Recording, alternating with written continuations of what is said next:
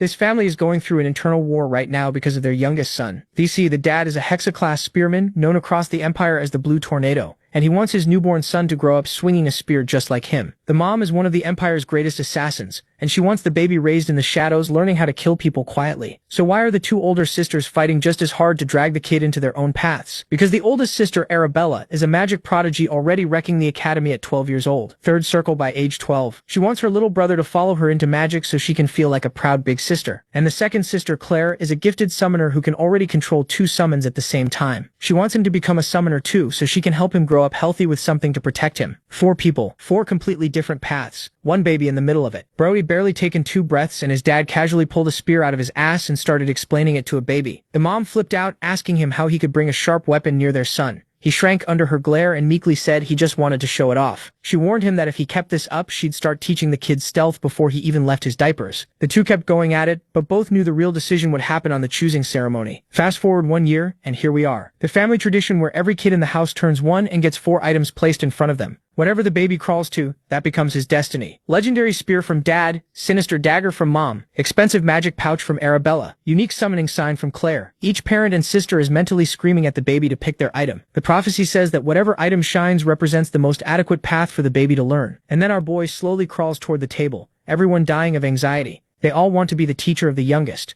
But when he finally gets close to the items, all of a sudden all 4 start glowing at once. The guests lose their minds. This has never happened before in the history of the house. The baby was chosen by every single path simultaneously. The whole family goes quiet. Then his dad slowly turns to the mom and says, "Well, looks like we'll have to teach him all 4. And just like that, the war ends in the worst possible way for the kid. Instead of one parent training him, all 4 members of the household are now lining up to drill their specialty into him. Years pass like this. He's basically a one-man army wrapped in a teenage body, but all those talents come with one unexpected downside. When he finally arrives at the Imperial Academy and breaks every entrance exam record on the way in, none of the professors believe a 14-year-old can actually do everything they're seeing. The kid signs up for the autonomous department, a path that only 2 people have completed in the last 1,000 years, one of whom was the former emperor, and the entire faculty decides to test him personally to see if he's a fraud. From the head of the summoning department, this gorgeous Kafka mommy MILF with stupidly high standards that don't make sense, to the famous lazy director, a Hexa-class swordmaster, who specifically took the autonomous department position because nobody ever applies to it, meaning he never has to teach. The man's whole life plan revolved around getting paid to do nothing. And now this brat shows up and ruins everything. So his goal is to make sure this boy fails the academy entrance. And since the boy doesn't know swordsmanship, this is exactly the weakness he needs to make him fail. But boy oh boy, that's his biggest mistake. Because see, this boy is of course reincarnated, and his past life is the whole reason none of this is going to go the way the director thinks. Our boy was Agric of the Drenic Empire, a war orphan whose mother died in the chaos before he ever opened his eyes. While other kids were playing with toys, he was hauling supplies and surviving on scraps in the middle of an endless war. By the time he was 14, they handed him a sword and threw him onto a battlefield. That's where his talent woke up, mana core in his heart, speed and senses sharper than anything he'd ever known. He climbed the ranks so fast it scared people. By the end, he had mastered 4 mana cores and was 1 step away from joining the Empire's elite Hexa-class knights as one of the youngest in the highest rank a warrior could reach. Then on the final battlefield, the moment everything was supposed to come together, Duke Termian of the enemy empire showed up, one of the 6 Hexa-class knights of Altion. The man's mere presence scattered Agric's entire army. Agric still stood his ground. For him it was better to die as a warrior than to run as a coward. If destiny had put a Hexa-class in front of him, it was for a reason. Even knowing he was outclassed, even knowing he was about to die for nothing, he raised his sword and charged. Duke Termian almost felt bad for him, said it would be a waste to kill a rising talent like that. But then he shattered Agric's sword in 1 strike and ran him through the heart. Broa flew across the battlefield, slammed into the dirt, and bled out staring at the sky, thinking the same thing he'd thought his whole life. All I ever wanted was a family. Everything goes black. But the darkness lifts the moment he opens his eyes. The first thing he sees is a couple trying to play with him, or rather with their son. His father soon picks him up with a huge smile and calls him Dane Sogress. He says the boy should become an amazing. Then his mother, Lily Sogress, snatches him from her husband's arms and insists he'll grow into a perfect assassin instead. Archon, the protagonist Sogress, and his wife keep arguing over what their son should become. They seem to be riding home in a carriage, and the whole trip is spent on that same debate. Lily says slipping through shadows, killing targets, and escaping clean is far cooler, while his father insists the spear is the most complete and beautiful martial art. That's how our hero's new life begins. Just when he thought he was finished on that battlefield, he somehow reincarnates. The twist is that he's reborn in the Altion Empire, his old enemy as the youngest son of a certain count. When the carriage finally stops on the estate, his parents settle on a compromise and decide to teach him both skills. Even so, Lily still says their son will be an assassin, while Archon just laughs and insists Dane will become a spearman. The carriage driver signals that they've arrived, and both parents look surprised. They were so busy arguing that they lost track of time. The husband gets out first and offers his wife a hand. He helps her down, while Egric can't help feeling embarrassed watching his father act so whipped. Still, that feeling vanishes when his eyes go wide at the sheer scale of the castle. Once they get inside, Lily notices how happy Dane seems to be home again. And honestly, why wouldn't he be? With a house like this and parents this rich, his talents might grow more easily than he ever imagined. 2 months pass after that day, and we find Lily talking to her son as he starts to babble. She's thrilled to hear his first little sounds, and Dane is just as amazed by it himself. He'd never experienced anything like that before. Back in his old life, chances to be around small children were rare on the battlefield. The few he did see were often wrapped in bandages and crying because they had nowhere to go, many mourning parents who had vanished in the destruction. Compared to that, this new home feels blessed and safe, and he's relieved he won't go hungry here. Suddenly, his father bursts into the room excitedly holding a spear. He proudly announces that this is called a spear. It seems our boy is not a fan of his dad's over-the-top energy. He can barely believe this man is his father, the strongest Hexa-class spearman in the Empire, known as Archon Dane Sogress. He doesn't look much like a war hero, but he really is one, famous as the Blue Tornado. His wife gets mad and starts pushing him away from the baby, asking how he could walk into their son's room carrying something so sharp. Under her glare, he shrinks and meekly says he just wanted to show it to MC. But she gives off such a deadly aura that he instantly folds, especially when she reminds him they agreed not to teach the boy anything until he was old enough. It's no wonder this grown man is trembling under that stare, because his wife is the Empire's top assassin. She warns that if he keeps this up, she'll start teaching Dane stealth while he's still little. He tries to argue that early training is normal now, and even points out that one famous magic family, House Teleport, puts a staff beside a baby the moment it's born. That only makes her angrier, and she snaps back, asking if his spear looks like a staff now. He then explains that his parents care so much about his future, because his 2 older sisters chose paths that have nothing to do with spears or assassination. Next, we see both sisters playing with their little brother so much that his cheeks start to hurt. One of them, Arabella, laughs and says he looks even cuter now, with puffed-up cheeks. Dane tells us more about Arabella, revealing that her talent for magic put her on the path of a mage from childhood. At just 12, she had already reached 3rd circle rank. Since the highest rank is 9 circles, that makes her a genius already past the beginner stage. Arabella asks her baby brother if he wants to learn magic from her later, saying she's tired of studying alone every day and would love to teach him a thing or two. While Arabella is full of energy, Claire is the complete opposite. Quiet and shy, she softly says she could teach him summoning someday, since it's a useful skill to have. Just like Arabella, Claire is gifted too. She made her first summon at 7, and now she can control 2 summons at the same time. Arabella then teases Claire and tells her to touch him, saying he's super soft. Claire hesitates, unsure if she should.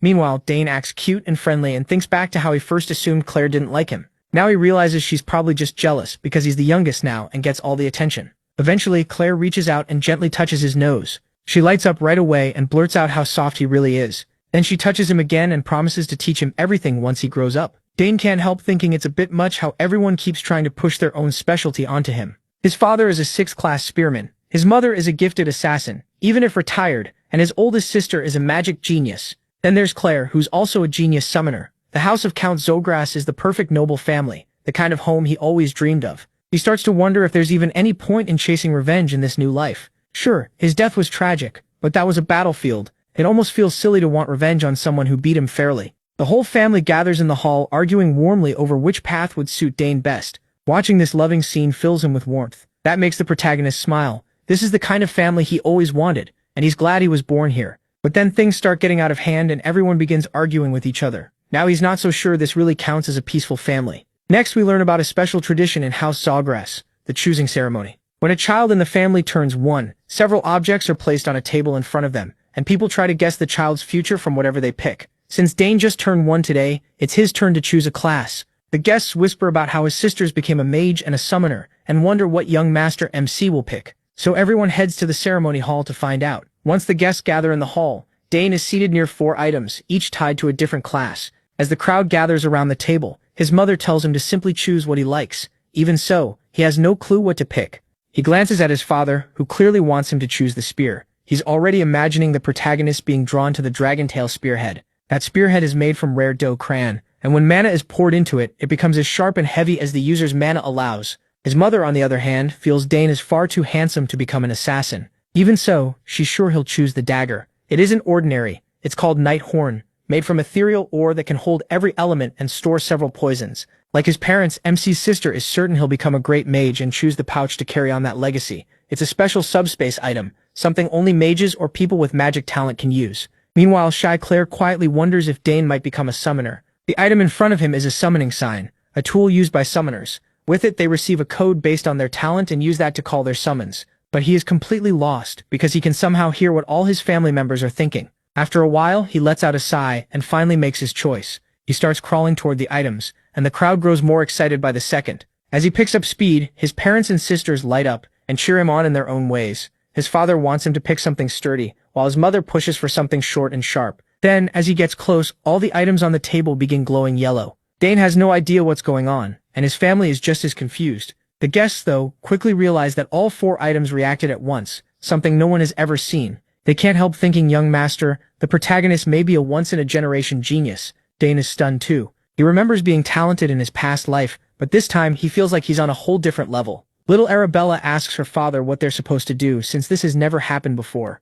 but both parents are just as lost, realizing they may have to teach him all 4 paths. Of course, that leaves the other 2 young ladies shocked, while MC only gives them a warm smile. Time passes, and now we're in the training hall. Weapons can be heard clashing, and the one sparring with his father is Dane. He's grown a lot since the last time we saw him. His father beams with pride, pleased that he has already mastered the technique he taught him. The protagonist thanks him, and we learn he's now 7 years old. As they share a light laugh, a man suddenly walks in. Dane looks over with curiosity, and sees that the man is carrying a spear. Agric was clearly waiting for it to arrive, so he quickly takes it and hands it to MC as an early birthday gift. He says he planned to give it to him at the banquet, but wanted to do it before his mother gave hers. Agric adds that he spent 2 years preparing the spear and had it specially made by a famous craftsman in the capital. Then he wishes Dane an early happy 7th birthday. He instantly drops his old stick and grabs the spear, saying it's amazing and he's definitely going to use it. He loves the way the black shaft and silver spearhead look together. On top of that, it's shockingly light. When his father asks if he likes it, Dane says he loves it.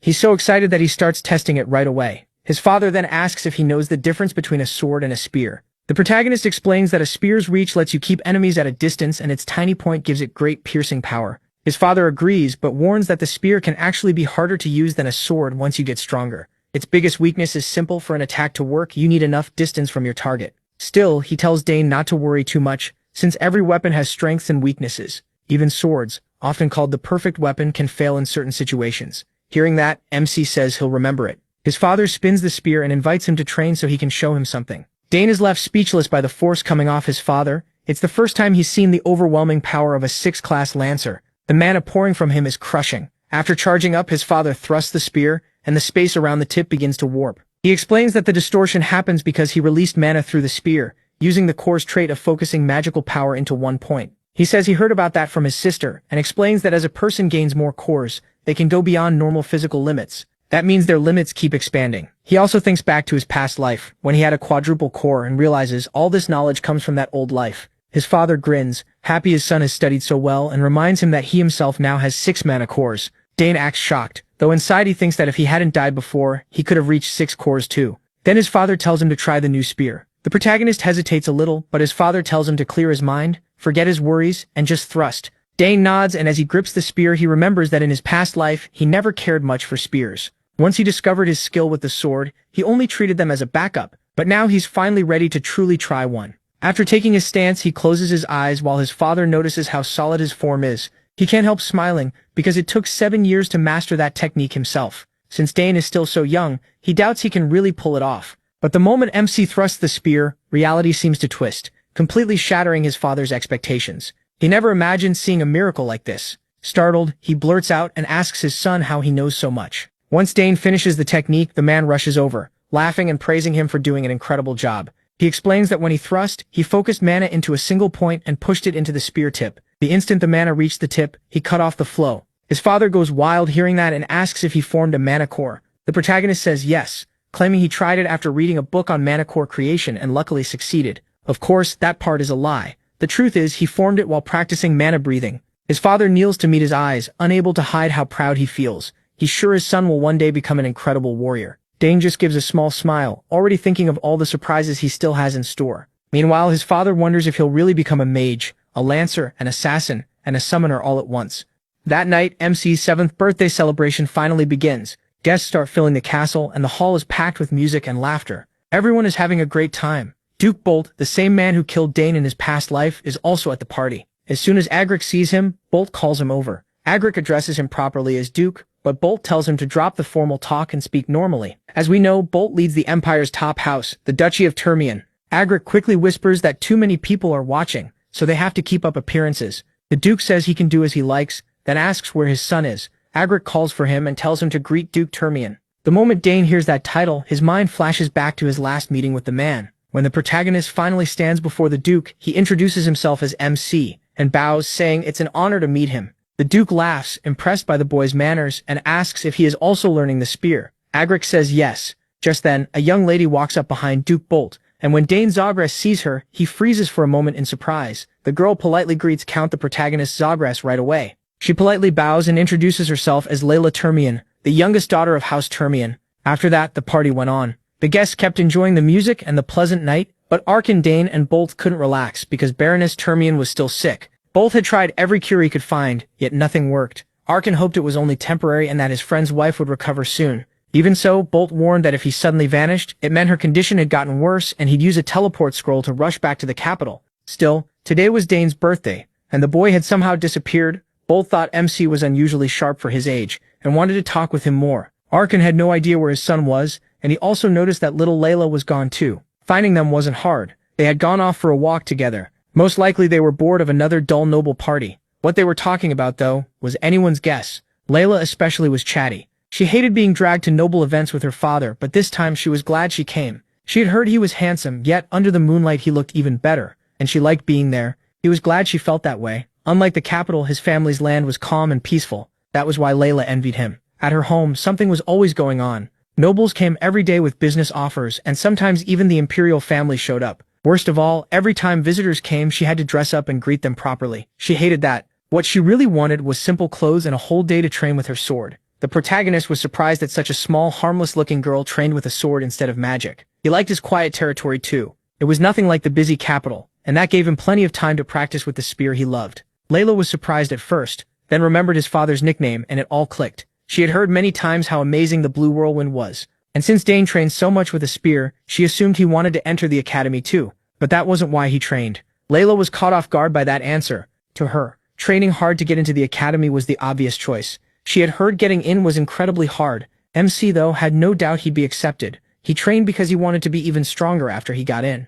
Layla could hardly believe that confidence, so she asked what he'd do if he failed. Even then, he wouldn't get upset or quit. He'd just try again. And if he failed a second time too, he'd take it as a sign that it wasn't his path. Layla couldn't believe he could be so calm about his future, so she asked if he wasn't scared of letting down his family and home. He wasn't worried at all. Compared to his past life, this was nothing. Layla, on the other hand, could only envy him. In her family, failure was unacceptable. Even though he had spent 7 years around nobles, he was still amazed by how petty they could be over things like that. As for Layla, he had no doubt she would do well. When she heard him encourage her, she lit up and quickly offered to show him her sword skills. The protagonist was a little surprised by her excitement, but once Layla got a chance to practice with a sword, there was no stopping her. She immediately asked where the training ground was, and Dane had to take her there, hoping nothing would go wrong. At the training ground, Layla didn't hold back. She moved through one form after another like an experienced swordswoman. To a beginner, her moves would have looked flawless, but MC was far from a beginner. Watching closely, he had to admit her shifts from attack to defense and back were smooth and her timing was excellent.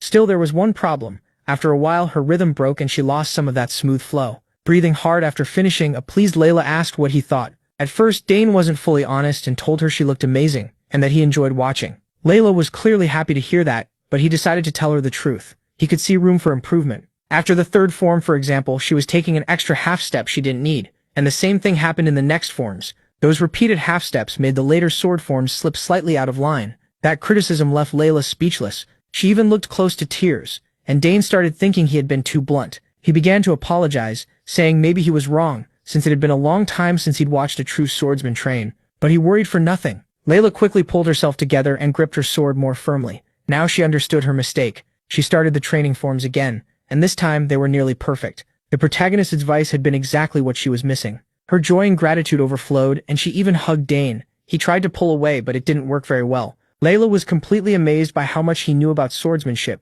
He spotted in one moment what her teachers had never pointed out. She promised she'd remember his help. Eventually she let him go after nearly crushing him in the process. Then she almost nicked him with her sword. That little lady seriously needed to learn some order. MC was caught off guard by the sudden hug, though he couldn't say he disliked it. Of course, their quiet moment didn't last long. Servants were already shouting and searching for them everywhere. They had taken enough of a break from the banquet, so they hurried back before they were discovered at the training ground. When they returned, Dane became the center of attention as his parents formally congratulated him on his birthday and on discovering his first manticore, and of course, they gave him a gift, a brooch with the family crest, like the ones his older sisters had. His mother told him to treasure it, because from now on the brooch would be proof of his status and honor. After his parents finished, the other guests joined in too. He had now truly earned the name he, and no one there doubted he would grow into a fine man like his father. The protagonist's parents were overjoyed, and so was he. In both his lives, this was the first time he had received such warm congratulations from so many people. Then the whole hall suddenly shook. Guests started shouting, trying to figure out what was happening. An earthquake or an enemy attack. MC got worried too, but his father quickly calmed him and said there was no reason to be afraid. Arkin knew exactly what was going on. He had hoped for a peaceful day, but apparently his daughter hadn't listened. Dane had no idea. Then sparks flashed near the ceiling of the hall, and a portal opened above the frightened guests in an instant. The guests were stunned when a small figure flew out of that portal, defying all common sense, and landed without any trouble. It was Dane's older sister, Arabella, and in her opinion, she wasn't late at all. The guests still couldn't close their mouths. A young lady using teleportation magic was shocking enough. Normally, even opening a small portal required reaching at least 5 chains. He wasn't impressed by her power. He was annoyed by how loud and dramatic she was. But once the guests barely settled down, an enormous monster appeared in the sky. A huge wyvern with a rider on its back. This time, Lady Claire was the one who scared everyone. She was in a bad mood though. She had been just one step too late to beat her sister. As soon as she arrived, people started whispering that they had heard she was a gifted summoner, but no one expected her to control a wyvern at only 16 years old. At last they were home again, and together they stood before their parents and brother to wish their favorite little brother a happy birthday. Dane. After those flashy entrances, the protagonist's sisters quickly shoved their gifts into his hands while wishing their little brother a happy birthday. He thanked Arabella and Claire for coming home. Even with their studies keeping them busy, both girls were excited to watch him open the presents. Duke Arkin was almost in tears over how special his son was being treated. On his own birthday, his daughters had only sent him a letter. Dane opened the box Arabella gave him, and inside was a ring that worked as a handy dimensional bag. She had designed the artifact herself. The subspace magic used to make it belong to a very high level, and Arabella's famous teacher had placed it into the ring. Everyone knew how hard it was to put subspace magic into any item. Arabella took the ring and warmly held her brother's hand to put it on. She must have spent a long time designing an artifact strong enough to hold an entire subspace. She had also tied the ring to MC's mana signature, so no one else could use it. It was made only for her little brother, a truly unique item. Lizzie examined the ring and saw a faint wave of mana running through it, which meant it had been made with top-quality magic stones. Arabella explained that all Dane had to do was pour a little mana into the ring, and the subspace would open. That made it far easier to use than a normal dimensional bag, which alone made it priceless. As far as he remembered, tools like this were usually seen only with the wealthy on the battlefield. Only noble commanders and high-ranking mages had something so useful. The ring. It would also grow with him and fit his body as he got older. The protagonist tried pouring mana into the ring, and a green portal opened in front of him. Duke Arkin was stunned to see his son do it so easily. It looked effortless. Claire, Duke Baltermian, and Layla were all amazed by that bright burst of magic. Dane opened the subspace even faster than Arabella had years ago. There was no doubt now he was a genius. It would be a huge breakthrough if he could grow both a mana core and a mage circle at the same time. After the magic display, Claire walked over and handed her little brother her gift. MC opened it slowly, thanking her with real warmth. Inside the wooden box sat a strange-looking egg on a soft cloth. Confused, he picked it up and asked what it was. Claire quickly warned him to be careful. This was no normal egg. The whole family was curious about the odd present, but Claire only told Dane the truth. In a whisper, she said it was a familiar. She got it by accident while trying to summon Dakaron. Even Claire had no idea what would hatch, but everyone knew how valuable a familiar could be. He tried to picture what might come out of that weird egg. He had heard of familiars before. Unlike summons, they were something else entirely. Once called forth, a familiar could stay in the real world for good. Claire told him to keep the egg secret until it finally hatched, and he promised he would. All that whispering annoyed Arabella, who felt left out. Claire also told Dane to feed the egg his mana twice a day, once in the morning and once at night, so it would accept him as its master. Lily was just happy her little boy was getting such amazing gifts. It showed how much her children cared about each other. Once the gifts were done, Duke Arkin cleared his throat and reminded his daughters to at least greet their parents. They had shown up after saying they might not make it, and still hadn't properly said hello. Realizing their mistake, the girls awkwardly greeted their father. Duke Arkin was soft when it came to his daughters, so he didn't mind much. He was simply glad to see them again. Since leaving to follow their careers, they rarely came home, so he was happy they looked well.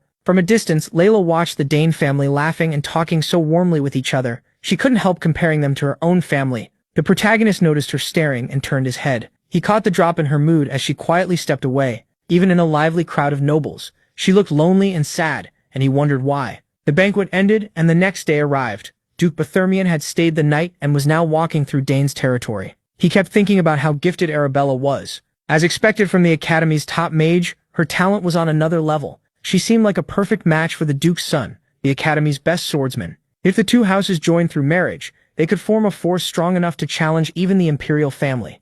If that happened, no one would dare mess with either house or their children. So Duke Berthermion decided to bring up a possible engagement between the oldest children during today's talk with Arkan. On his way to meet the other Duke, Berthermion heard steel clashing nearby. It came from the training field, so someone was working on their technique very early in the morning. That someone was Dane, fully focused on spear practice. He had become dangerous with the weapon. With years of training under his father and insane discipline, he had long since become ready for real combat. MC's focus was incredible. He moved with the smooth control of a seasoned fighter, chaining one deadly strike after another. Then he pushed even faster and raised the pace again. Soon his arms were a blur as he unleashed a storm of thrusts in just moments. Curiosity got the better of Duke Thermion, so he watched the boy train from afar. He was pleasantly surprised to see the youngest Dane pushing himself that hard. With his trained eye, he could tell his technique was polished far beyond his age. His movements and focus didn't belong to a 7-year-old. Even his simplest attacks were refined to a frightening degree. Everything was done so perfectly that even veteran spearmen could learn from him.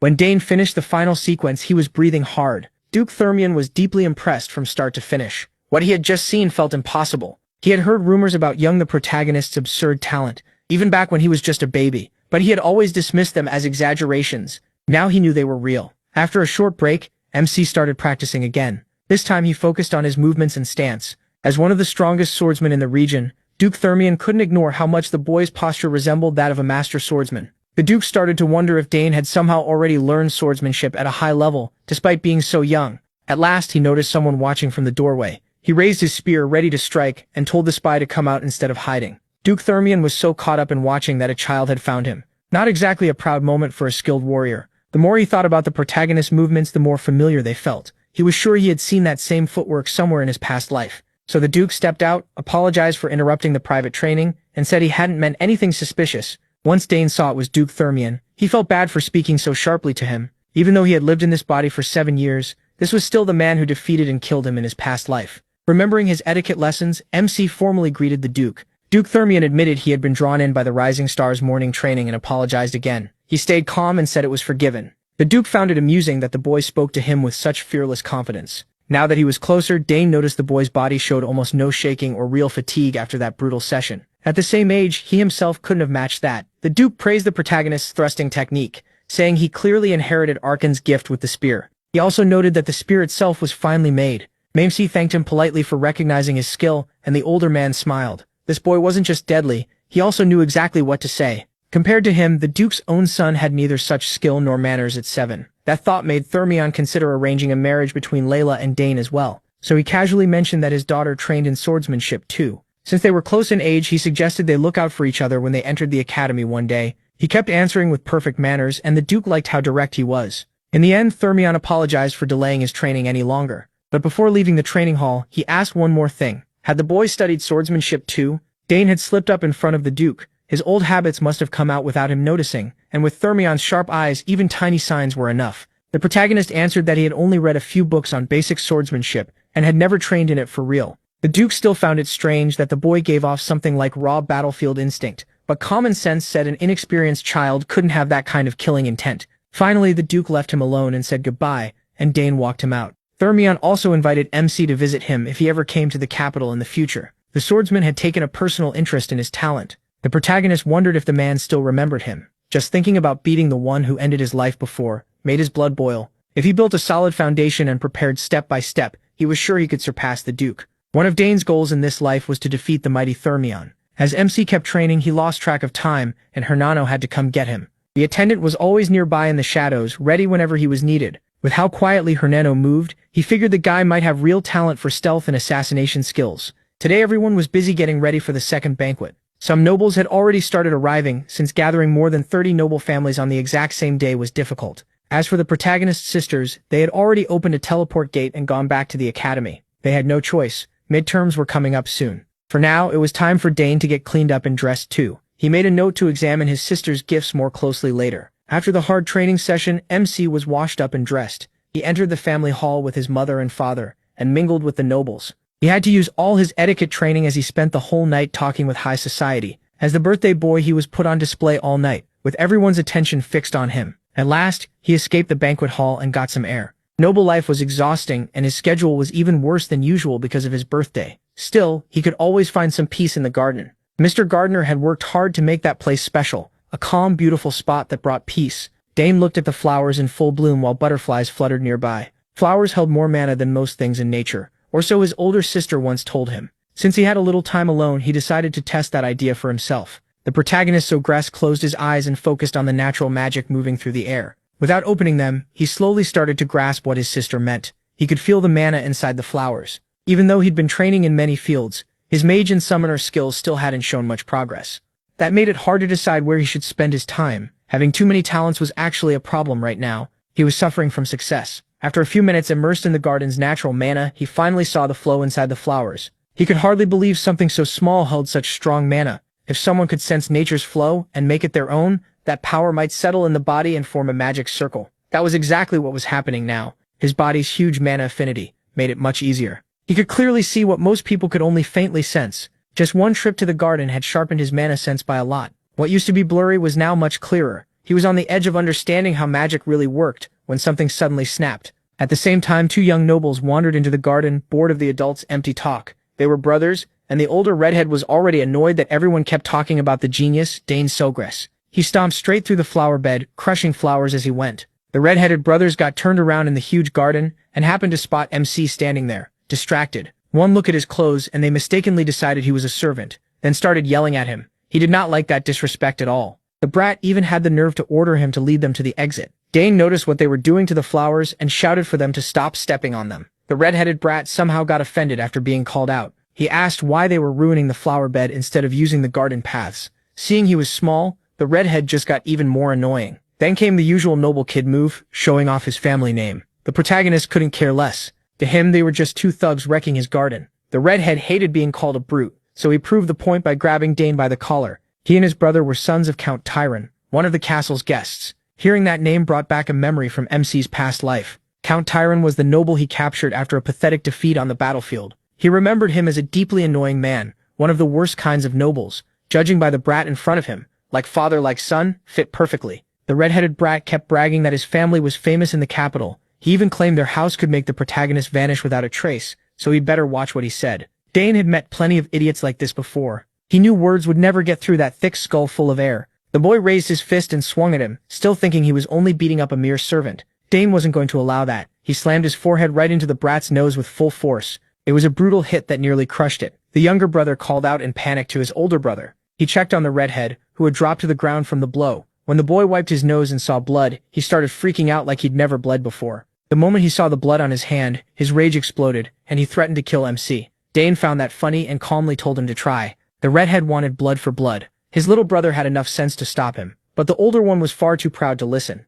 He threw a punch and he calmly dodged by hopping back. The gap between them was huge. The amateur couldn't touch him at all. As Dane let him wear himself out, he noticed the boy's footwork was sloppy, like he'd never held a weapon in his life. That made him think the brat might be a mage or a summoner. The punches kept coming, but not one got close to landing on the protagonist, Sogress. Blood still ran from the redhead's nose as his patience ran out. MC kept toying with him through pure movement, and then an idea hit him. Maybe he could use the magic flow he sensed from the flowers and force his will into it. If that worked, he should be able to compress that power into a physical form. This was as good a chance as any to test it in a real fight. The younger brother watched from the side with his mouth hanging open. Dane Sogress planted his feet and gathered magic into his hands. He imagined a sphere of pure mana and fired it at the boy's stomach. The blast was strong enough to throw the redhead painfully onto the grass, tearing up the ground on the way. He screamed in pain, his body and pride both wrecked. The little brother rushed over to check on his defeated brother in the flower bed. Dane Sogress was honestly more worried about the ruined flowers than the brat's condition. But the red-headed fool was stubborn. He still got back up. After seeing him use magic, he demanded to know who he was. The younger brother kept trying to stop him, but pride mattered more to him than any consequences. Then the brat drew on the mana in his body and began opening a sinister-looking portal. The protagonist Sogress was surprised to see something so familiar. This was summoner magic. Mana spun and thickened until a translucent wolf started to descend to the ground. It looked bloodthirsty, bearing sharp fangs as it growled. The redhead laughed wildly and called the beast Gempu. Then he finally gave his name, Digron Tyron, and said Dane was about to learn what happened when he messed with someone like him. MC Sogress heard the brat order the wolf to tear him apart, but he wasn't impressed by such a simple summon. He was used to seeing Claire call out terrifying beasts like Ivan. Digron stayed back while Genpu charged at the motionless him. Dane only looked the wolf in the eyes and didn't move. Genpu must have sensed that attacking him would end badly, so the wolf turned right around. Its aura changed at once. Like all hostility toward the protagonist, Sogress had completely vanished. The Tyron brothers were stunned. Digron's pride and joy had apparently turned against him. Now the big wolf was acting downright submissive to MC. Digron screamed for it to rip out his throat, but the beast ignored him. Instead, the big pup happily wagged its tail at the protagonist. Sensing no ill intent, the protagonist gently petted the good boy. Even he had no idea how this happened. Thinking about it, Claire's summons had always liked him too. Even Wyvern played with him sometimes. Back then, he figured it was just because they were family. But now there was no blood tie at all, and this summon was still friendly. That could mean he had an unusually high affinity with summoned creatures, or maybe Genpu's opinion of his awful summoner had hit rock bottom. Digron couldn't understand any of it. He had never heard of a summon betraying its master. Dane Sogress was winning on every front and kept taunting Digron to come at him himself. The younger brother was practically begging him to stop embarrassing himself and accept the loss, but Digron still wanted to fight. The little brother desperately needed this mess to end. Caught up in his brother's stupidity, the poor kid had wet himself in fear. He started crying, and Dija called him embarrassing. Dane Sogress only made it worse by pointing out there was a bath in the castle basement. Digikron used his younger brother's accident as an excuse to retreat. As if he hadn't embarrassed himself enough, he ordered MC to stay in the garden. He just looked at the pathetic loser in disgust. Digikron didn't even take his summon with him. So the protagonist stayed in the garden and kept testing his new understanding of mana. He tried a trick Claire had taught him before. He found what was left of the weak bond between that brat Digikron and Genpu, cut it and carefully rewrote it with his own magic. Just like that, he and the wolf became connected. Without using a proper summoning ritual, he pulled it off through nothing but his high affinity with summoned beasts. Now he had truly succeeded as a summoner. While enjoying that victory, Dane Sogress heard a familiar, annoying voice calling for him. Digikron Tyron, the spoiled brat, had run to his father and tattled that some boy in the garden bullied him, then pointed right at MC. What a coward. Holding his nose to slow the bleeding, he complained that he had attacked him and even broken his bond with his summon. The huge Mogar Tyron stomped forward and loudly introduced himself as head of the Count Tyron family, one of the great noble houses of the capital. He demanded to know if the protagonist had really messed up his son's face and stolen his summon. Dane wasn't the type to back down from a pig, so he stood firm and admitted what he'd done. He also noticed Mogar Tyron was much fatter now than when he had captured the man in his past life. Peace had clearly treated him well, even if he'd been useless on the battlefield. Mogar kept throwing his weight around, saying he couldn't let this pass. Anyone who touched his sons was not something he could ignore. He kept pressing MC with demanding questions, and finally told the boy to state his name. Our boy lifted his head proudly and formally introduced himself as him Sogress. The protagonist Sogress, the youngest son of Arkan the protagonist Sogress, Lord of the South and head of the protagonist Sogress family. The boy says, he gives them a full royal-style introduction, and it leaves both father and son stunned. Without realizing it, they had insulted the birthday boy. They had picked a fight with the famous rising star of the South. The rude pair is clearly shaken by this sudden meeting with the youngest son of House Dane Sogress. Thinking about great noble houses, he remembers how Agra captured him in the war, and how he did nothing important after that, making the other nobles laugh at him. Now he sees a chance to turn things around, smear Count MC Sogress's name and use it to demand mining rights. If it works, the nobles who mocked him might soon be bowing to him. With that in mind, the fat fool turns to our boy and asks if he is the birthday boy, him. He just nods and confirms it. The fat man can barely hide his annoyance. He definitely did not come here to celebrate some kid's birthday. Then he points at his bratty son and asks Dane Sogress how he plans to make up for the shame he caused his son. The protagonist not only hurt a guest, he also took their summon, which he calls a serious crime. His rotten son jumps in too and backs him up. The brat tells MC this is his last day. Then the fat man threatens to speak to Count MC himself and make him answer for all of it. MC simply hears him out and says that before he goes running to his father, his son should apologize first. That sends the fat man into a rage. He demands to know what nonsense Dane is talking about, while his son grinds his teeth beside him. But he makes it clear, yes, he hit the boy and hurt him, but it was self-defense after his life was threatened, and he didn't steal their summon either. Genpu chose to follow him. The trashy son quickly argues that there's no way Genpu would do that, and tells his father the protagonist is lying. That's when the father stops to think. He remembers hearing that the second daughter of House Sogress is a genius summoner, so maybe she taught MC how to forcibly break the bond between a summon and its master. The fat man keeps going back and forth with our boy, and Dane Sogress can't help thinking this whole thing is exhausting. Eventually Mogar calms down a little. After talking so much, even his jaw is starting to hurt. He tells him he's done arguing, and says they should go hear what Count Sogress has to say about all this. Speak of the devil, the Count himself arrives with Duke Termian. Of course, both the useless son and his father are completely shaken when they see Count Sogress. and seeing Duke Termian here only makes them panic more. As night falls, the red-haired boy gives his version of the story to the Count. He claims he and his little brother got lost in the garden, so he asked Dane Sogras to guide them. He keeps spinning lies while the protagonist stands behind him, calm, wondering why his father is actually listening to this non-stop nonsense. Still, that doesn't really surprise him. Count Sogras cares deeply about his family and their name, but he isn't the kind of man who takes sides without thinking. He knows how to tell right from wrong. After finishing his story, the red-haired boy claims MC suddenly headbutted him and kept using that strange move to mock him. He says he called Genpu to scare MC, but MC stole the summon and tried to strike back. As soon as Digran finishes, Mogar steps up and tells the Count he only meant to warn him. Even so, he insists that taking someone else's summon is clearly wrong and can't be ignored. At last, Count Sogras speaks. He tells Mogar he won't judge the matter after hearing only one side. First, he wants to hear the protagonist, then decide after looking at everything fairly. He also assures Mogar that if he's worried about bias, Duke Termian will give his opinion too. The Duke smiles faintly and says that if it matters that much, he can handle it. Mogar starts sweating hard, frustrated. He knows this is going badly, and bringing in Termian only makes it worse. He's not happy about it at all. Count Sogras gives his son permission to explain, and Dane Sogras begins by saying that what Mogar's son said wasn't completely false, but only parts of it were true. He explains that the flowers carefully raised in the garden had been trampled, so he told Mogar's son to leave. That made the boy furious, and the fight started from there. Of course, the fat man and his son are stunned by that blunt truth, with the boy even trying to deny it and calling MC Sogras a liar. But the Count tells Dane Sogras to continue. So our boy explains that when Mogar's son called Genpu, the order was to kill him. He also makes it clear he didn't steal the summon. Genpu came to him on its own and responded to his goodwill.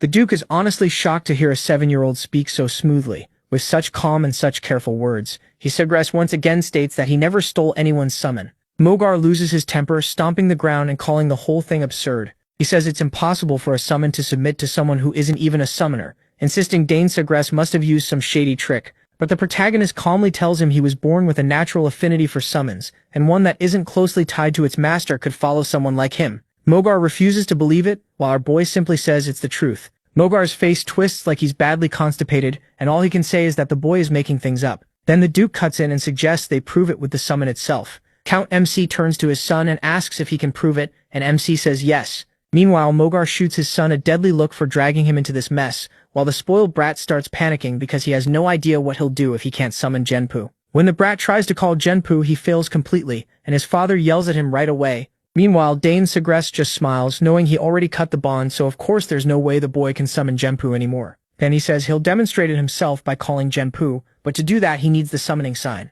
Mogar's son has. The spoiled boy gets angry and questions how the protagonist dares ask for his sign. He starts rambling, but Count the protagonist cuts him off, reminding him that by his own claim, even with the sign, MC shouldn't be able to summon Genpu, so there's no harm in trying. Mogar sweats, realizing he has no choice, and reluctantly tells his spoiled son Digran to hand it over. The redhead is almost in tears, but his father just tells him to hurry up. Once Dane Sogras has the sign, he starts his magic and explains that a summoning sign usually carries a unique code tied to its summoner, so no one else should be able to use it. But Genpu had already been filled with his mana, so the sign is only a tool now, and Genpu is already linked to him. The moment he calls for Genpu, the monster appears and starts licking his cheeks. The Count and the Duke are both amazed, while Mogar and Digran tremble after their lie is exposed. The Duke finds it incredible and wonders if Dane Sogras has also been studying swordsmanship. His father confirms that he has, though he admits he doesn't fully know how skilled his son really is. The fat man, on the other hand, realizes he's in serious trouble now that his whole plan has failed. The Count then turns to him and asks if he now admits he was telling the truth. The fat man quickly tries to act casual, laughing and saying maybe they just misunderstood and thought the protagonist stole their summon. He also claims his son wasn't really trying to kill the protagonist, then asks Digran to confirm it. Shaking, Digran agrees and says he only meant to scare MC, but our boy is furious watching these scumbags try to slip away from blame so easily. Before the two lords can give their final judgment on the matter, a lady steps in, surprising everyone there, especially him, Sogras, whose eyes go wide when he sees Lila. The moment she arrives, she says Digran is not telling the truth. Her father quickly asks why she's here, and she says she heard his voice while out for a walk. Before saying more, she politely greets the fat man and Count Dane Sogras. The fat man stammers as he returns the greeting, clearly shocked to run into the Duke's daughter. The protagonist gets right to the point and asks about her claim that Digran was lying. She confidently confirms it, saying she heard their earlier conversation during her walk. Digran immediately starts to panic at the thought that she heard everything, because that is very bad news for him. Then she starts laying out all the juicy details, and our boy can't help smiling, as this unexpected turn somehow swings things back in his favor. A little later, The fat man orders his goofy son to hurry up and apologize to Count MC Sagres. The boy mutters that he was wrong, but the Count tells him to apologize to MC, not to him. The fat man quickly shoves his son toward him, telling him to apologize properly at once. The spoiled boy looks uneasy and hesitates, then stammers out a weak fake apology. Dane is nowhere near satisfied. He can tell it isn't sincere, it's only forced because their lie got exposed once an outside witness stepped in. The protagonist doesn't buy it at all. He doesn't really want to accept such a weak apology, but remembering his past, he chooses the more mature path and decides to show some grace. So Danny accepts the spoiled boy's apology. The kid lights up right away, thanking him over and over for letting it go. His father also exhales in relief, realizing how close he came to losing everything. The Duke, who may one day become Danny's father-in-law, can't help thinking he was right about Danny being special. After all, Danny had every reason to stand his ground, since the other side was clearly wrong from the very start. In the end, the Count makes it clear that since Danny accepted the apology, the matter is closed. Still, he stresses that he had no intention of letting it slide, especially because Digran attacked Danny intending to kill him. The fat father breaks into a cold sweat when he sees how furious the Count is. The moment he tries to speak, the Count cuts him off and orders him to take his family and leave the castle at once. That news shakes the fat man to his core. If he's thrown out now, his reputation is finished, so he becomes desperate to stay in the castle no matter what. He grabs the Count's hand and begs for mercy, saying he'll do anything Dane asks. He just wants to be forgiven this once. But the Count quickly pulls his hand away and makes it clear he has no use for him. He adds that soldiers will arrive soon to escort him out officially. With that, he storms off with his son, leaving the fat man behind, still begging for forgiveness. Dane also tells Duke Terminian that it's time to go, and the Duke calls for his daughter as they start to leave. As they walk away, Danny looks back at them, feeling satisfied that they're finally getting what they deserve. They started this whole mess, so it's only fair they face the result. Anyway, he learned something important today. His father is actually pretty scary when he's angry. Then Duke Terminian asks if it's true that he beat Magard's spoiled son with a mana bullet, and Danny quickly confirms it. The Duke can't stop praising him, saying Danny is gifted not just with the spear, but also in summoning and magic. It's so impressive that he doubts history has seen talent like this before. Danny's proud father smiles and says he's proud to have such an exceptional son. Meanwhile, Danny quietly takes in all the praise while Layla struggles to believe what she's hearing. The Duke adds that talent alone isn't what makes Danny stand out. He's also incredibly calm. Most kids lose their heads in a fight and stubbornly insist they're right, but not him. The Duke is sure this boy will grow into a fine man. His father gives Dane a light pat on the head and says it's too soon to know that for sure. They'll have to wait until he's fully grown. He also points out that everything ended peacefully thanks to Layla. Without her testimony, things could have gotten ugly. Hearing that, Duke Terminian is clearly surprised that the Sagres family thinks so highly of Layla. He doesn't waste the chance and tries to play up her role, hinting that if the Count values her that much, maybe they should start talking about marriage. MC is caught off guard and can tell just how eager the Duke is to marry off his daughter. To get out of that conversation, he quickly changes the subject, saying the sun is going down and it's almost time for the banquet. With that, he rushes off, saying he'll meet them in the hall. Terminian then tells his daughter to head back calmly with Dane. He hurries after the Count, saying he wants a quick talk with him, leaving the two kids behind. As they walk, Layla turns to him and asks why the summon ignored its summoner and listened to him instead. She says she's watched famous summoners duel many times in the capital, but she's never seen anything like that. He shrugs and admits he doesn't really know either. It just happened. Of course, Layla makes an annoyed face, knowing the protagonist is hiding the truth on purpose, even though she was the one who helped him out earlier. But he stays calm and reminds her that he also helped her before, when he assisted with her sword training. Layla thinks back to that moment and reluctantly admits he has a point, so Dane decides that since they've each helped the other once, they can do it again. He tells her she can ask whatever she wants. Instantly, the girl lights up and blurts out that she wants to learn it right now. MC is caught off guard by how impatient she is and wonders what could be so urgent, so he asks what she wants to learn. She quickly says she wants him to teach her mana bullet. Dane asks why she's in such a rush, and Layla says she wants to get stronger and fast. She hopes to form at least 2 mana cores before entering the academy. He wonders why she's pushing herself so hard when she's still so young, but he gets his answer right away. She wants to grow stronger soon to make her mother happy. Her mother loves her deeply, and Layla is sure getting stronger would make her proud. When he hears her mention her mother, the protagonist remembers adults saying Countess Terminian has been bedridden. With that in mind, he feels like he can't really refuse to help her. Layla does a little happy dance and says she's ready to start tomorrow. Honestly, she'd even start tonight if she could, especially since she doesn't know how long she'll stay at the mansion. MC just shakes his head and tells her they can begin whenever she wants. He assures her that once she understands how magic flows, learning mana bullet won't be too hard. Layla then eagerly asks what he wants in return for teaching her. Dane stays silent, making it obvious that what he wants won't be as simple as showing someone how to fire magic bullets. The scene shifts to the banquet hall, where guests are whispering about that fat father Tyron. Word is spread that Count Tyron was thrown out of the castle and everyone wants to know what he did to deserve that. Some say Tyron's eldest son caused trouble by picking a fight with young master, Heyman ended up getting taught a lesson. They laugh among themselves, amused that the fat man came all this way just to be humiliated and embarrassed. Another rumor going around is that young Master, the protagonist, is an amazing summoner. One guest wonders if that means House the protagonist will now become a famous house of summoners. But another cuts in and says that's not all. Young Master MC can also use magic, which many of them can hardly believe.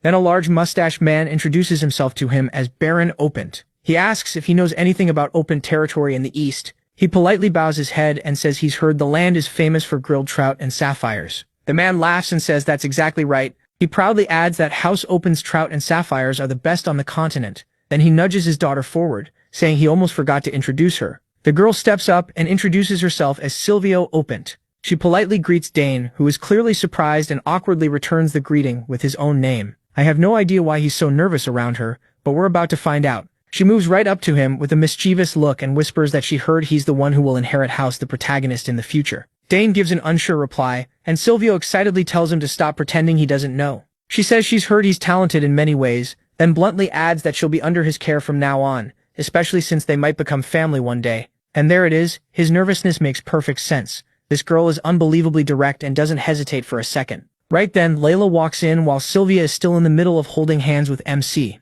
Not surprisingly, Sylvia is startled the moment she sees a possible rival, while Layla shoots him a sharp look and demands to know who this lady is. Sylvia recognizes Layla right away and warmly greets her, introducing herself as the Baron's eldest daughter, Opent. Layla tries to answer politely, but the anger on her face makes it obvious she's far from pleased, even as she says it's nice to meet Sylvia. The two girls trade smiles that might as well be trying to kill each other. Watching them reminds Dane of an old memory, and he can tell they're both completely ready to fight. Before long, Layla grabs his hand and says she's borrowing him for now because they already had plans. She gives him a hard stare and asks if he remembers. Of course, poor the protagonist has no clue what she means, but he agrees anyway, apologizes to Sylvia, and says they can talk later. Sylvia forces a smile and tells him they definitely will talk again later. As Layla pulls Dane away, Sylvia can't help feeling annoyed that this girl just snatched him from her. Layla, on the other hand, is still far from calm. She's completely irritated by that girl's nerve, acting like she could take MC away from her. MC just stands there stunned under Layla's fierce gaze. He can't help thinking that even the beloved daughter of the Duke, the second most powerful man in the capital after the Emperor, somehow can't match the young lady from the Eastern Barony.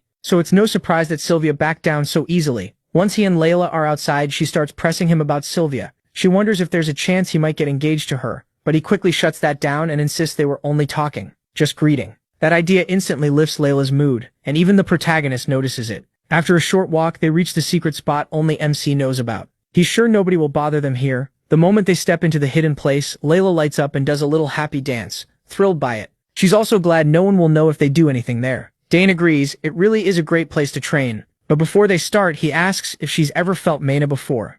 Layla says she has, a little, but not enough to form a mana core. She adds that she tried absorbing mana through breathing. That tells him she still hasn't reached the emission stage. He learned to sense mana naturally on the battlefield, so he's surprised a noble house taught her even this much. So he starts with the basics and tells her the first step is feeling the mana she absorbs. Layla looks confused, and the protagonist explains that if she wants to release mana, she first has to control the mana inside her. The key is imagination. He tells her to close her eyes and picture the mana spinning inside her. After a moment, she tries, but nothing happens. From her face, Dane can tell she didn't really get it. Layla gives it another shot, but again, nothing happens. Frustrated, she asks MC why it still isn't working. He calms her down, saying that's normal for a first try, and tells her to focus again. Meanwhile, Count Dane is secretly watching the two kids. He can't help feeling proud that his son is already teaching someone at such a young age. To him, it really feels like he has grown up. Then Duke Termian suddenly sneaks up beside him and asks what the hell he's doing there. The question nearly stops the Count's heart.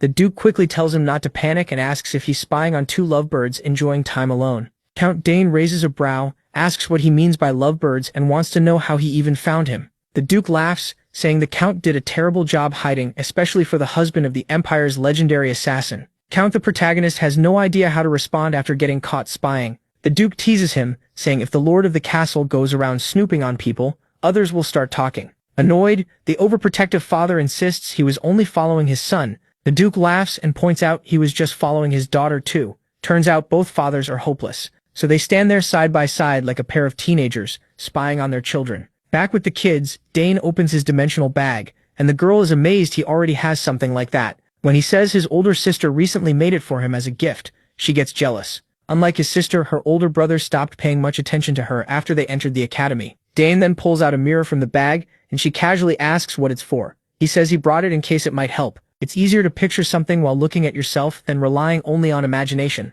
So he tells the curious girl to stand in front of the mirror, where she can see herself fully. She quickly takes her place in front of it, and starts her little magic dance again. This time Dane can tell she's serious. She takes a deep breath, while both loving parents quietly crouch on the ground to keep watching. Duke Termian points out that Lilia seems to like MC. He asks if that's really true, and the Duke says yes. Lilia usually doesn't warm up to people this fast. Count Dane says that's surprising, since she seems like such a bright child. Duke Termian goes quiet for a moment, then says she only seems bright on the outside. He explains that after her siblings left for the academy, her mother became bedridden, so they couldn't stay close like before. Since then, opening up to others has been hard for her. The Count asks that if he already knows all that, why does he always act so cold toward his daughter? Termian looks honestly moved that the Count noticed, and admits he does it on purpose. He says he raised his older children with too much affection, and they grew spoiled, but Count Dane tells him not to assume Lilia will turn out the same way. She'll only end up hurt, and now it makes sense why she asked the protagonist for help instead of her father. Termian points at his friend and jokes that he's nagging like the old days, but the Count fires back, asking when he ever did that, especially since what he said is true. The Duke changes the subject, and asks when he plans to send his son to the capital. If he sends him to the Cal house, he says their doors will be open and the boy can stay at the castle of Cal. Count Dane falls quiet and looks back at his son. Seeing him happy, he simply says he'll let MC choose for himself. He's free to pick his own path, just like his older sisters. We also miss him watching the two loving fathers, clearly embarrassed by how openly they're spying. But in the end, she just smiles, realizing parental love makes them act strange, and decides not to ruin the moment by pretending she saw nothing. Back with the children, Lilia thanks Dane for helping her,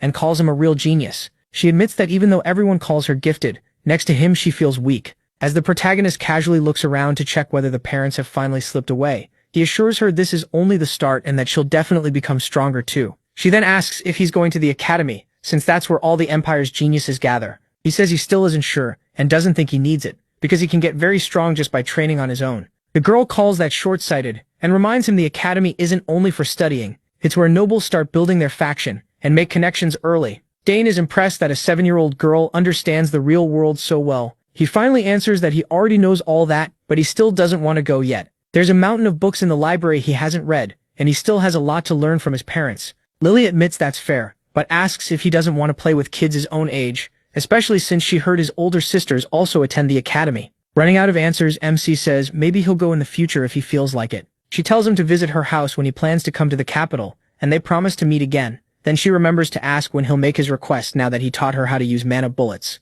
He just shakes his head and says he'll tell her when he comes to the capital. That shocks her, and she lets out a loud cry of disbelief. At last, the day she leaves arrives. When Lilia's carriage begins rolling down the road, Dane looks at a stone-like object in his hand, a gift from his future father-in-law. The story cuts back to when the Duke gave him the strange item. When he asked what it was, the man said it was a birthday gift, and hoped he'd like it. He also explains that House Thermian stands for vengeance, the sword, and the forge, and that their line began with an ancestor who was a blacksmith. Because of him, their house owns the best forge in the Empire. Really, the best on the whole continent. Every weapon made by the Thermians to protect the Empire came from that forge. Of course, Dane already knows this. From his past knowledge, every kind of ore in the world can be found there, and all kinds of weapons and mystical artifacts are made in the greatest forge on the continent. Then the Duke reveals that if the protagonist shows this insignia at the forge, they'll make whatever weapon he wants. So this rock-like item is actually an insignia, a certified token proving the honor and skill of the one who holds it. Count MC is completely stunned to see the Duke give away something so valuable, something even the Imperial family wants. The Duke simply pats the boy's head and tells his future son-in-law to grow well and help his father. His future wife gives him one last wave before they part. Back in the present, his mother crouches beside him. Seeing how down he looks, she asks if he's upset because they left. He admits it, saying Lilia was basically his first friend. His mother comforts him, saying that once he goes to the capital, he'll see her again, and by then he'll be even more handsome, which is sure to impress her. She's probably right. He can't stay here forever, and he'll have plenty of chances to meet her again later. So he quietly wishes her happiness until they meet again. Meanwhile, as the Duke rides in his carriage, his mind is still on Dane. He finds it strange that every time he looks at the boy, he remembers Agric, the warrior who showed the skill of a triple-class fighter at a very young age. He's sure that if Agric had lived, he might have become one of the Drain Empire's hexaclass knights. That's why he hopes to see Dane again once he's grown stronger. A few days later, our boy is sitting alone in front of the egg. He's been feeding it mana every morning and night, and now he wonders if he's overdoing it. The egg holds a strange familiar. Even someone who isn't a summoner can pour mana into it before it hatches and claim it as their master, letting them keep control of a summon that would normally be temporary. Still, he knows his mana has to match the familiar, and there are probably other hard conditions he hasn't met yet. He's heard that some eggs never hatch at all because those conditions are never fulfilled, so he hopes this one isn't like that. Even after changing the flow and strength of his mana, nothing happens. After pushing himself hard one more time, he sets the egg back down, thinking he was greedy to expect results so fast. Then the butler shows up at the door and asks if Danny is ready. Right then, the egg reacts and starts making noises. Danny rushes to it, sure he really did hear something. The butler hurries in too, asking what that sound was. Danny tells him to wait while he checks the egg first. But once again, he ends up disappointed and realizes he got excited for nothing. He can't feel any change. When the butler asks if the egg reacted, Danny says no, it was probably just his imagination. Once he gets to the training hall, he starts by practicing swordsmanship. After seeing those flawless moves, the butler lights up. He even claps and asks when Danny learned to use a sword. Danny brushes it off, saying he just wanted to swing it a little. The butler keeps praising him, calling him a genius who's talented with the sword too. Looking at the blade, Danny thinks about how fun it was to learn a new weapon like the spear, but he also missed using a sword. His father watched him too closely for that, so he's glad he hasn't lost his touch. The butler quickly goes to get snacks and comes back with a full tray, telling Danny to eat something before training again. Meanwhile, we move to Count Dane Sogress, staring out the window, lost in thought. He's been a little worn out from arranging this banquet every year, but at least it showed him that many nobles are watching the south. Most of them want a good relationship with him now, which is a nice change. Since the war ended, the south has enjoyed great weather and all the comforts nobles can't resist, so maybe that interest should have been obvious.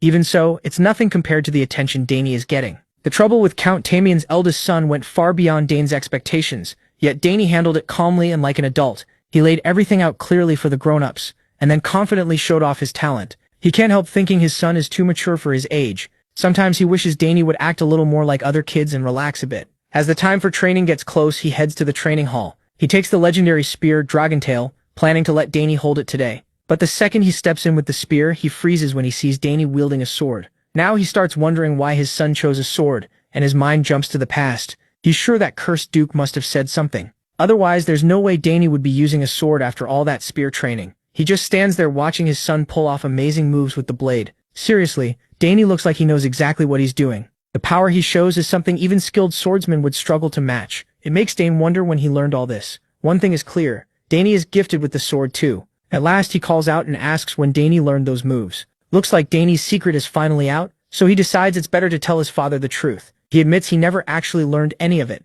That only leaves the protagonist even more confused, wondering if this is another hidden talent. He starts thinking out loud. Danny can handle the spear, magic, assassination, summoning, and now swordsmanship too. Then he adds that if it were anyone else, he'd never believe a child could be talented in all those fields. So he asks Danny if he's curious about the world beyond these walls. Danny looks confused, unsure what his father means. Then his father tells him that if he wants to see the outside world, he should go. He truly believes this country may be too small for his son's huge talent, and if Danny stays here, he'll be the one who loses. A wave of sadness hits Danny when he realizes his father has accepted he can't keep him forever. So he finally says he'd be happy to learn about the world outside. Hearing that, his father smiles and gets straight to the point. It's time to prepare his son for the real world. He admits it hurts a little to see his son leave, but he knows he has to respect Danny's wishes. Then he shows him the spear, saying he brought something special today. It doesn't take Danny long to realize what it is, and his father clears up any doubt by reminding him this is Dragontail, the spear that reacted to him on his first birthday. He holds it out and tells Danny to take it.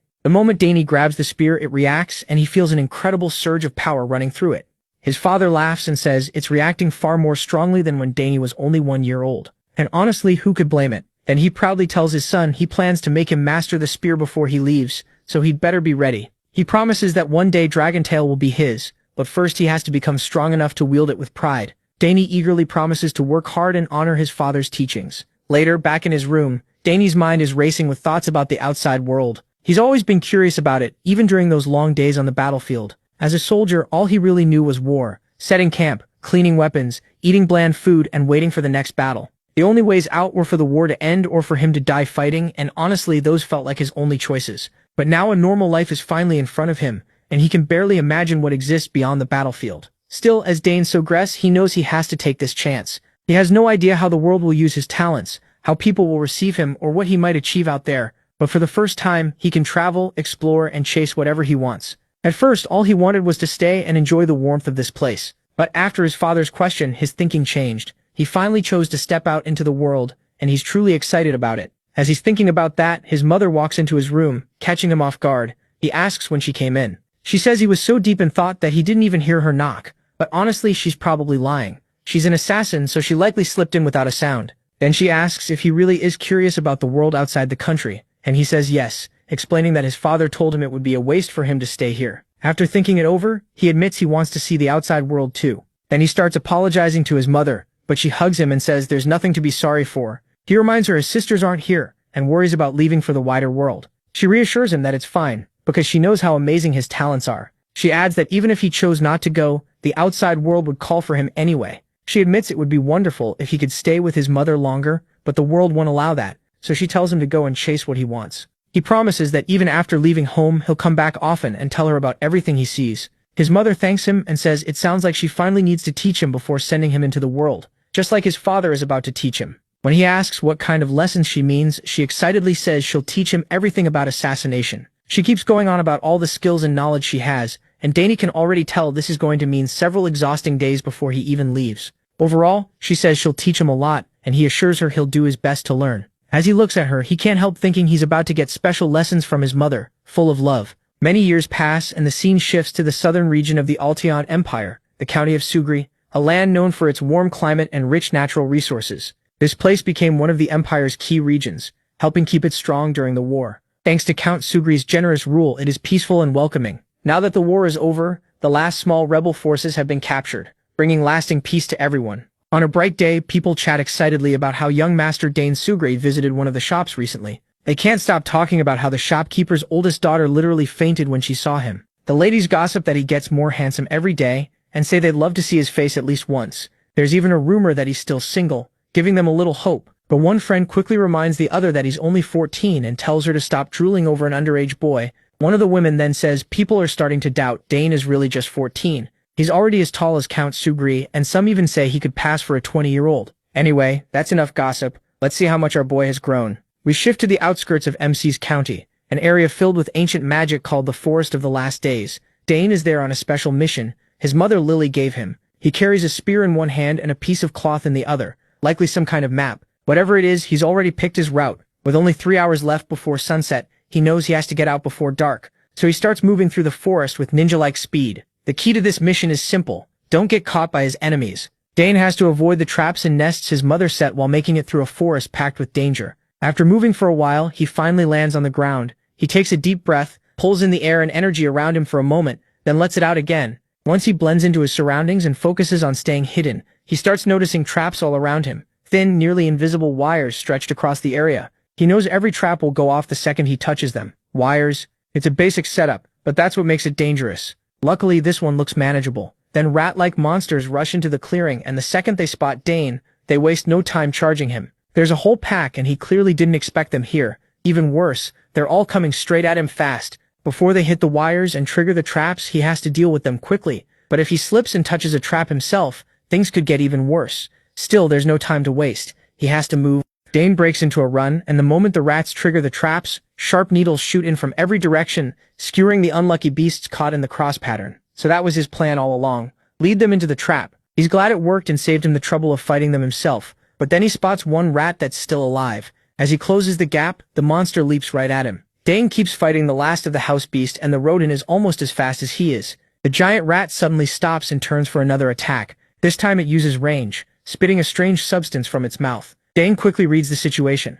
He doesn't know what it is, but that spit definitely looks dangerous. He spins his spear and knocks the attack away. Gritting his teeth, he realizes he can't waste any more time on this tough rat. Blocking will only slow him down, so now it's time to strike back. A blue aura gathers around his body as he locks onto the target. Then, with a burst of blinding moves, he shows off his incredible spear skill. He moves freely through the air while tracking the enemy perfectly, and the beast's head is split clean in two. Dane doesn't even stop to look. He just leaves at once and continues the mission.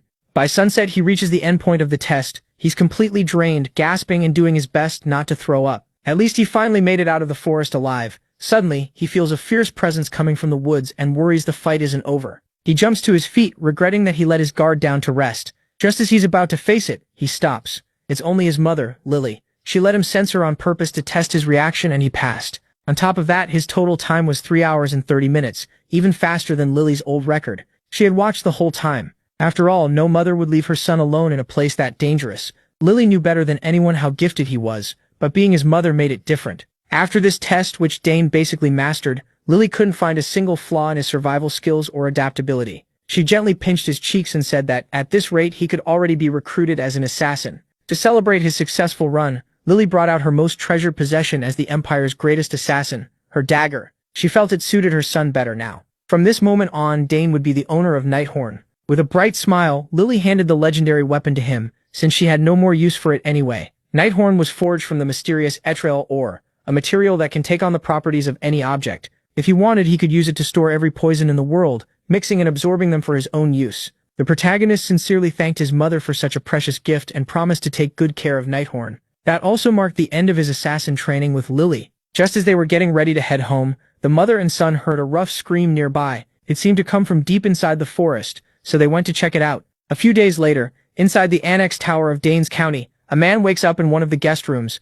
coughing and shouting in terror. With long white hair and a beard, he looks totally lost, struggling to catch his breath. Once he finally looks around the fancy room, he wonders where he is. The last thing he remembers is eating a mushroom in that cursed forest. The door creaks open, and Dane walks in, carrying water. He tells the man not to move much because he's still going through detox. MC explains that the old man must have accidentally eaten a red-nosed poisonous mushroom. Luckily, he and Lily found him in time. The old man remembers seeing those mushrooms but never thought they were that deadly. If they had arrived a little later, he'd already be rotting. The protagonist hands him a cup of water, knowing how thirsty he must be. As the young man watches him closely, he notices a belt with the Nixian magic tower crest among the old man's things, so this clearly isn't some ordinary person. If Nighthorn hadn't absorbed the poison wrecking his body, the old man would have died. After calming down a little, the man asks where he is, and Dane plainly says they're in the Annex Tower of the County of MC. The old man must have gotten lost in the southern region. Poisoned by those cursed mushrooms, he somehow walked all the way south.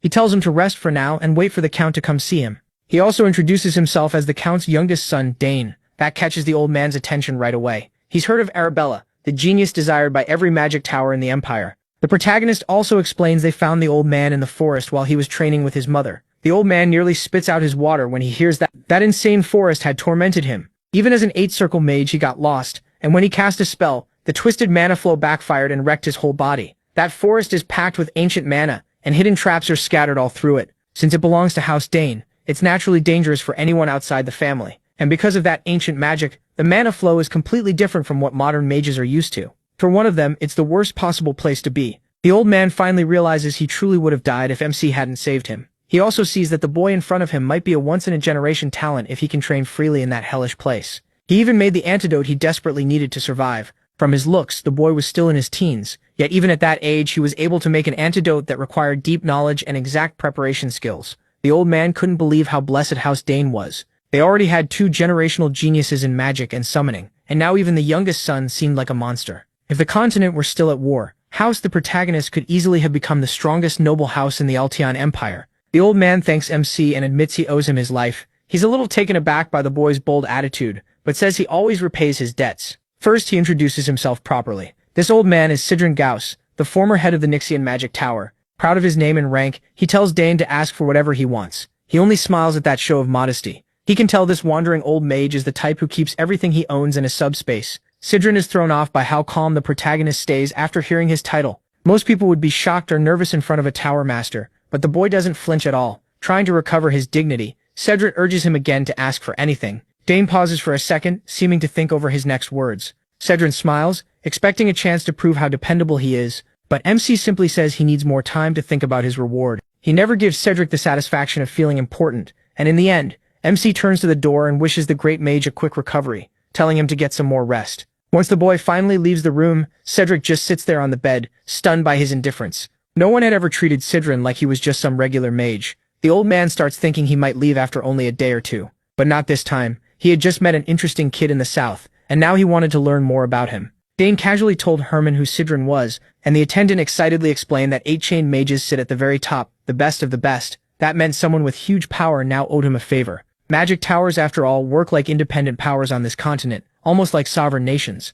So Cedric was an incredibly important person. Even so, it was strange that the head of a magic tower had been wandering through that forest. Then again, this was no normal forest. Mages treat it as forbidden ground and call it the Forest of Last Days. Just hearing that name tells you regular people should never go near it. Dane looked at the sword in his hand and told Herman to get him a new one. The ones he had been using were already too short and too light for him. Luckily, they had plenty of weapons from the war trophies the Count brought back. By tomorrow, the protagonist could start training with a proper longsword. For now, he would finish training with the lighter blade. Then he remembered the crest Duke Turman had given him, a free pass to forge any weapon he wanted. 7 years had passed since then. Looking back, Dane remembered those days fondly. If he ever went to the capital, his first stop would definitely be the Duke's land. After training, MC met his father outside the hall. He had thought his father still had business away from the castle, but to his surprise, he came back early. Things had wrapped up faster than expected, so the Count rushed home to check on the head of the magic tower, recovering in a guest room. He hoped Cedric Goss could help Arabella. After all, she would need a strong teacher.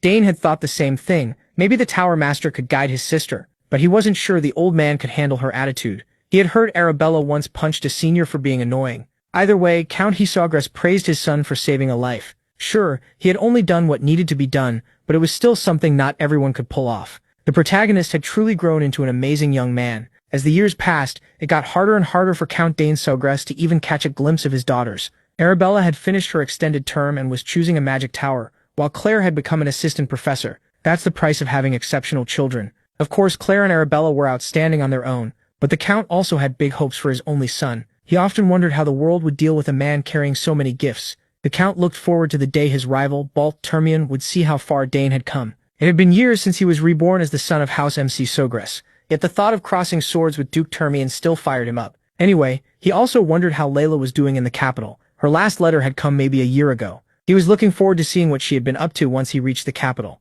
A few days later, Cedric complained he was going crazy in the guest room. He still hadn't fully recovered. The doctor told him not to go far and strictly banned him from using magic. His mana backlash still hadn't been cleared, and the poison in his body wasn't fully gone either. He needed more time to rest. Cedric didn't have much choice. He hadn't been unable to use magic in a long time, so this was at least a change of pace. Still, staying locked up all day was too much, so he left the room even though he didn't know the annex. The doctor worried the old man would cause trouble, and that he'd be the one dealing with it. In just a few days, the maids had already started rumors about the strange old guest. People say mages are either geniuses or crazy. Some servants saw Cedric walking up and down the annex stairs over and over, and now he was spending hours just staring at the flowers in the garden. They had heard he was supposed to be a mighty mage, but to them he just looked like a weird old man. They even worried about young Arabella. Cedric, meanwhile, was completely charmed by the beautifully made garden on the estate. He never would have guessed it had been arranged with such amazing magical skill. Dane walked up to the old man. He had searched all over before finally finding Cedric in the garden. Cedric clearly didn't enjoy being stuck in a strange place until he was fully healed, but everyone was only trying to help him. Even so, the area really was a nice place to rest and recover. He could see why so many nobles came south during vacation season. Dane loved the south, so it was a shame he would be leaving soon. Curious, Cedric asked the boy where he was headed. The protagonist casually said he would soon be going to the capital, and Cedric assumed he was bound for the academy. After all, both of his sisters were already well known there. While the daughters of House MC Sagras were famous for their incredible talent, Cedric was even more curious about MC's gift, so he poured mana into his eyes and decided to check for himself. Inside the boy's body was a raging wave of raw power. Cedric's eyes widened. He had never seen mana this dense. The boy's power was on a whole other level. If other geniuses his age were streams, Dane was a rushing torrent tearing through everything in its path. Normally, that much power in someone so young would be unstable and ready to explode. But not here. He quickly noticed the old man inspecting his mana without permission and called it rude. Cedric awkwardly stopped and praised him for catching it. He apologized and admitted it may have been thoughtless. Inside, though, he still couldn't understand how Dane kept such wild power under control. In all his years as an archmage, the boy was a one-of-a-kind case. Confused by the old man's reaction, the protagonist wondered what he had seen. Cedric had been so focused on the amount and density of MC's mana that he only now realized the boy didn't have a magic circle. With that much mana, forming one should have been easy. The old man's face twisted in horror as he realized what must have happened. Looking closer at his heart, Cedric saw 2 mana cores. Sure, making 2 mana cores at that age was unbelievable, but the old mage looked furious that he had chosen this path. To him, having that insane amount of mana and using it just to handle a spear was madness. Cedric thought turning that power into cores instead of circles was almost a crime. In his eyes, Dane had turned away from the greatest magical talent he had ever seen. Confused, the protagonist asked if he couldn't simply use both mana cores and magic circles. That only made the grumpy old man even angrier. He grabbed his head in frustration, overwhelmed by all that wasted potential. He didn't even know where to start explaining how badly MC had trapped himself. Cedric asked if he knew why magic swordsmen usually have short lives. It's because they carry both mana cores and magic circles at the same time, and those two systems keep clashing. When that happens, compressed mana from the core flows into the circle. If the circle can't handle that force, it shatters into pieces. Dane understood the idea, but he hadn't realized it could be that serious. Cedric had gotten so irritable because he was watching the world's greatest talent get wasted on training with a spear. Worried, he asked if that meant magic was impossible for him. Now, Cedric said it wasn't impossible, but casting spells that need refined mana without a circle was, in theory, nearly impossible. On top of that, many had tried this path, and every case Cedric had personally seen ended in failure. Even so, the protagonist wasn't discouraged. He had never really tried it properly before. He just felt he could cast spells without refining mana through a magic circle. Cedric thought the boy had lost his mind. Dane didn't waste time. He used what he already knew and started reshaping a magic code. After adjusting the runes and the mana in the air, everything came together smoothly. Once the code was rearranged, he produced a fire spell with a strong blast. Every doubt in his mind vanished the moment it worked. It was only a basic one-chain spell, but he had cast magic without a magic circle. Cedric's jaw dropped. Common sense said someone without a magic circle shouldn't be able to cast spells. In all his years leading the Nixian magic tower, he had never seen anything like it. Dane kept going, changing the code again and creating a mana barrier around his body. He explained that Arabella had discovered his high affinity for magic, and he wondered if that was why he could do impossible things with mana. Maybe that was part of it, but what he was doing went far beyond theory. Cedric Gauss had stood at the top of the magic world for a long time. This was the first time he felt what ordinary people feel when they face true monsters of talent. He was watching an inborn gift that could shake the world. Meanwhile, Dane was just amused that the spells had actually worked. The old Archmage's knees trembled with excitement. MC had unmatched mana affinity and power purer and denser than anyone else in the world. The boy was truly extraordinary, a once-in-a-lifetime genius. Cedric couldn't hold back anymore. Right away, he asked him if he wanted to become his personal disciple. The old man pushed hard, trying to convince Dane to accept his teaching, because letting that kind of talent go unused would be a loss for the whole world. The protagonist was starting to get tired of his persistence when Cedric asked if he knew any two-chain spells. The boy had never learned two-chain magic codes, so he couldn't cast a higher-level spell. Cedric laughed and bragged that if MC became his student, he'd be casting 8-chain spells before long. Even so, MC politely turned him down. Cedric's patience was running out when Agric stepped in and laughed at how close the Archmage was getting to his son. When asked what they were talking about, Agric honestly said the old man kept trying to make Dane his disciple, even after being refused several times. At least Cedric knew how to act in front of the head of the house, praising his potential to become a great mage someday. He stressed that the protagonist's future was brighter than anyone could imagine, since he could already use chain-level magic without a circle. As a true warrior, Count Agric understood just how unbelievable that was. At this point, the Count had almost stopped being shocked by his son's inhuman feats. Dane didn't even know the basics of spells, yet he could cast them naturally. The Count also praised the former head of the magic tower for seeing MC's talent right away. But talent wasn't enough of a word. MC was a genius who could truly become an unmatched magic lancer. The moment Count Agric heard that, he pictured his son giving up the spear and taking up a sword. His good mood vanished, and the anger in the room was obvious. The title of magic swordsman clearly did not sit well with Agric. Dane shivered when Sidrin said the one word that should never be spoken in front of his father. Not noticing the mood at all, Sidrin kept pushing the idea of him becoming a magic swordsman. He even promised to take full responsibility and turn the boy into the strongest fighter in the Empire. By the time he noticed the Count's expression, it was already too late. Count Agric shouted at the top of his lungs that his son would never become a magic swordsman. Sidrin argued that sword and magic were a perfect match for a genius fit for both, but Agric kept yelling that his boy would not become a magic swordsman. If anything, he'd become a magic lancer. Sidrin finally understood what the real problem was. Dane just stayed as quiet as possible while his father calmed down. Poor Sidrin had never met a family as strange as the Solgress family. For a mage, taking on a disciple carries huge meaning. Powerful mages usually choose their successors through a rite called inheritance. It's a tradition that goes back to ancient times, even long after formal magic education became common. What Sidrin wanted was not just a disciple but someone to inherit his life's work and the legacy before it. The fact that an 8-chain archmage was still this desperate to recruit him gave Dane a lot more confidence in his own talent and future. He could feel a strange new emotion stirring inside him. Now that he understood the basics of magic, he remembered a gift Arabella had left him years ago, a crystal ball he could use if he wanted to see his sister.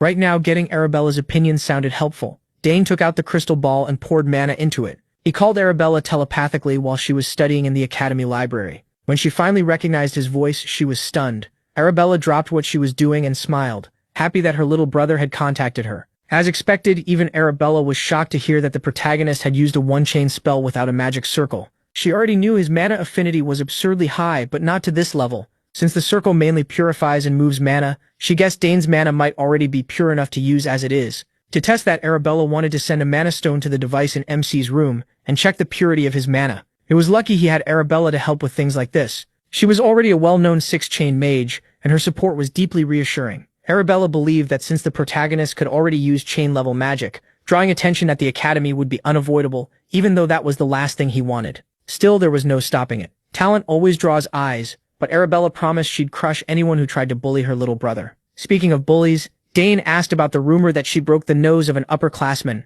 the second son of the dual duchy. Just thinking about that clingy jerk made Arabella mad. Realizing she was taking the call in a public place, she tried to calm herself down. In any case, she guessed MC's mana purity might keep increasing over time, and that was one possibility they had to consider. Sadly, the talk had to end when one of her professors called for her.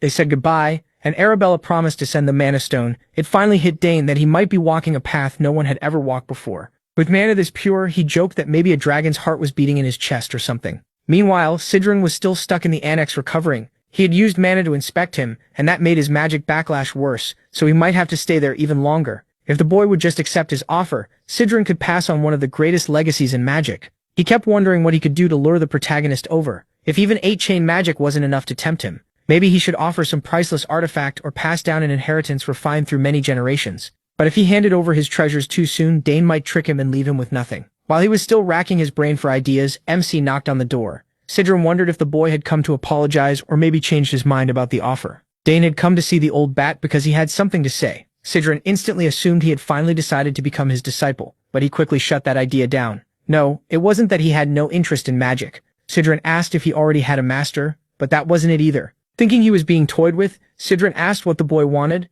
It was simple. The protagonist still didn't know the rearrangement code for 2-chain magic. Learning from his sister would be hard since she was far away, so the best choice was to learn from Sidran, a real archmage, and since the old man still owed him for the rescue, refusing right away would be hard. Dane admitted he didn't want to walk only the path of a mage. He wasn't going to become just a magic lancer either. He wanted to be a summoner magic lancer assassin. As far as Sidran knew, nothing that ridiculous even existed. Hell, MC said he'd even add swordsman to that title. The sheer absurdity of the boy's dream left Sidran speechless. To chase something that wild, he had drawn a clear line and refused to become the former Magic Tower chief's disciple. From his tone, Sidran could tell the boy had already made up his mind. Then an idea struck him. The old mage stood up and asked if Dane would be interested in a letter of recommendation. Since he planned to enter the academy, one from the former head of the Nixion Magic Tower would greatly raise his standing. The protagonist thought about it for a moment and decided it wasn't a bad offer at all. He accepted the letter, and while they were at it, he had one more request. Cedric laughed to himself, thinking the boy had finally come around.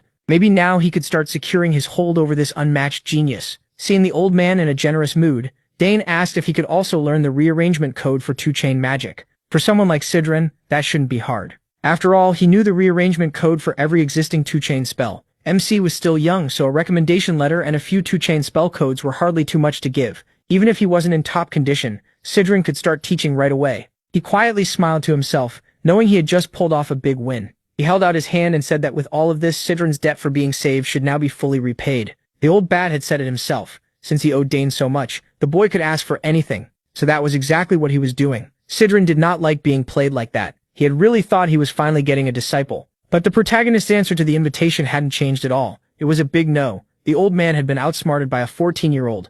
Still refusing to give up, Cedric argued that the boy had asked for 2 things when he only owed 1 favor. Dane disagreed. First, he had saved the old man's unconscious body in the forest. Second, he had neutralized the poison wrecking Cedran's body. He could have also mentioned carrying the unconscious old man all the way to the annex, but he decided to count that as a bonus. Cedric had no comeback. He was completely and logically beaten. He honestly wondered how a child this bold even existed in this world. In the end, Sidran and Dane set their lessons for the training hall. The old man had partly accepted that he might never get MC as an official disciple, but he could still keep trying to win the boy over if he changed his mind someday. Cedric simply could not bear to let talent like this go to waste. The lesson finally began. First, they had to deal with the fact that Dane was using chain-level magic without a circle. He would need to focus hard, because the rearrangement code for 2-chain magic was far more complex than 1-chain. Countless young mages never even reach that stage and give up instead. He listened closely, glad to have such an experienced teacher. Cedran saw the light in the boy's eyes and made sure not to go easy on him. He still had his pride as an archmage to maintain, after all. 2-chain codes are on a completely different level, because the caster has to calculate the mana amount personally. The magic density in the air and even the state of the body both matter at the same time. Magic is so hard and complicated that most people quit. Cedran gave the full complex explanation, expecting Dane to ask for a simpler one. When he asked if the boy needed anything explained, the protagonist just smiled and told him to keep going. For MC, learning not only how magic codes are rearranged, but also things he had never known before was eye-opening. To make sure he truly understood, Agric asked him to explain the laws behind magical rearrangement. From Dane's notes, the first law was this: coexistence. Magical power can exist in the physical world and alongside other sources of mana. Through that coexistence, mages use both their own power and the mana around them to cast spells. The second law was conservation. If magical power gathers enough elemental matter, it can show different traits through that stored energy. Dane didn't just understand magic deeply, he was already adding his own ideas to it. Most people would think magic theory was boring, but that wasn't true for him. The boy had talent, tools, and a real hunger to learn. How could anyone be a more perfect mage candidate? As the lesson went on, Agric explained that magic codes grow far more complex with each added chain. Rather than stay in theory, he decided a demonstration would be easier. He skillfully drew out a small amount of mana and built a simple magic grid to show a one-chain spell in its most basic form. But from 2 chains on, everything gets much harder. He changed the mana fragment into a spinning mass of runes and power, showing the rearrangement code for 2-chain magic. Dane fixed his eyes on the display, paying close attention to how complex the nodes were. Agric then shaped the code into the 2-chain fire spell, Fire Arrow. With magic codes, repetition is what leads to mastery. The old man figured he was finally seeing just how hard magic could be. By his estimate, most people needed at least a year to move from a 1-chain code to a 2-chain one. No matter how smart someone is, the human mind can only grasp one piece of the code at a time. Agric thought he could guide Dane's progress over about a week, teaching him the methods step by step for mastering 2-chain codes. But the protagonist already wanted to try and Agric allowed it, expecting the boy to fail badly. But the moment MC began drawing mana out of his body to make the first code, Agric felt like he was watching a master at work. The boy focused and used his hands to shape the pure mana spinning in the air. Soon he formed the same grid Agric had shown as the basic structure of a chain code. The lines had exact length and width, made with scary precision, and the old man was stunned. Dane could have stopped there and still been called a genius, but where's the fun in that? Instead, he broke apart the mana grid and slowly turned it into a swirl of mana in the air. Agric was speechless when he saw a perfect copy of the 2-chain rearrangement code he had demonstrated just once. Asked how he did it so fast, he simply said he copied it by watching and memorizing the rules and patterns. He pictured every factor in his head while building the code, and it came surprisingly easily. Agric was amazed again and again. Even as a magic genius, he had needed time to reach 2-chain magic. Yet a boy without a magic circle did it in just a few minutes. As if he wanted to give the old man a heart attack, Dane then said he would try casting Fire Arrow too. He moved the mana and runes around his body with flawless speed. At last, he rearranged the code perfectly, and created several fire arrows. Agric stared at the completed arrows, refusing to believe what he was seeing. Watching this boy push the old man into an existential crisis. If he had grown up with the protagonist's talent, he might have already reached his dream of 9-chain magic. Dane easily controlled the fire arrows, sending them around the training hall, while the Archmage tried to recover. Even MC was surprised that everything came so naturally all at once. One thing was clear, the world would go crazy if it saw a circleless mage pulling off magic like this. Agric knew his talent had to stay hidden before all kinds of shady people came after him. And on top of that, he still hadn't given up on making the boy his disciple. Since the protagonist had picked up the first code so easily, they could move on and learn even more. Agric started to think he might need to be careful about what he wrote in Dane's recommendation letter to the academy. At the end of the day, MC lay in bed thinking about the lesson. He decided to properly learn both theory and practice. When he thought about his past life, he remembered being forced into a life where he didn't even have the chance to study magic. In those days when he never knew when he might die in battle, finding time to learn magic was a luxury he couldn't afford. He was too busy swinging a sword and trying to stay alive. To some extent, magic put more weight on theory than on simply casting spells. And in this life, he had the time, the resources, and the talent to want to learn much more. Dane could combine the theory he learned from Arabella with the talent he was born with, and now even simple guidance could lead to explosive growth. Since he was being taught by a former tower master, he couldn't help wondering what kind of magic he'd learn in the coming days. About half a month later, Dane went to his father with a request to make something called a magic reagent. They didn't have the materials, so he would need to leave the territory. His father was a little surprised by his son's progress. Agric backed him up, assuring him that the boy was ready for reagents, now that he had already mastered 4 rearrangement codes. Normally, even a genius would need a month to learn one. Count the protagonist also knew that magic reagents were hard to find. The protagonist had only learned about them by reading books in the family's magic library. Agric had already accepted that the boy was simply built differently. He was even glad MC cared about something as dull as magic reagents. In the end, the Count agreed, thinking it would be a great experience for his son. Since he was leaving anyway, Dane could also see his territory for himself. He smiled and thanked his father for trusting him to go out on his own. He set off on a short trip to the outer parts of the Sogress territory. With him were Agric and Herman. Even out there, the people of the county looked at the protagonist and spoke of him with deep respect. The protagonist returned their warm feelings with kindness and a smile. During the trip, Agric guessed that Count Dane must be a kind lord, judging by how happy his people were. The South really had a lot going for it. Great snacks, nice weather, and good people too. That kind of sight was extremely rare in the capital. That's why MC loved this territory so much. Their small group traveled through the outer region for a while, heading to the magic supply shop. He had never been there before, so he asked Herman to lead the way. The three of them sped up and soon reached the shop. The shopkeeper was shocked to see the famous young master, the protagonist, walk into her small store. She praised his silver hair and bright emerald eyes, and the protagonist thanked her. Lately, not many people from the local lands had come by to buy magic supplies. Luckily, many travelers interested in magic had kept her business alive. The shopkeeper also recognized Ugric, the former lord of the magic tower, and said how grateful she was to have him there. The old man was clearly pleased to finally be recognized. She invited them to look around as much as they wanted and asked them to call if they needed anything. Since it was MC's first time in a magic shop, Ugric told him to explore freely while he spoke with the merchant. With one quick glance, Dane could already spot all kinds of interesting items. There were potions, gems, amulets, and all sorts of magical goods, though something about the place gave him a strange sense of déjà vu. On top of that, he noticed that touching the products let him feel their magical reaction. He just chalked it up to his high affinity, and kept looking around. Then a soft bell-like sound rang in his ears, almost calling for his attention. He felt an especially strong reaction from one side of the shop. When he moved closer, the owner told him that everything on that side was only decoration. Ugric called Dane over to look at some potion ingredients together. The old man had already picked a few raw materials, like moonroot, which could be used in at least 50 different potions. The owner assured them she personally processed her ingredients and kept them top quality. Still, he was very curious about the strange sound. As he walked deeper into the pile of decorations, he felt an odd power pulling at him. Then he turned and spotted a stone giving off pure mana. It had to be the source of the sound. Dane hurried toward it, almost like his body was moving on its own. Seeing his young master act strangely, Herman rushed over in concern. To him, the protagonist was only staring at an ordinary stone fixed to the wall as decoration. MC didn't know what was happening, but the stone was clearly calling to him. He pulled it from the wall and held it in his hands. Just as he suspected, pouring more magic into it made the reaction even stronger. It was possible the object was reacting only to his magic. Meanwhile, Ugric was still picking out raw ingredients all over the shop. Dane went to the owner and asked about the stone he had just removed from the wall. Like she'd said before, it was only decoration. But what kind of decoration gives off a stronger magic reaction than anything else in the store? Ugric asked if she had been tricked into buying it, and she admitted that a few years ago, a traveling merchant had given her a large package as payment. When she excitedly opened it, she found only that plain stone inside. She still held out hope and asked a mage to appraise it, but it was confirmed to be ordinary. Based on how Dane reacted to it, this clearly wasn't an ordinary stone. The shop owner urged the young master to pay attention to her real stock instead of wasting time on a rock. She tried showing him all kinds of rare magic items, but he was still fixated on the strange stone in his hand.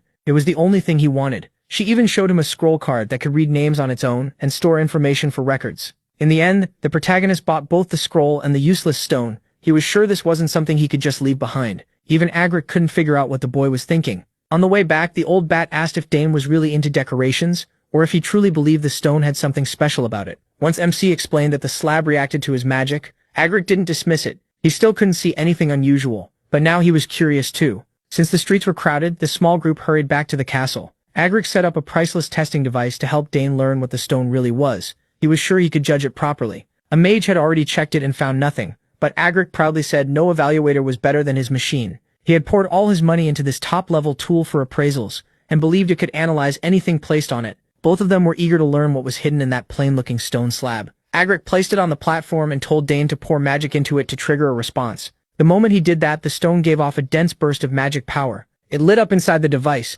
and its glow twisted into something complex. Ugric watched the flare closely, his eyes locked on the slab.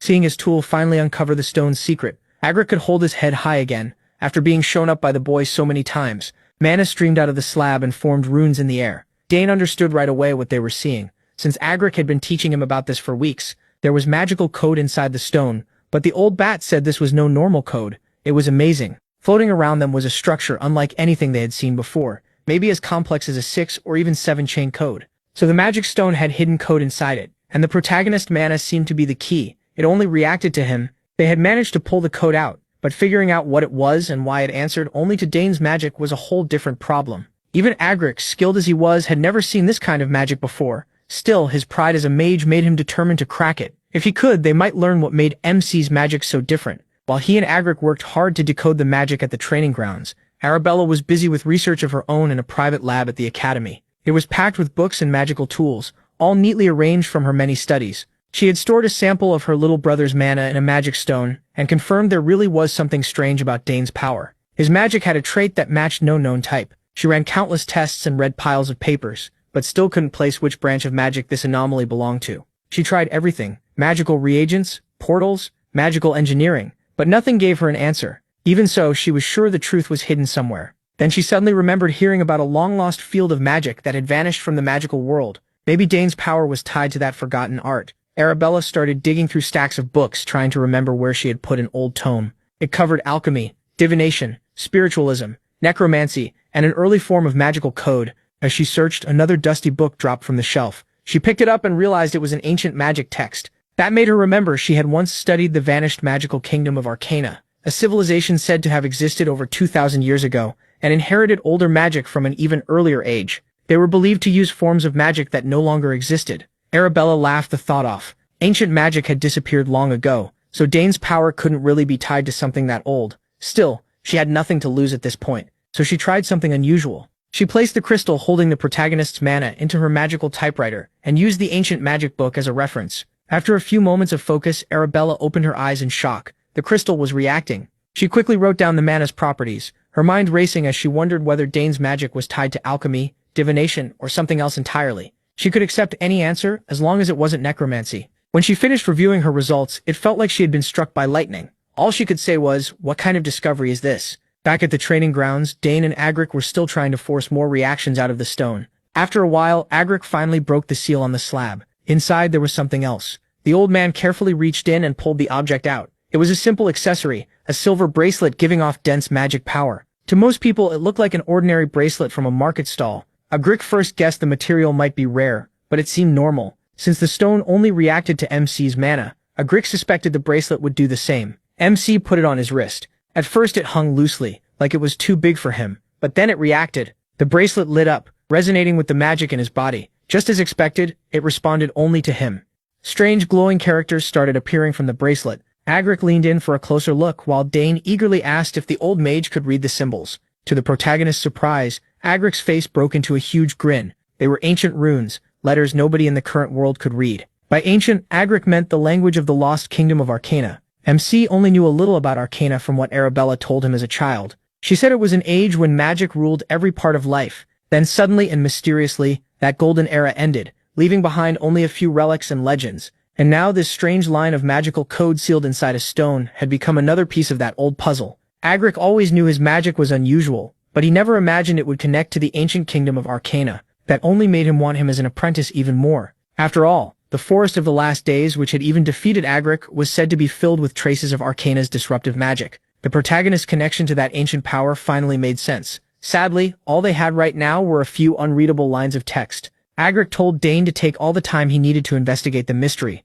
but warned him to keep it secret for now. Then their quiet study was interrupted by a terrible sound echoing across MC's territory, making both of them freeze. Something awful seemed to be coming. The familiar alarm caught them off guard, and the old man quickly assumed it was a monster attack warning. That was enough to get him excited. Now that his body was almost fully healed, he was eager to test himself again and repay the kindness his household had shown him. The old man eagerly told the protagonist not to just stand there and to grab a spear or anything useful, but the protagonist stayed still, barely showing any reaction. Then he quietly slipped a hand inside his coat and pulled out a pendant. Agric raised a brow, asking what he was holding and why the alarm sound was coming from it. MC then told the excited old man it had nothing to do with monsters. It actually meant his older sister was trying to contact him. The old man's excitement instantly deflated, and he grumbled that he should have said so sooner. Dane only laughed awkwardly, reminding him that it should already be obvious there was no reason for monsters to be in this area. With that cleared up, the protagonist answered his sister's call while the old man stood there looking disappointed. As soon as the connection opened, she asked why he took so long. MC apologized and asked why she had called. She started sharing something important about his magical code, but quickly stopped and asked if someone was beside him. Just hearing her mention magical code was enough for Dane to realize she had discovered the truth. His power was ancient magic. The old man overheard and let out a sharp cry, demanding to know how she figured that out. While they kept talking, he explained their side too. When he and Agric examined some stones, they also found out his magic belonged to an ancient magical realm. The giveaway was simple. The stone reacted only to his mana. Agric meanwhile ground his teeth in frustration. Finding that out just by analyzing the protagonist's magic was insane. He already knew she was a genius, but her talent was even greater than he thought. Arabella then asked if anyone else knew his secret. MC quickly said no, She let out a relieved sigh and told both MC and Agric to keep it hidden, because if the truth got out, he wouldn't be able to handle the consequences. She also apologized to Agric for jumping into the topic without introducing herself first. The old man only laughed, saying he already knew plenty about her through him, and as for keeping his magic secret, he promised not a single soul would hear about it. If that secret gets out, the protagonist wouldn't be the only one in trouble. The whole Sogress house would suffer for it. Arabella praises the old man for catching that right away, saying that's exactly what she'd expect from a wise mage. Cedric then asks if this call is being recorded, and she says it isn't. She explains the moment the call ends, it'll be erased at once. That eases him a little, and he adds that he plans to return to the magic tower to look into this himself. Arabella thanks him, but he brushes it off, saying he's only doing what any mage should do, so she doesn't owe him anything. Then he brings up the magic tower again. He heard she's been looking for one to join, so he asks if she's decided which one she wants. Arabella instantly catches what he's hinting at and tries to dodge the question, saying she isn't considering Nixon Magic Tower since it doesn't focus on the field she cares about. That annoys the old man all over again. He was already wondering where Dane got his brains from, and now it's obvious his sister is just as sharp. Still, he keeps that to himself and only laughs, saying she doesn't have to join their tower anyway. Watching this, MC gets a little nervous, especially after how blunt his sister was. Anyway, she ends the topic by saying they can talk about the details later. After a quick exchange of goodbyes, she cuts the connection. Sidrid remarks that their sister has grown into someone pretty amazing, and Dane agrees,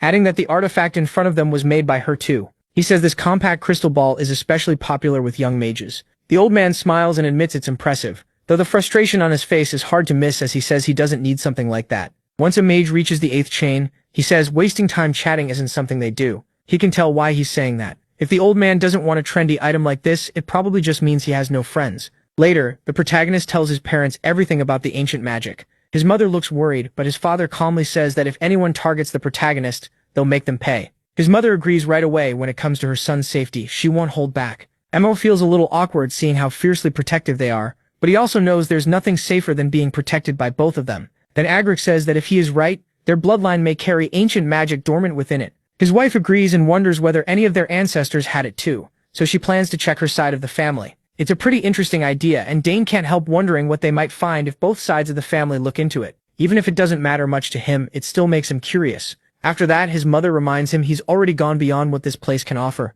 If he stays longer, it could slow his growth, so he should start thinking about going to the capital. That mention of the capital catches him off guard, and his parents remind him he has to be at least 14 to enter the academy. Now that he's finally that age, there's no reason to wait. Arabella admits he wanted to keep Dane home for another year or two, but there isn't much left for him to learn here. His mother gently rests a hand on his and says he can leave whenever he wants. They make it clear the choice is his. The protagonist is surprised they've already accepted that he has to leave this place someday. His father says he's sure his son will make him proud and urges him to go use his talent to the fullest. Dane smiles and says he understands what they both mean, and he promises to get ready for the academy. The three of them smile as the choice is settled, and now MC is excited to move on to the next stage of his life. Later, he tells Sidrin he's decided to leave the manor. The old man asks if he really plans to go, and he says yes, though it's a little earlier than he first planned. The old man supports the choice, saying it would be a waste to keep his talent stuck here. He also warns the protagonist not to show everything he can do all at once. The academy values talent, but not everyone there will be happy to see it. Some people will get jealous. Dane already knows that, since Arabella warned him before and even told him about some ridiculous things she had to deal with herself. The old man adds that average people have a hard time surviving in the academy under those conditions, but he assures MC that House Termine is not one of those weak families. That makes him think of Layla and the promise he made to visit her as soon as he reached the capital. He knows that if he doesn't, she'll be really disappointed in him. He also remembers the crest Duke Termian gave him, so he decides to think carefully about what kind of weapon he wants before heading there. The old man then reminds him that only 3 months remain before the academy starts, so he should leave in about 2 months. Dane agrees and then asks what the old man plans to do. Sidrin says he's going back to the magic tower because there's something he needs to handle. He thanks the protagonist for helping with his boredom, and to return the favor, he'll pass along any clue he finds about this ancient magic. MC is honestly grateful. The old man says that with so little time left, lessons should come first. He wants to speed things up so they can finish before MC leaves, but warns him that the 3rd chain is much harder than the 2nd. He promises he'll study hard to reach that level. Then he says he prepared a gift for the old man. Sidrin perks up at once, clearly curious about what it could be. Dane pulls out a box and says his sister sent it yesterday through teleportation magic. He explains that it's a very popular item among young people right now. This version is a brand new compact crystal ball that hasn't even been released yet. Arabella designed it herself, and he managed to get one as a favor, The old man snatches it up right away and looks thrilled to have it for himself. He praises how pretty it is, and even though he insists he doesn't need something like this, he still says he'll gladly accept the protagonist's gift. No matter how much he denies it, his face makes it obvious he's completely excited to own it now. Dane then spends his time teaching the old man how to use the crystal, like any teenager explaining something to their grandparent. Later that night, back in his room, he thinks about how much he still has to do in the 2 months he has left. He admits his main interest is summoning, so he decides his goal will be to take summoning classes, receive a summoning sign, and get the chance to take the qualification exam. Since Clary is an assistant teacher, he hopes he'll get to see her often while attending those lessons. Thinking about summoning reminds him he almost forgot to feed magic into his familiar, so he quickly picks up the egg and pours some of his magic into it. For 7 straight years, Dane has carefully infused that egg with magic every morning and night, and still nothing has happened. Even so, the magic isn't disappearing somewhere else. The familiar is absorbing it, so he's sure the egg will hatch someday. The next scene shifts to the academy, where students are talking about the entrance exams. There are 2 parts, a general test and a specialty test. The general one covers things like the Empire's culture, history, and similar topics, but Dane shouldn't have any trouble with that. Arabella explains all of this to her brother through the crystal, and assures him that doing well on this part matters, because it affects his admission score. After that comes the specialty exam. As the name suggests, he has to choose a field and take a test in it, and the content depends on the teacher. Arabella is sure that part will be easy for him too. MC remembers that she passed hers without much trouble, and she just grins, saying it was easy for her. Then she reveals that once he picks a field, he can't change it, so he needs to choose carefully from the start. She adds that she'd really love it if he chose magic. While Dane swings his sword on the training grounds, he gives an awkward smile, realizing she still hasn't given up on trying to pull him into the magic program. To get her off his back, he says he'll think about it, and asks if there really isn't any other way to change specialties after enrolling, like she said. Arabella explains that's usually how it works. The only real option is to graduate and come back, though he can still take classes in other fields. But once he reaches the 3rd year, students usually aren't allowed to take advanced classes outside their own track. In other words, he gets one real chance to choose. She also mentions that for someone as talented as him, there's a self-directed course system. Dane is immediately interested and asks how that differs from the normal courses. His sister casually says that unless he plans to fail, she wouldn't recommend it, because no one has ever passed that exam so far. That only makes him more interested, and the way he pauses for a moment tells his sister he's seriously thinking about trying something bold. Still, he quickly assures her he won't do anything reckless, and says he'll contact her again later. Once the call ends, Arabella wonders if she's pushing too hard about the magic program. Even so, she still believes it's the best choice. That's still the best path for him. Just then, a student comes over to tell Arabella that the professor is looking for her. Later, Sidrin keeps his promise and prepares a recommendation letter for Dane. The protagonist is genuinely happy to see that Sidrin really wrote it. The old man proudly says he didn't just throw together a basic letter. He took extra care to make it stand out and show the protagonist real talent and potential. For Sidrin, this was a sincere effort, so he tells the protagonist he should feel a little honored. MC smiles right away and promises Sidrin he'll live up to his expectations. Still, the old man grumbles that it would have been much better if he had agreed to become his disciple. Technically, they already have that kind of master-disciple bond, but Sidrin doubts he will ever truly call him his master. And honestly, Dane's awkward smile makes it pretty clear he doesn't want to see him that way. Moving on, Sidrin asks if the protagonist is done getting ready. The protagonist says there isn't much to pack since the academy dorms already have what students need. Cedric agrees the place is excellent, but adds that only a small group really gets the best of it. Even so, there's no way MC should lose to those arrogant nobles. He lets out an uneasy laugh, since from what he's heard, the academy is full of spoiled noble troublemakers. Cedric warns him to remember one thing: that place is full of kids ready to bare their fangs the moment they think he's looking down on them. The protagonist thinks it over and realizes it sounds just like the law of the battlefield, something he knows very well. He assures the old man he'll remember. Cedric then tells him to contact him anytime he needs something. Now that he has that compact crystal, he should make good use of it. Hearing that, MC figures Cedric must be leaving soon, and the old man quickly confirms it. Surprised, MC guessed right. He reminds him that staying here would be awkward, since his father offered him a spot as mage advisor. Still, that's something to think about later, when he has nothing else to do. Cedric is sure he understands, especially since there's plenty of work waiting at the magic tower. It doesn't take the protagonist long to realize he must mean research into ancient magic. The old man then thanks MC, and our boy thanks him back for all the time he spent on a kid like him. The two share a smile,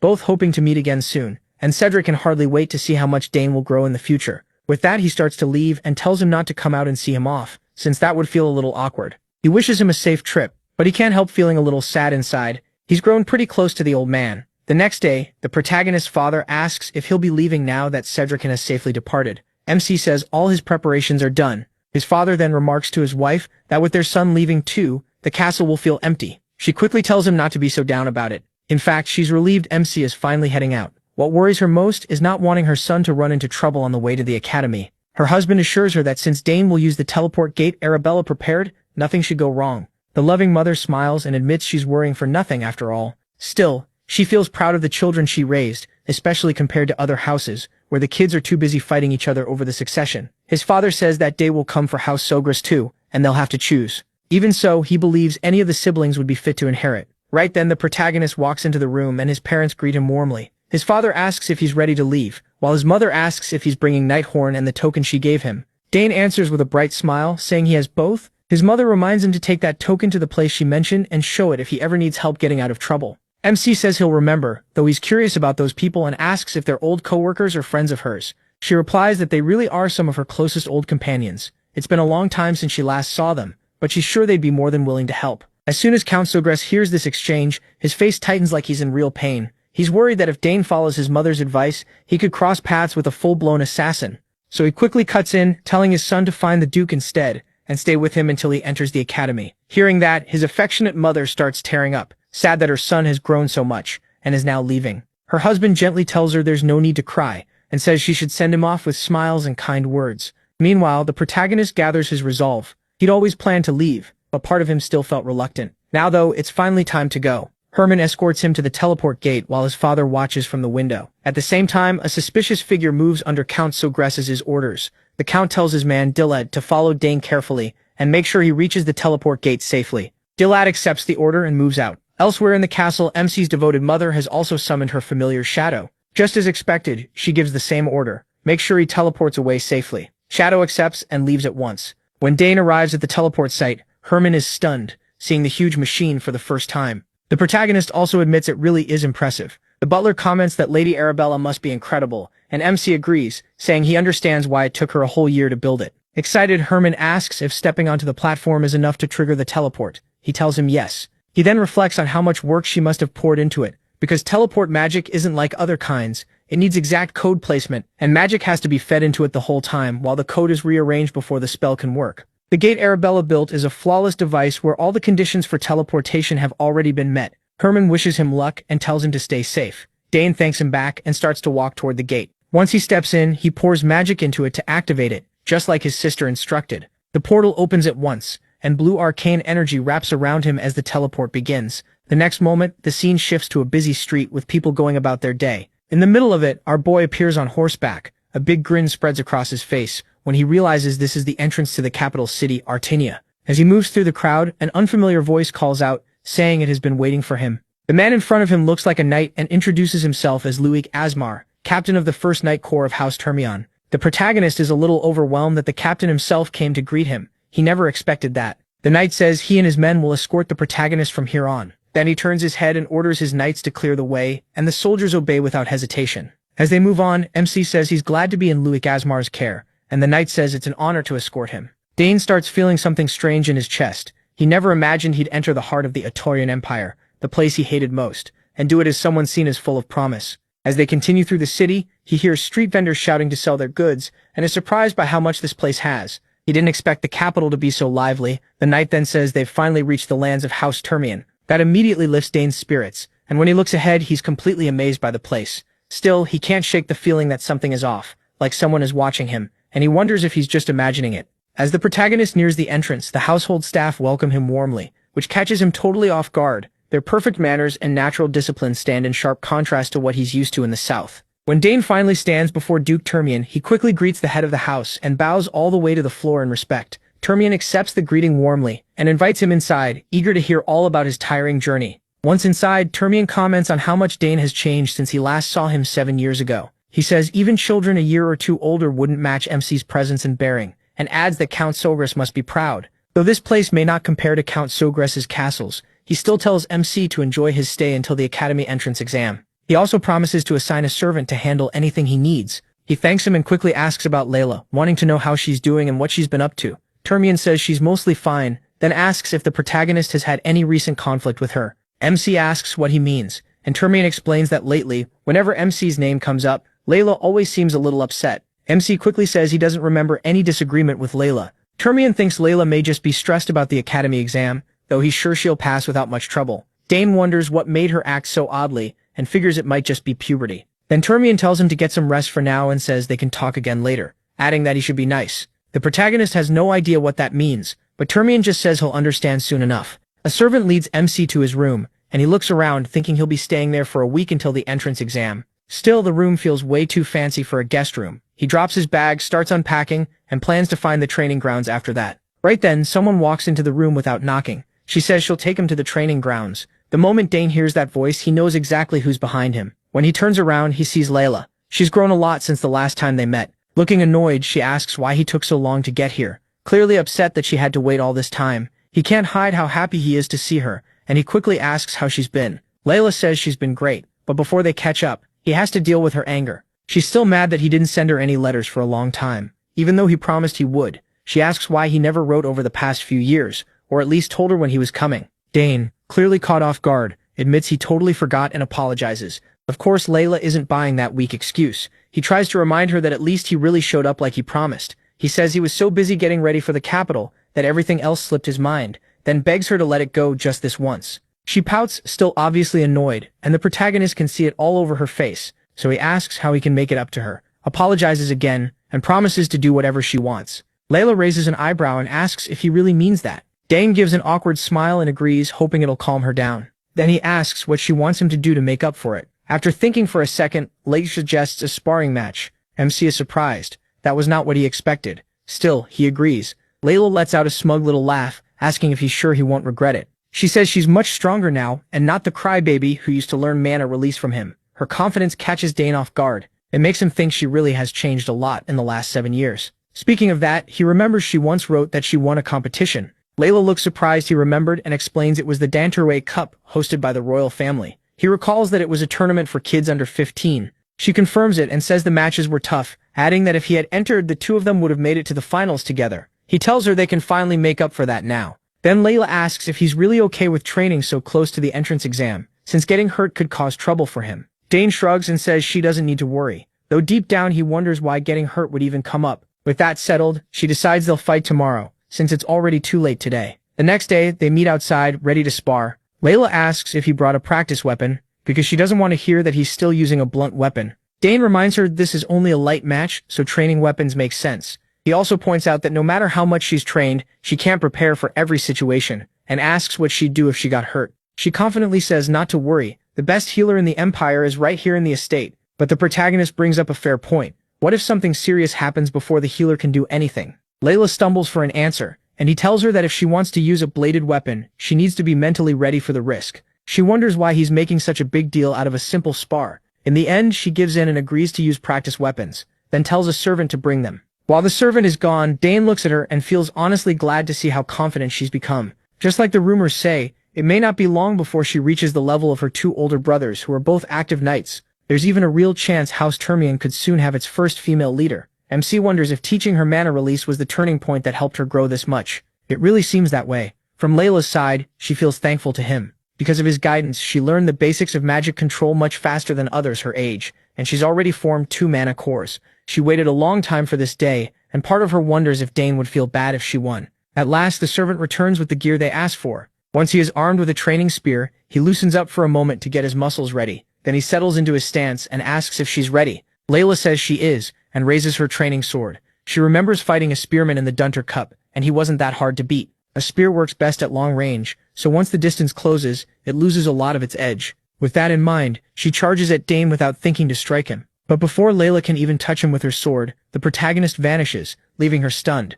Before she can even figure out where he went, his spear is already on her, marking the hit. The match ends before it really begins. She spins around and asks when he got there. Dane reminds her she's lucky they're using practice weapons. If those were real blades, she'd be in serious trouble. Layla refuses to accept that she lost because she's sure her sword reached him first. Just betraut that I'm she beat. MC immediately offers her another try, but warns that the same trick won't work twice, so she'd better move carefully. Layla steadies herself, telling herself she only lost because she was nervous after not seeing him for so long. This time, she swears she won't hold back at all. Then Layla notices her father standing on the balcony watching everything. Dane sees the Duke too and is surprised he came just to judge his daughter's ability with his own eyes. He understands that kind of protective father. After Layla won the Danter Cup, the Duke was probably worried about how hard she'd been pushing herself. He believes this match will ease those worries once the Duke sees her real potential. Layla feels even more driven with her father watching, and wants to prove herself by going all out in this final round. Dane nods and tells her to show him everything she's got. Once they start again, their exchange becomes incredibly fast.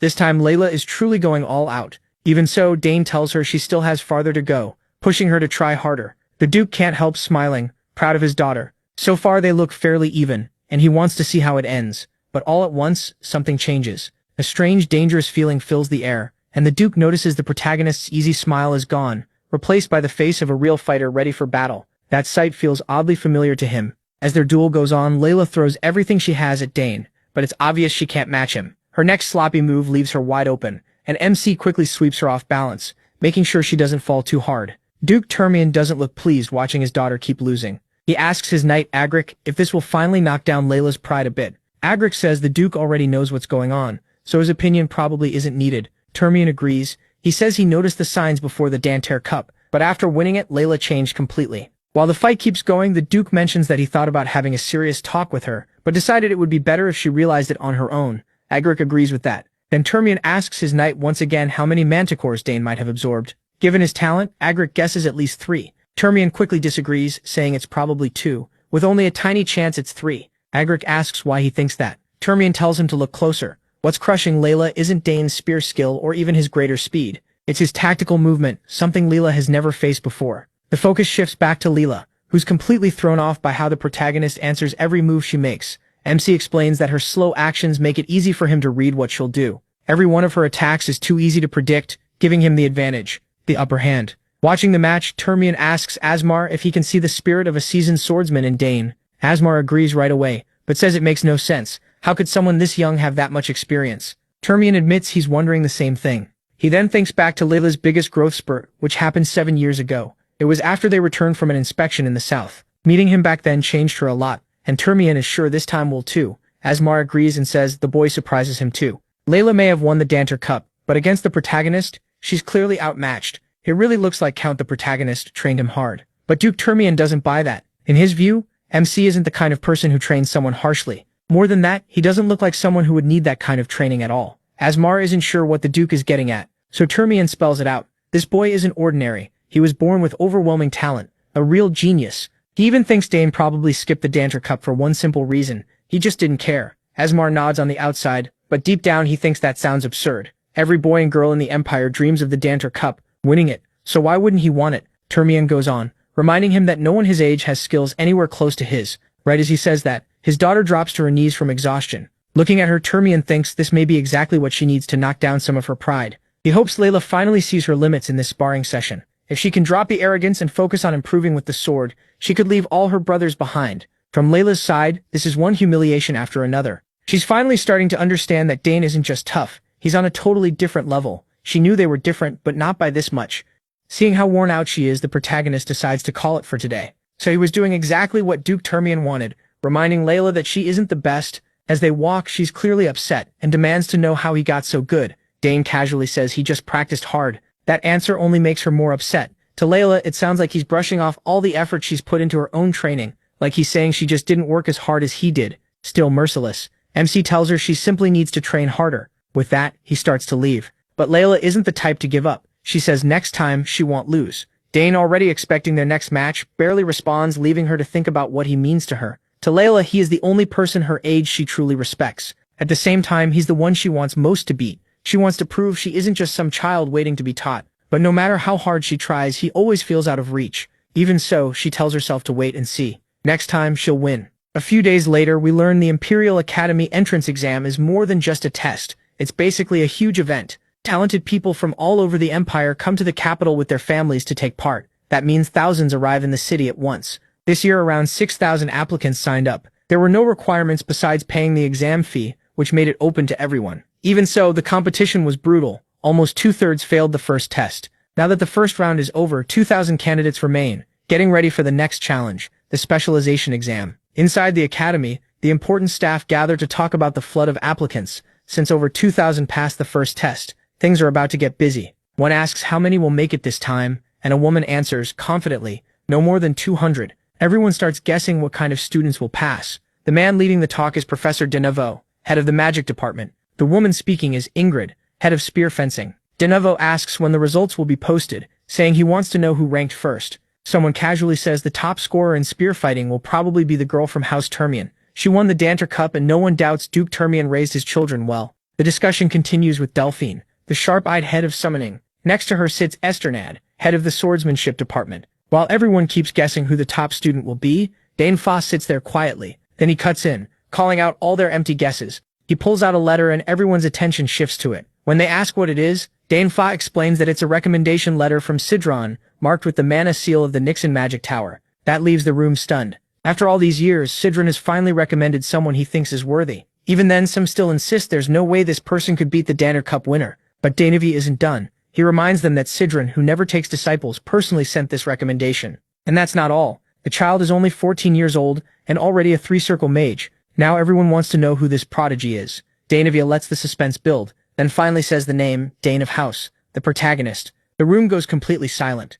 What makes it even more shocking is that there are already 2 geniuses from House Dane enrolled at the academy, and now a third is coming. Everyone knows that will definitely draw attention. Esternad points out that House MC is famous for spear skill, so getting a recommendation from a mage makes no sense. It looks like MC may become famous for magic instead. Lady Ingrid thinks the same. She assumed he would apply for spear fencing, so this is a pretty big twist. Denevo, on the other hand, is thrilled. With his sister Arabella already in the magic department, he would make it even stronger. After all, the Imperial Academy is best known for its magic. Suddenly, a woman rushes into the meeting to announce that the test results are in. The results show 1,367 students admitted to swordsmanship, 227 to magic, and only 152 to summoning. The swordsmanship department's numbers are huge, especially compared to the others, and everyone is impressed. Esternad looks proud, happy to see so many joining his department. He's sure our boy must be one of them. The professors quickly scan the results, eager to see where Dane was placed. But to everyone's shock, his name isn't in any of the departments. An old man asks if there are any applicants not listed. The messenger quickly says there is one entry under the autonomous major. The moment she says that, the whole room freezes. Then she drops another bomb. Dane got the highest score on the first test out of all 6,000 applicants. Once again, everyone is left stunned, and one of them blurts out in disbelief. Later, we catch up with the protagonist. It's already been a month since he arrived at the academy. Time flew, and that spar with Layla feels like yesterday. But now they've already finished the first test, and are waiting for the results. Luckily, it wasn't too hard. Then Layla runs up to him, eager to talk about the one thing on her mind, the rankings. She can't wait to find out where he placed. We already know he got first, which isn't surprising to us. For Layla, though, it's another painful loss. As Dane's rival, she can't hide how annoyed she is at being beaten again. MC, on the other hand, is clearly pleased to see that frustrated look again. He still wants to knock down this bold girl who acts like being number 1 belongs to her. Still irritated, Layla asks how he managed to study so well. He says he focused on old exam questions his sister sent him. Even then, he says it was tough, especially the military science part. Still, Dane had one clear advantage. Military science wasn't new to him. He had lived through battle in his past life. Layla, though, can't understand why 14-year-olds are being tested on war strategy and military politics. The protagonist only makes it worse when he casually says he thought it was fun. That annoys her even more, and she asks if he hit his head. As far as she's concerned, military science, art, music, and even the history of the Drenic Empire are things no normal 14-year-old should know much about. MC fires back in his usual blunt way, saying this is his field. He learned plenty while living on the battlefield. Then Layla asks what he picked for the second test. To her surprise, he says he chose number 3. That completely catches her off guard, because it means he signed up for the autonomous major. With every new thing she learns about him, she gets more worked up. She demands to know what other talents he's hiding besides spear skill and summoning magic. He just smiles and dodges the question, promising he'll tell her soon. Frustrated, she tells him to say it now and asks why he picked the autonomous track. No matter how she looks at it, she can't understand his choice. The protagonist calmly says it's because he wants to study all of them. Layla quickly reminds him that the autonomous course has a terrible pass rate. Dane stays calm and says he heard students in that course can take any class they want, even in the moosh, until graduation. They also don't have to lock into one major, and they can even do research with professors from any department. Layla narrows her eyes and asks if he really thinks people fail just because they don't know those perks. She even wonders if he picked it just to avoid being in the same department as her. He denies it, which only makes her push harder. She demands to know how he plans to pass and what other skills he's hiding besides spear work and summoning. Seeing how stubborn and worked up she is, MC briefly thinks about telling her more. Honestly, he just finds her annoying and wishes she would talk less. The scene shifts to the academy, where the teachers are talking about Dane. To pass the autonomous major exam, a student has to clear tests from 3 departments, so all the professors had to gather. They're shocked that he really plans to take it, spear-throwing, magic, and summoning. Those fields clash so much that passing all three is almost impossible. Professor Delfiniso says some students have passed 2 tests before, but most fail every one. Donavo agrees, saying it's smarter to focus on one path, spears for a spear user or magic for a mage. Applying to just one major is the safest and smartest move. The autonomous major has existed for 200 years, and almost nobody has passed all its tests. Back when it was first made, the standards weren't this harsh.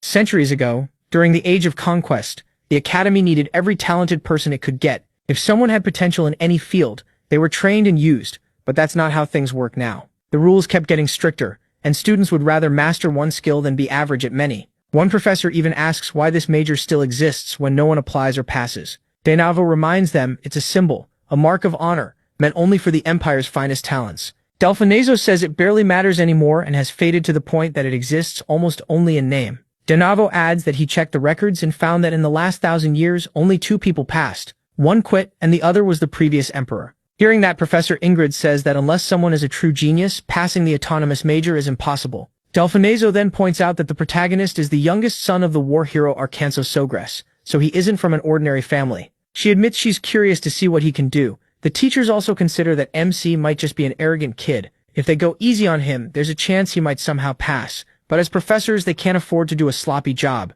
Either way, Donavo is interested. If Dane is bold enough to challenge one of the Academy's symbols, he wants to see it himself. At last, the second exam begins. Standing before the teachers, he gives his name and says he applied for the Imperial Academy's Autonomous Major program. Donavo asks if he understands how serious that choice is. The protagonist clearly did his homework. He answers with confidence that he knows he must pass the exams for the 3 majors he picked. Ingrid reminds him it's still not too late to back out. She respects Count Manhuasaiour, the Empire's greatest spearman, and doesn't want his son to fail and go home in shame. Dane thanks her for the concern, but makes it clear he came here ready to do his best. The teachers expected that. If he were the type to quit after a few warnings, he never would have applied in the first place. With that settled, Donavo explains that the exam will have 3 separate tests tied to the majors the protagonist chose. If he fails even one, he automatically fails the whole thing. Now that the rules are clear, Donavo signals the head of the summoning department, Professor Delfiniso, to begin the test. She steps in front of Dane, and he remembers her reputation. From what he's heard, she reached the top among summoners in the Alteon Empire, and holds the record for calling 3 creatures above 2nd rank at the same time. She finally speaks, saying, the summoning test is simple. MC just has to impress her, however he can with his summoning skills. That excites him. He was hoping for an open test without strict rules, but instead of showing off some flashy trick, he asks if she can summon something. That catches her off guard. She immediately asks what the hell he means. Even the other teachers are confused. No applicant would normally ask a professor to perform a summon. It also makes Donavo wonder what he is planning. Since he has no mark, he expected him to talk about summoning theory, but now he thinks he may want to see a real summon up close. Delfiniso doesn't like this brat telling her what to do, but she agrees to grant the request. Still, she warns him that this isn't something he sees every day, so he better watch carefully. Then she begins the spell, and as the huge magic circle forms, the pressure from it pushes everything around aside. Even the teachers are impressed when the beast finally appears. The mad summon, Heuter Arc. One terrifying roar from the monster is enough to make everyone rethink their life choices. According to Dane, this creature is the fiercest among 3rd-rank summons, and is known for attacking anyone it sees except its summoner. He honestly didn't expect to witness something like this in an entrance exam, but now things just got a lot more interesting. Now that she did what he asked, Delphinopol tells the protagonist to show her what he had in mind. The people watching are stunned too, because even among 4th-rank creatures, the Heuter Arc is one of the most savage. Even several double-class knights attacking at once would struggle to bring it down. Even Ingrid can't understand why Delfinaso summoned something this extreme. Meanwhile, Dane simply keeps walking toward the beast, which makes Delfinaso panic. She quickly tells him to get back because the monster will obviously attack if he gets too close. MC ignores her. After stepping dangerously near it, he calmly says he's trying to prove his skill as a summoner. Delfinaso gets that, but says she never told him to throw himself into danger, just to prove it. Dane only raises a hand and tells her not to worry about the command. With a firm gesture and a few words to the beast, that massive monster that looked so terrifying suddenly bows and starts acting like a tame pet under his control. Everyone is left speechless as Dane keeps petting that terrifying creature like it's just a stray cat. Even the beast's owner, Delfiniso, reacts the same way. After all, there's no way fierce Heuter Arc should be tamed that easily. Then she suddenly notices the mana thread linked to Heuter Arc. Even though the color is faint and it isn't full submission, it completely erased the beast's hostility. They're seeing it happen right in front of them, but still can't fully believe it. Delfinico wonders if Dane analyzed the mana thread in an instant as he approached Heuter Arc, then made a similar one to connect himself to it. Since the protagonist has no mark, This would be the best method for him as a summoner. She realizes this boy has incredible talent. It even goes beyond the praise she once got from her own teachers. With talent like this, she can only imagine how far he'll go. At last, she steps forward and tells MC that's more than enough to judge his ability. She praises his courage, calm judgment, and strong basics before officially passing him. The other two teachers are deeply impressed. This is not something they see often. Later that night, when Dane returns to Duke Termian's palace, he tells Layla what happened. She's stunned to hear the test ended in just 20 minutes. As much as she hates to admit it, she grudgingly accepts that he's now the top student. He quickly reminds her that she ranked first in the swordsmanship department, so she's an amazing student too. Of course, Layla refuses to accept that, and can only sulk in frustration. The protagonist tries to cheer her up by reminding her that her father even threw a party to celebrate her passing. But Layla can't get past how huge the gap between her and the protagonist feels. To her, Dane doesn't seem like a rival anymore. He feels like an unstoppable force of nature. In the end, she just walks away without a word. Later, MC meets Duke Termian, who tells him to leave her alone if she wants space. He worries that sulking like this may not be good for her. But the Duke assures him Layla will get over it with time. Then he changes the subject, and asks if he told his father about passing the test. He's sure Count Sawgrass would be proud to hear it. The protagonist says yes, and that everyone back home was really happy. The Duke smiles and reminds Dane that getting into the autonomous department is no small thing. Even people at the school were shocked by it. Now that the exams are over, he tells him to rest and get ready for enrollment. MC thanks the Duke for the care and guidance. Termian then brings up another matter, asking if MC has thought about what he wants to forge. MC says he's considering making a sword, though he hasn't fully decided yet. Then, when the Duke asks why, he says he's still growing. He also doesn't know what kind of sword he wants yet, so he'd rather think it through before making a request he can't take back. Termian finds that pretty amusing. Then the butler arrives and tells the Duke that the Duchess wants to see him, so he steps away, leaving Dane to think about how the Duchess's illness has stayed the same for years. Just then, Layla shows up and says her mother's condition thankfully hasn't gotten worse, but it hasn't improved either. It's been like that for years. The protagonist feels bad for her, especially since he's never seen anyone in a family stay this sick for so long. Still, he doesn't dare pretend he knows exactly how Layla feels about it. 2 days later, we're back at the academy. The host welcomes the new students of the Imperial Academy and introduces himself as the headmaster, Archibald Homit. He praises them for reaching such a respected place after fierce competition, saying the Empire's future looks bright with talents like these. This year, he says, there are many outstanding freshmen, but among them is one truly special student, someone who passed the autonomous department exam. Including this new student, only 2 people have done that in the last 100 years, and Dane passed with unanimous approval from the Deans of Magic, Spear, and Summoning. The crowd is stunned. Passing the autonomous test sounds almost impossible, and then the headmaster calls forward the top student, MC Sawgrass. He walks up to the stage without a hint of fear, while the crowd erupts. They can't believe someone this young cleared the autonomous exam. All around, people are talking about Dane and the Sawgrass family, including Count the protagonist Sawgrass himself and the rest of the family. Nearby, Duke Termian warmly praises the protagonist Sawgrass for raising such an amazing child. He can't help feeling disappointed in himself, thinking he's achieved nothing with his own 2 children. His daughter is entering the academy, but neither son is here. One is away on a mission, and the other ran off. Meanwhile, Dane Sawgrass seems to have everything lined up with his daughters, and Termian can't help feeling a little jealous. Looking at his daughter, he grows quiet and sad, regretting that her mother can't be here for this special day. As MC stands in the spotlight with everyone watching him, Delphus quickly asks his sister if he was always good with summoning from a young age. She answers right away, like it's obvious. Of course he was. That's what Delphiniso expected, and now he's even more sure the protagonist was born with natural sympathy. To him, the protagonist is a rare case, far better than most summoners even without any visible summoner's mark. Then MC's sister wonders out loud if his high sympathy could let him summon beings from beyond the horizon. That refers to another world, the place summoners originally came from, and the link to it was lost over 100 years ago. After thinking it over, Delphiniso says it might be possible. If summons can choose their summoners, then he may really be able to do it. Meanwhile, the headmaster comes over and finally meets the protagonist face to face. He hands him a paper and says he has high hopes that this remarkable student will show his full talent at the academy. Dane takes it proudly and thanks him with a smile. After that, the students gather into lines for the oath ceremony, led by the first-year representative. Later, MC gets lost in his thoughts, enjoying the shine of his first big achievement. He finally made it into the academy, and it took a lot to get here. Now he refuses to waste this second chance at life. This is only the beginning, and he plans to go much further. The next scene moves to the academy's main hall. A few representatives wrap up their opening speeches, and the students get a short break before the next event. They're told to grab some snacks and rest for a bit.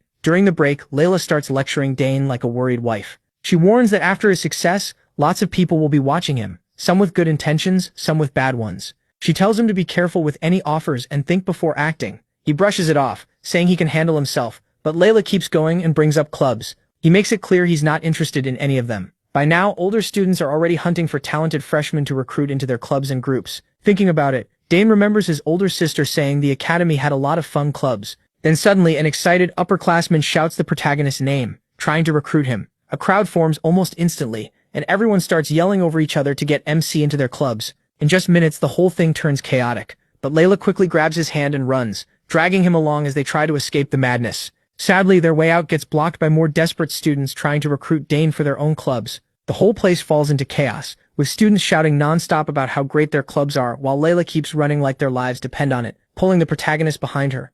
Even moving that fast isn't enough. The crowd keeps chasing them. MC, while running, can't help thinking this feels oddly familiar. He's used to being chased by enemy soldiers, but getting chased for being the top student is definitely a new experience. Then the story shifts to another part of the academy, where we meet Keltis Redfield. He's walking along calmly, minding his own business. Nearby, some older students whisper as they watch him. He clearly has a reputation, and we're about to learn what kind. It turns out Keltis returned from serving as commander of the Imperial Knights, and immediately took the role of professor. Around the academy, he's respected as one of the best and most impressive teachers. The funny part is that Keltis has no interest in being some perfect professor, and his easy life is about to end. The reason is simple. For the first time in decades, the autonomous department has a new student. Until now, Keltis had it easy. He could casually write papers and still do fine. But now he'll actually have to prepare real lessons. From Keltis's point of view, he's quietly thinking freshman orientation should already be over. He clearly isn't happy that someone joined the autonomous department, especially while he's the acting head of it.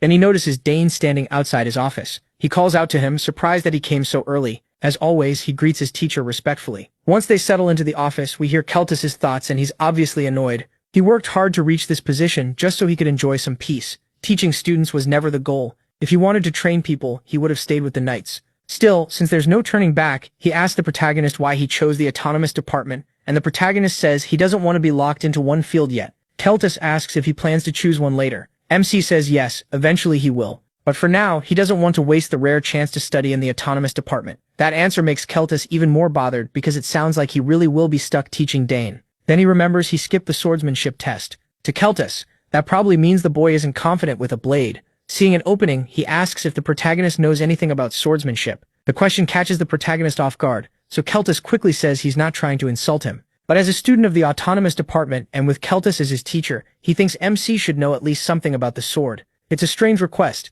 and he can tell his teacher isn't thrilled to have him here, so he answers plainly. He's not interested in swordsmanship. That's exactly what Keltis wanted to hear. He immediately says he wants to test the protagonist's skills. You see, Keltis has the right to evaluate him, and if Dane's sword skills are as bad as he thinks, this lazy professor can use that as a reason to push him out of the department. So Keltis heads to the training grounds to test MC's talent in swordsmanship. Once they arrive, he points to the swords on the wall and tells Dane to pick whichever one he wants. He looks through the collection, and while he checks all those blades, he wonders why a place meant for scholars has a room like this at all. There haven't even been autonomous students in decades, so why keep so many weapons here? After a moment, the protagonist shrugs and picks a sword at random. Keltis asks if he's sure, and MC says yes without any hesitation. With the weapon chosen, Keltis explains the rules. If he can touch him even once, he passes. To make it easier, Keltis limits himself to no more than 2 steps during the fight. Dane accepts the terms right away, and the two take their positions. Keltis feels relieved but also uneasy. He's glad the protagonist agreed so quickly, yet that confidence is unsettling. Almost like MC thinks he can actually win. The moment the match begins, Dane rushes straight at Keltis. He swings his blade, trying to tag his teacher, but Keltis slips aside with ease. Even so, the teacher notices something right away. He is fast, faster than he expected. For a second, Keltis wonders if this kid really does belong in the autonomous department, but there's no time to dwell on it. The protagonist keeps pressing, his attacks relentless, and more accurate with each swing. At one point, Keltis comes within inches of getting hit, and that sends a chill down his spine. When Dane swings again, Keltis has no choice but to draw his own sword and block. If he had reacted even a little slower, the match would have ended right there and not in his favor. What shocks him even more is MC's swordsmanship. It's rough, almost wild, but clearly effective. Keltis is now sure this boy really can handle a blade. This isn't beginner's luck. MC is unpredictable, and that makes him dangerous. After the quick exchange, Dane steps back, breathing hard. Keltis watches him closely, and the way the boy stands throws him off. It reminds him of a swordsman he once saw on the battlefield. What unsettles Keltis most is that his stance isn't polished like a knight's or a noble's swordsman's. It's raw and unusual, shaped by real experience instead of formal lessons. Still, there's no time to think. The protagonist rushes in again, and their blades crash together once more. The speed of their exchange is shocking. Their movements blur, steel clashing in a wild rhythm. Cultist can't believe what he's seeing. None of this makes sense. He never imagined this would happen. He's a hexaclass swordsman, one of the elite, and yet he has to pour a serious amount of mana into this just to keep up with a 14-year-old boy. It's frustrating and thrilling at the same time, a sign of Dane's huge potential and a challenge Cultist never expected from a simple test. He even starts to slip with his footing, despite trying to stay within the two-step limit he promised. Every strike from MC feels heavier, and the way the boy fights pulls at something in his memory. It feels strangely familiar. Cultist's mind drifts back to the battlefield, where he once faced a lone knight with that same wild and unbreakable energy. He remembers being stunned by a warrior that fearless, someone who fought with reckless abandon, carrying no crest or banner. That madman tore across the battlefield, a force of chaos. Everyone struggled to stop. As the memory fades, Cultist snaps back to the present, just in time to feel the cold touch of Dane's blade against him. He was tagged. He gives a small smile at the win, but he doesn't laugh, especially since that would insult his teacher. Instead, he innocently says, "I think my sword hit you." As much as Cultist hates to admit it, a promise is a promise. He has to keep his word, so Cultist reluctantly lets Dane pass. The protagonist finally relaxes too. Keeping up with Cultist wasn't easy. If the teacher hadn't limited himself, the protagonist knows he wouldn't have stood a chance. Cultist feels just as overwhelmed. He can't deny the absurd talent hidden in this boy. Even with a handicap, MC should never have been able to push a hexaclass professor like him this far. Now he understands why he wasn't worried about the swordsmanship test. With talent like this, it's no surprise. Turning to the protagonist, he asks why he didn't join the swordsmanship department instead. The protagonist simply says he thought his family would be upset if he did, and that leaves Cultist confused, since that answer doesn't make much sense. But then he thinks about it. MC's father is a spear genius, and his sisters are gifted in magic and summoning. Then it clicks. Why MC applied to all three departments. He was trying to meet his family's expectations. Cultist finally understands the truth, the hard way. It was never that he lacked confidence in swordsmanship. He just didn't want to train in it. With the test over, Dane gets permission to leave. He bows politely and thanks Cultist before heading out in silence. As the teacher watches him go, a harsh truth sinks in. His plan to push this boy away and keep his easy life has failed. There's no simple escape now. As the door closes, Cultist shuts his eyes. His thoughts drift to the past, to a talk he once had with a colleague. He had asked about the night up ahead, and the answer was Egric. Later, Dane meets his second sister, who's pretty shocked to hear he passed the test. As far as she knows, Professor Cultist isn't the kind of man who lets anyone pass that easily. That professor barely even shows up to faculty meetings, and the only time he did was because the director called him personally. He absolutely hates being bothered. Basically, he does whatever he wants, and that's exactly why she was so worried about her brother. She's relieved nothing happened to him. Her reaction makes Dane think. Normally his second sister would have celebrated his win, but instead, she just looks glad he's safe. That's one of the reasons he likes her so much. She truly cares about his well-being. Then his oldest sister comes running over. As the three siblings gather, whispers spread through the students.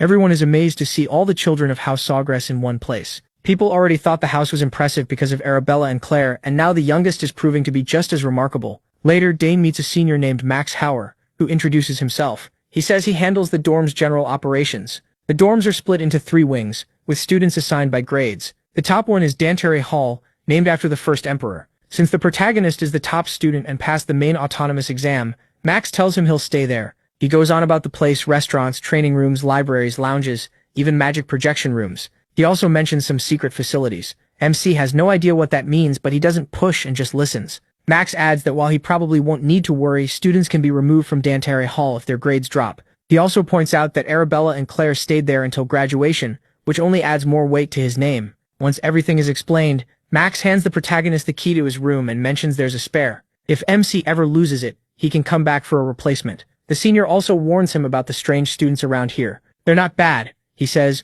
but sometimes you'll wonder what's wrong with them. Max tells him to see for himself, and if he has questions, he can reach him through the crystal internet ball. With that, Dane heads to his room. As he walks, he can't help noticing how luxurious the place is, but something feels off too. He doesn't sense a single person around. It's like everyone vanished. Feeling uneasy, he expands his senses. Almost at once, he picks up a faint smell of oil. Then he hears the barely audible sound of gears turning. That's enough for him to realize it's a trap, and he's already in it. But instead of panicking, he just gives a sarcastic smile at how sloppy this setup is. The people behind it are watching through a window. They have no idea why Dane stopped moving, so they start wondering if he figured out he walked into a trap. But the guy with glasses, Arnold, says there's no way. According to him, the Collards Dawes have been hunters for hundreds of years, so they know all about setting traps.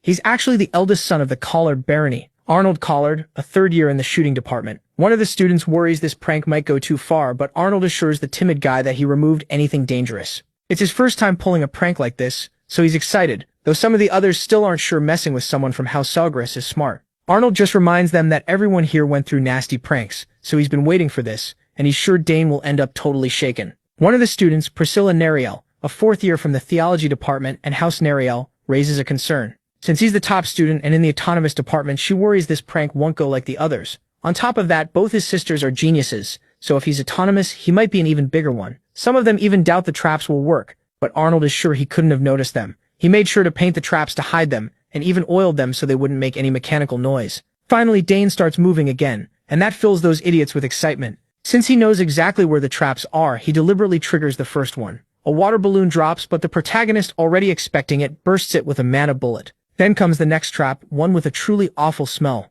Arnold is losing his mind, unable to believe Dane found every trap. He insists it's all just coincidence. Priscilla Nariel isn't so sure it is, but Arnold tells her he put the easy traps first as a warm-up and saved the big one for the end. He's certain Dane will fall for that one. While his other two friends decide to trust Arnold's traps, Priscilla stays doubtful. And just like expected, MC gets through them like they're nothing, ready for whatever comes next. After spotting where each trap was placed in the hall, Dane smiled and moved in. When he triggered the first one, several boxing gloves shot at him from different angles. Thanks to his footwork, that trap was basically nothing. Next came a Looney Tunes-style drop trap, which he dodged while feathers burst everywhere. Right after that, bronze poles shot up from the floor to skewer and embarrass him. But those were useless too. Watching trap after trap fail, the upperclassmen were stunned. Still, that was to be expected from the young master of House Dane Sawgrass. A few years ago, even Dane's older sisters got caught by tricks like these during their first-year initiation. Arnold Collard was close to giving up. They had worked hard to build and hide those traps, yet the protagonist got through them like it was nothing. It almost looked like he knew exactly where each one would trigger, but Arnold's pride as a hunter wouldn't let him quit. He was sure the final trap would finally scare the freshmen. Curious, Priscilla asked what the last trap was. With a grin, Arnold refused to spoil it and told everyone to keep watching if they wanted to see his big finish. In the hallway, Danny stopped when something that looked like a giant mythical beast appeared before him, a dragon, or something close to it. The final set of traps used summons, a dragon and a terrifying death-like figure shaped like a skeletal deer. They towered over Danny and charged at him like they meant to kill. Even so, Dan Sawgrass stayed calm and studied them. He was only surprised that someone would use such strong summons in a prank, until he noticed something was off. Sure, the beast's heads and bodies looked solid enough, but the same couldn't be said for the lower parts. If you look closely, the fake summons start glitching and bending where the hallway corners meet. Smiling, Danny figured it out. They were just illusions. Loud, scary, and made to intimidate, but still fake. There was no way some random prankster could control creatures that powerful. A normal student would have run away in terror right there. Once he saw through it, this last trap became even easier than the others. No need to dodge or stop, that would only waste mana. All he had to do was change the flow in the air so the illusion couldn't hold together. As mana gathered in his hands, the upperclassmen in the next room grew confused. Instead of running, Danny looked completely unfazed. Seeing that, Arnold got a bad feeling. He never expected a first year to spot a complex illusion so fast. That was absurd. Older students would have trouble doing that. Priscilla shivered, already sure their whole plan had fallen apart. After gathering enough mana, Danny fired a spinning wave of pure energy straight ahead. It sliced through the dragon's image without a second thought. When it hit the right spots, the illusion started breaking apart and smoke began to fill the hallway. With his level of magic control, doing something like this was as easy as breathing for the young prodigy.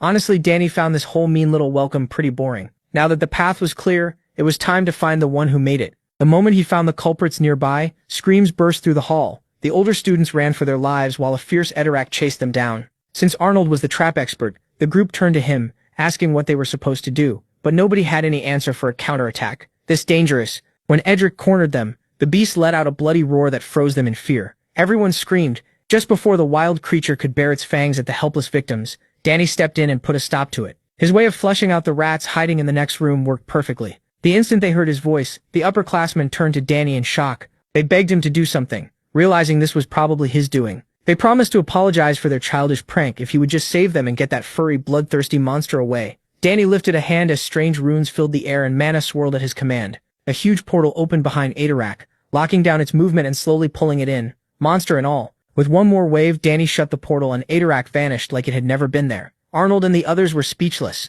The proud heir of the hunting clan even wondered if that beast had been another illusion. After a few seconds, the upperclassmen awkwardly got back on their feet. One of them cleared his throat and admitted the initiation had been a total disaster. Then the guy with glasses stepped up and introduced himself as Dragan Valentin, a fifth-year alchemy student. He casually added that he was the only direct heir of Marquise Valentine and offered Danny a handshake. Dragan even threw in a few compliments, saying Danny was handsome and well-built, which made sense considering how famous Danny's sisters are for their beauty and talent. Not sure what this guy was going on about. Danny chose to stay polite, shook Dragan's hand and returned the greeting. The glasses guy kept praising Danny for how well he spotted and avoided every trap. Everyone had heard he was the first student in the independent department in decades, so really they should have expected to lose. Then Dragan slyly pointed out that Arnold had set everything up. He went on to say Arnold was the heir of House Collard, famous for its skill in hunting. Hearing that, Arnold looked embarrassed. Danny smiled when he learned who the mastermind was behind the trap-filled hallway in the dorm. Trying to smooth things over, Dragan asked everyone to introduce themselves properly. The blonde girl was Priscilla, a fourth-year theology student. Dragan warned Danny not to bother the lady, since she dreamed of becoming a cleric, not waiting for anyone else to speak for her. Priscilla declared that she was a kind and beautiful young lady and the abandoned child of House Nariel. She explained that joining theology meant giving up adult dreams and everything that comes with them. Danny smiled awkwardly and stammered out a polite reply. When their hands touched, Priscilla's eyes widened like she had seen a ghost. From that tiny bit of skin contact alone, she felt a mana density unlike anything she had ever known before. No one Danny's age should have that much power. It was ridiculous, so overwhelming it shook everything. Priscilla thought she understood about magic. She stared at her hand in disbelief, while Danny seemed to expect that reaction. Still annoyed that his traps had failed, Arnold was frustrated. He refused to believe they were making such a big deal out of mana density that was just above average. Meanwhile, the others switched into damage control mode. Charles Hasbro stepped up and introduced himself as a second-year martial arts student. He quickly made it clear that he was nothing like those gross pests from the physical beauty club. Danny remembered seeing those buff gym rats trying to recruit people earlier. Charles added that while muscles matter, martial arts isn't just about showing off giant biceps. He even invited Danny to check out the course if he was interested. The only one who still hadn't introduced himself was the trap maker. The others urged Arnold to swallow his pride and greet the freshman like a normal person. But the heir of House Collard stayed sulking like a spoiled kid. A moment later he finally gave in and shook Danny's hand. Arnold Collard and Dane Sawgrass looked each other in the eye. It was obvious Arnold was upset that Danny had wrecked all those carefully made traps. Danny thought about praising him a little so he'd stop pouting. He told Arnold the traps were actually very good and praised his solid knowledge of trap mechanics and trigger placement. Still, to MC's trained assassin eyes, they weren't hidden well enough. He said the paint was the real problem. Arnold was shocked to hear someone criticize his work like that. He went on saying that next time, instead of plain F6 black, he should mix F3 silver and D6 black in a 4:6 ratio. With the shine in that hallway, that mix would be much harder to notice. After thinking it over, Arnold had to admit Dane made sense. Aside from the paint color, the traps were excellent. Any other student without trained eyes would have fallen for them. The others were stunned. Who would have thought a freshman would teach Arnold something about traps? They knew they were seeing greatness in action. With introductions done, the upperclassmen offered to take the protagonist to his room. They walked him through the hall to the place he'd be staying for his school life. Even though they had pranked him, MC felt like these older students might actually be fun to be around. Watching their banter, he couldn't help feeling like he had already found a few playful friends. All in all, things were about to get a lot more interesting. The next morning, Layla scolded Dane for signing up for 6 major related classes in one semester. It made sense in a way. He had 3 tracks and needed 2 classes for each. But with general studies added on top, his schedule was packed. At this rate, he might not even have time to sleep. Most freshmen only take 4 classes at max. Layla urged him to think it through and drop some before the day ended. He assured her he'd be fine. He had even gone further by adding 2 humanities classes and military science too. He was really picking hard mode. Layla couldn't relate at all. Military science had traumatized her back during the first part of the entrance exam and she lost a ton of points because of it. Still, that was just like the academy's top student. Dane actually liked military science. After that, the two said goodbye and agreed to meet later in swordsmanship class. For first period, Layla was heading to a general studies course. She had chosen cosmetic and skincare studies. Even the fiercest swordswoman of her generation is still a young girl. When the protagonist arrived at his first class, his classmates were already curious about the top student. They couldn't understand why he picked this subject for general studies. Most planned to talk to him after class, but they were worried he might be cold and distant. None of them even tried to hide their whispers. First period was Introduction to Military Science. From what Dane had read the day before, some parts matched what he already knew, while others clashed hard with real war. Theory and practice don't always line up. If they did, no country would ever lose a war. The fact that military science was still taught in a time of peace only showed how important theory and basics really are. When the professor stepped up to the podium, the whole class stood. The big man quickly told everyone to sit down. After a short greeting, he flipped through the textbook. He was middle-aged, with white hair and the look of someone who had seen real war. His name was Francisco Gavios, a military theory instructor. Before anything else, he called attendance, and then began the lecture. From his seat, Dane quietly studied the old man. Right away he could tell this guy had spent plenty of time on the front lines. That only made MC more excited for the class. The first thing Gavios did was criticize military theory. On a real battlefield, he said, theory alone doesn't work. Soldiers have their own will, and commanders have to weigh victory against the lives of their men. Even so, theory still matters. It gives you the base you need to understand war. This class would help them fix mistakes and learn how military science is really used.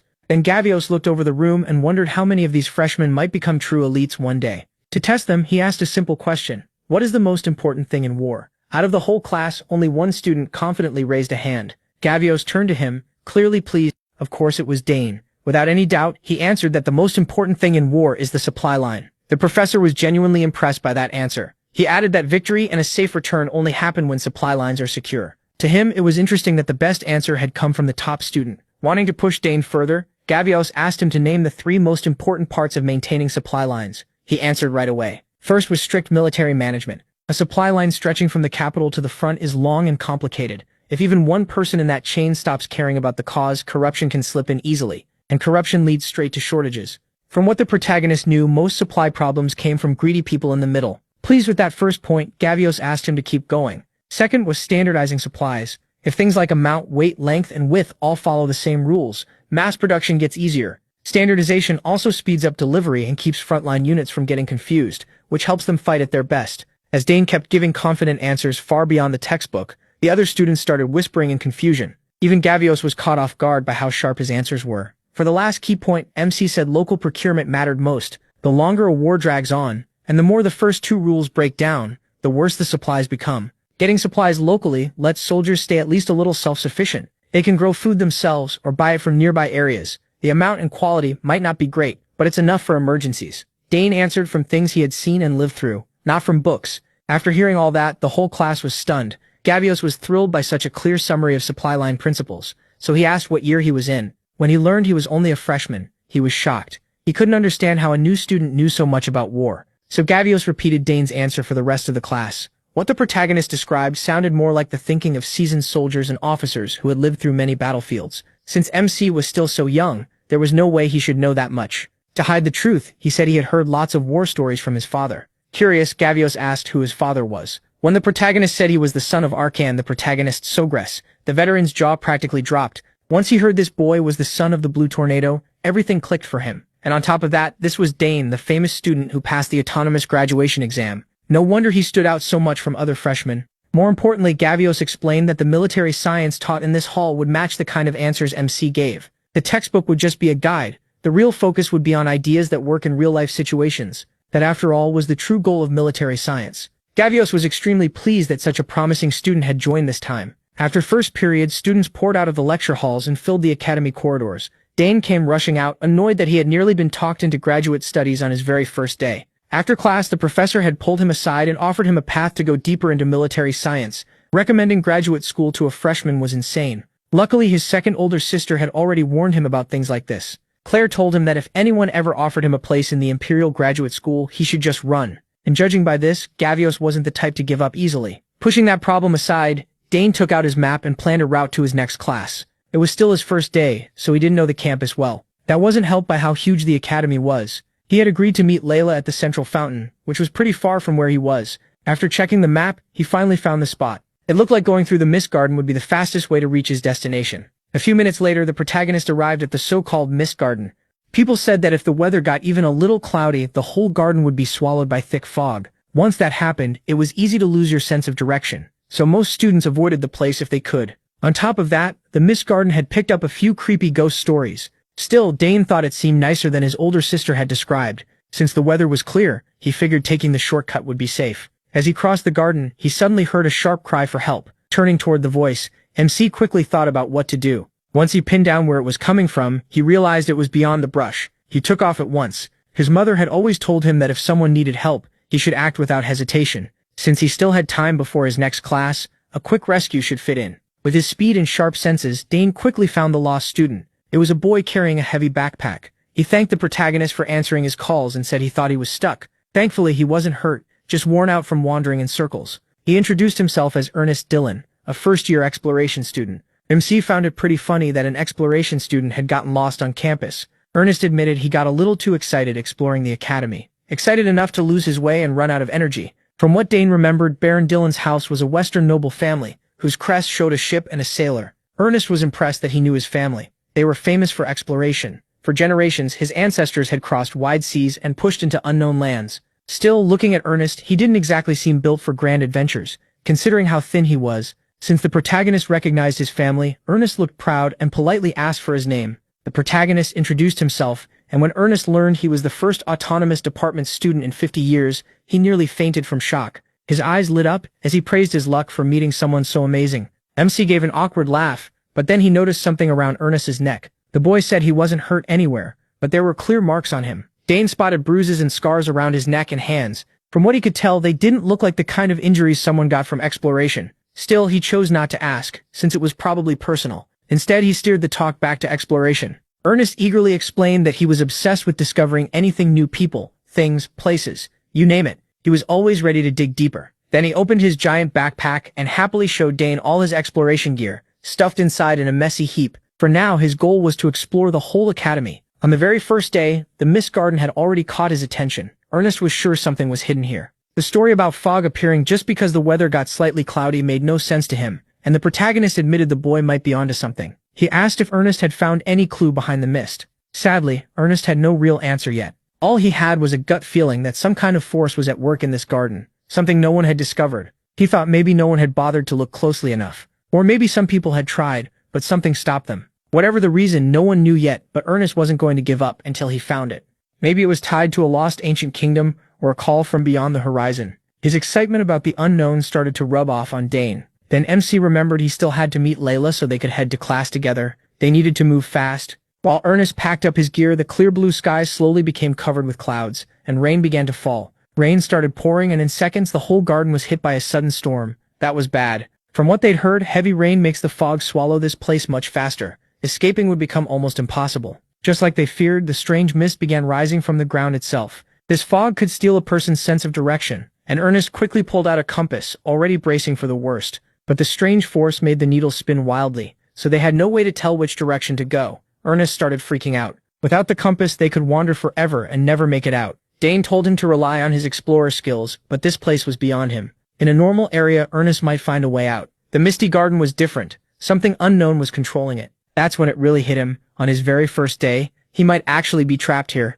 Already tired, Ernest was getting even slower under the rain and fog. He apologized for dragging the protagonist into this mess and being dead weight. The protagonist calmed him down. They'd be fine. For now, they just needed to wait and watch. Then the fog wrapped around Dane's body and he felt something strangely familiar. Unlike Ernest, who was growing weaker, MC started feeling stronger for some reason. While he adjusted to the mist, Ernest was nearly in tears, blaming himself for getting a classmate stuck in here. Then he froze when a blinding light and a huge wave of energy burst from the young genius. The protagonist's mana rose into view, swirling wildly and pushing the fog away from around him. It moved so violently it almost knocked Ernest to the ground. Watching the mist vanish around Dane, Ernest was completely mesmerized. What was happening? With a steady look, MC told his new friend he knew the way out now. Even if this was the last thing he expected, Dane may have just stumbled into a huge opportunity. There was a real chance he could uncover the Misty Garden's secret today. So the two crossed the garden as if the fog wasn't there. With him leading, his mana kept clearing the way while Ernest stayed close behind. Plenty of mages had tried and failed to solve the mystery of this fog,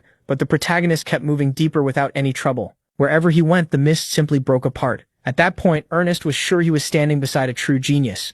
After a few more minutes, they finally reached their destination. Ernest first thought they had escaped, but they were nowhere near the exit. Instead of returning to the normal campus grounds, they had gone even deeper and reached the center of the Misty Garden. There, resting above a pool, stood a richly crafted fountain. Ernest never imagined they'd find the magical fountain hidden here. Most students who enter this place come looking for this spot. They gather around it because of a legend Dane had never heard before, so Ernest explained it. People say that if you reach the fountain before the fog fades, you'll be tied to the person you want most. It sounds like just another romance tale wrapped in fantasy, but MC could tell the fountain was unusual. He wondered how its magic had lasted this long. If it's so hard to reach, how does it keep working with no upkeep? Hearing that, Ernest couldn't argue with the logic. If no one is feeding magic into it, then maybe there's some powerful energy source keeping it active for ages, like a battery that never runs out. If that's true, then maybe the entire garden is one giant mechanism. Given how overly complex the layout is, Ernest's guess might actually be right. If the garden really is one huge device powered by something unknown, then this fountain could be an ancient relic. And with so many questions still unanswered, the fog might be tied to it too. Dane stepped up to the fountain and placed his hand on it. The moment he touched it, he became sure of it. Something inside him was reacting. His mana felt like it was meeting an old friend. There was no doubt now. This fountain was giving off ancient magic. When he poured his mana into the structure, hidden symbols and runes appeared. The second Ernest saw them, he jumped. He recognized the writing. It was an ancient secret language. At first he wasn't sure because it had been too blurry, but once Dane touched the fountain, the symbols became clear. This was the language used in the Lost Kingdom of Secret. With his background, studying old languages like this was basic training for explorers in the Dillon family. After all, it would be awful to reach an ancient ruin through all kinds of danger and then get stuck because you can't read the inscriptions. Of course, Ernest doesn't know every old language, but he clearly remembers learning this secret tongue from his father when he was very young. Pulling out his notes and pen, Ernest got ready to decode the symbols carved into the fountain. Dane stepped back and let him work. His explorer instincts had fully kicked in. The first symbol Ernest figured out meant qualification. He kept checking the runes in his notes again and again, careful not to miss anything. After a long struggle, he finally managed to decode a good part of the inscription. Then he put the words together into a clear message. As far as he could tell, it said that those who are qualified must prove their strength. The words qualification and trial sounded like some kind of test. If so, it might be tied to ancient magic. Dane looked closer, and the nearer he got to the center, the stronger that familiar feeling became. Ernest scratched his head. According to everything people know, if this qualification is tied to ancient power, no one alive should be able to meet it. But he wasn't convinced. He waved his hand again, and pure mana gathered around his wrist, spinning in a bright glow. Ernest, confused, asked what he was doing. Dane focused on controlling the mana around him. As far as he knew, runes only held power in their proper forms. If he used the bracelet he and old Sidrain had found, then the ancient fountain might just respond. And it did. The runes on the bracelet resonated with the symbols carved into the fountain. The strange marks on the bracelet were still impossible to read, but seeing that reaction was enough to make Dane smile. Sure of himself, he stepped closer and reached out to touch the secret symbols. To his surprise, the structure seemed to come alive. The runes and symbols moved like illusions, shifting with the flow of the water. Then both the secret runes and the protagonist's bracelet lit up together. The unlikely pair could only wait for what would happen next. Ernest panicked when the ground started shaking, with the fountain at the center of it all. The gem-like piece in the middle began to tremble. Alarmed, Ernest asked what Dane had done to make the whole fountain sink into the ground. MC only smiled. He had taken a gamble, and it worked. He'd found the answer to the Misty Gardens puzzle. Suddenly mana rushed toward them so hard it nearly swept the skinny explorer away. Between the fog and the activation of an ancient relic, he'd been hit with one shock after another. Who would have guessed that the one qualified for the ancient trial would be Dane? As the fountain drained, something began to shine at the center of the structure. The sun rose and cleared away the dark clouds, revealing a polished, beautiful gem. Ernest thought that had to be the power source running the fountain. No, maybe it was the reason for all the strange events in the entire garden. Chances like this are rare, and he was ready to seize it, even if it meant facing an ancient unknown power. That mysterious force gathered at Dane's feet and formed a complex circle of runes. He could feel traces of ancient magic, along with the strange power already living inside him. Then, to his shock, the unreadable symbols around the fountain started making sense in his mind. Arcana had flourished before a disaster destroyed it. This was the legacy of the Forgotten Empire. Dane was stunned. The meaningless scribbles suddenly revealed their true meaning, as if he had been meant to understand them after taking in the legacy of ruined arcana. Then a sharp pain stabbed his chest. It tightened and sent a wave of agony through his whole body. The protagonist clenched his teeth and focused on his heart. He couldn't fully explain it, but something was happening there. Threads of pure mana wrapped around the organ, squeezing tight and pushing into every tiny gap. With one final surge, the ancient mana fully entered his body in a brilliant flash. As the pain faded, MC realized he had just formed a magic circle. Here's the problem. A core and a circle normally can't exist together in balance, inside one person. Their roles are opposite, almost made to clash. It's extremely rare for someone to have both. The result is poor efficiency, and the body pays the price. That's why magic swordsmen, strong as they are, often suffer heart problems and shorter lifespans. That was exactly why Dane never wanted to form a circle, meant only for magic. He already had his cores, and even if he could build a magic circle, it wasn't worth the risk. Now the old empire's legacy had been forced into his heart. Seeing his troubled face, Agric asked if he was okay. He looked pale, and clearly shaken. The protagonist forced a smile and told his new friend he'd be fine. He just had a lot to think about. The young explorer asked if he had really absorbed that wild power from before. Even with Ernest's untrained eye, he could tell the fog and the runes had somehow linked themselves to Dane. Of course Ernest had questions. He'd watched the whole thing, but for now it was better to keep him in the dark. MC used his magically gifted sister as an excuse, telling Ernest he handled the strange event the way she taught him. After everything that happened today, Ernest was even more fired up to explore. He suggested they keep searching the Academy's mysteries together and share any strange places or odd events they find, since there might be more spots like that fountain. He agreed. With the mist gone and things finally calm, Ernest reminded the protagonist that he still had class. After gaining that ancient legacy, MC had completely forgotten he promised to meet Layla before class. He quickly said goodbye to Ernest and apologized for rushing off. He was already running late. If he missed the meeting spot, that wild girl would definitely chew him out. So Dane left his new friend behind and dashed toward his next class. Ernest watched him run off with a smile. He definitely met an interesting friend today, and he had a feeling that exploring with the protagonist would lead to even crazier things. Once he was sure he'd gone far enough from Ernest, Dane pushed his speed as far as he could. Something felt different. Moving was much easier now, and strong waves of mana wrapped around him, boosting his already fast body. He could clearly sense both the circle and the cores inside his body. Even though that should have been impossible, they worked together perfectly with no pain at all. Normally a circle would disrupt core energy and lower its power, but that wasn't happening. No matter how much magic he drew around himself, there was no backlash and nothing felt wrong. If anything, it was the exact opposite. His mana kept flowing through the circle and then returned to the core again and again,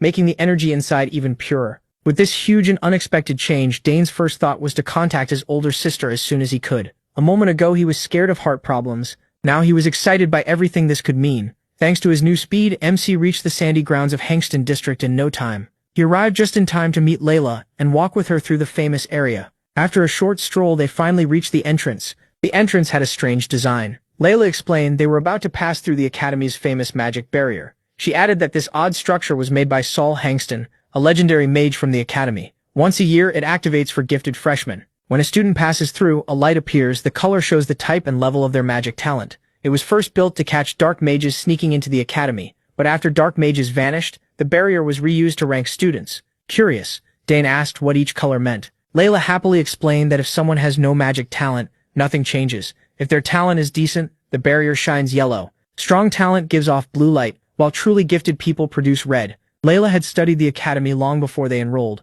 She wanted to know everything about the place where the next chapter of her life would begin. She also mentioned that Dane's sisters, Arabella and Claire, both gave off red light, which made sense considering how terrifyingly gifted they are in their own paths. Layla could barely hold back her excitement and ran to the barrier to see what color she'd get. The moment she stepped into the district, a bright red light spread across the wall. With talent like hers, that result was no surprise. She smiled, clearly pleased, as the red glow reflected in her eyes. Dane, proud of his childhood friend, congratulated Layla, wanting to try it for himself. He studied the barrier for a moment. Then he calmly walked toward the district entrance. In his head, he expected to see red too. He was sure that after taking an ancient magic, he might even surpass a normal red light prodigy. But when he turned to check the result, he froze. A bright green light. That wasn't supposed to happen. Green wasn't even part of the ranking system. And even Layla, who knew the Academy well, was stunned. She stared at Dane and asked why he could never just be a normal genius for once. He had no idea either, so he could only give an awkward smile back. After entering the district, he and Layla headed to the lecture hall where many departments had gathered. The magic department's opening lecture was famous, so all kinds of students stayed to watch the first orientation before leaving. Among the unusual visitors that day was an upperclassman named Arthur. Judging by everyone's reaction, the guy was clearly important. Arthur Giametti, the fifth-year representative of the magic department, had come to see one person, the Academy's only interdisciplinary student, Dane Sogress. The new students had already been told the protagonist would attend the class, but he still hadn't shown up. Arthur told his juniors to bring MC straight to him the second he arrived. Since MC was Arabella's younger brother, people who admired her, Arthur included, were watching him closely. Then the room stirred when two students entered. Most of the freshmen had never seen him before, so they crowded around for a better look at the young prodigy. His good looks and emerald eyes caught their attention, and beside him stood the infamous Layla Termian. The protagonist wasn't used to that kind of spotlight, and when he stiffened under all those eyes, Layla made it worse by teasing him about his popularity. Arthur Giametti turned and smiled when he saw his senior's little brother. He was the first to walk up and greet MC loudly, praising the impression MC made at the entrance ceremony. He, confused, wondered why this annoying older student was acting so familiar all of a sudden. Then he shot back with a blunt question. "Who are you?" He also asked what this guy was doing in an introductory class for the magic department. Put off by Arthur's look, the protagonist didn't back down and told the big guy to introduce himself. Arthur, who already had a short temper, didn't like Dane's tone at all. Their first impression of each other couldn't have gone much worse. The juniors who knew Arthur held their breath. Picking a fight with a senior like him was basically academic suicide. Arthur clapped back, saying he came out of respect to meet Lady Arabella's younger brother, only to be met with arrogance. He warned that MC's attitude could stain the Sogress family name. He still refused to give ground. From his side, Arthur was the rude one, acting nasty while demanding respect. Arthur ground his teeth in frustration. This meeting was not going how he planned. If things ended here, rumors would spread fast and make him look bad. He was already thinking of a way to deal with the protagonist without angering the terrifying Arabella. The problem was, He was worrying about the wrong protagonist's progress. Pushed too far, Arthur raised the tension by gathering mana in his hand. He meant to teach the insolent junior a lesson. Dane noticed the mana building in the senior's hand and got ready to respond. Before it turned into a real fight, a textbook slammed onto the podium, and a strong voice demanded to know what was going on. It was the professor. Seeing a faculty member step in, Arthur claimed he had only stopped by to greet the freshman. DeNavo, head of the magic department, told Arthur to save socializing for later and stop disrupting class.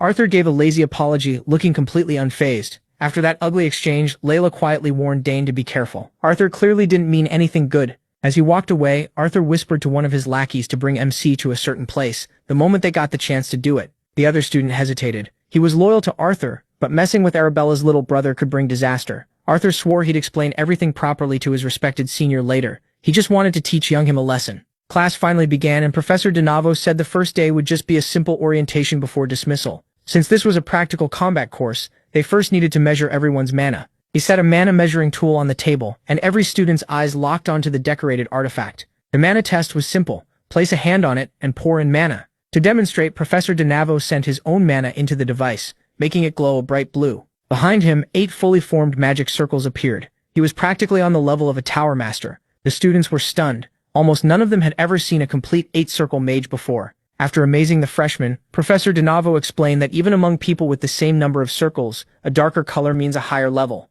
Sometimes circles won't appear at all, but that doesn't mean the student lacks talent, so there was no reason to panic. Some people still hadn't formed their circles yet, which is why today's test wouldn't rely only on circle checks. By the Academy's standards, anyone accepted into the magic department should at least know basic magic. Professor DeNavo summoned several spheres and explained that these would be used to measure mana more accurately. Everyone stared at the blue orbs, unsure how those little balls could test mana so precisely. DeNavo demonstrated again with basic psychokinesis, controlling all the spheres at once. The students would need to show how many balls they could handle using one elemental spell. With a wave of his hand, DeNavo poured huge amounts of kinetic energy into the spheres, creating a steady mana flow and pushing the orbs to top speed. The students watched closely, making sure to study the professor's hand movements. They had never seen runes form so cleanly before. It was hard to believe DeNavo had taken something as simple as psychokinesis to such a high level of precision. While most students were amazed, someone like Layla wasn't impressed at all. Even beginner magic changes in strength and accuracy depending on the user. Each sphere just needs mana applied to it one by one.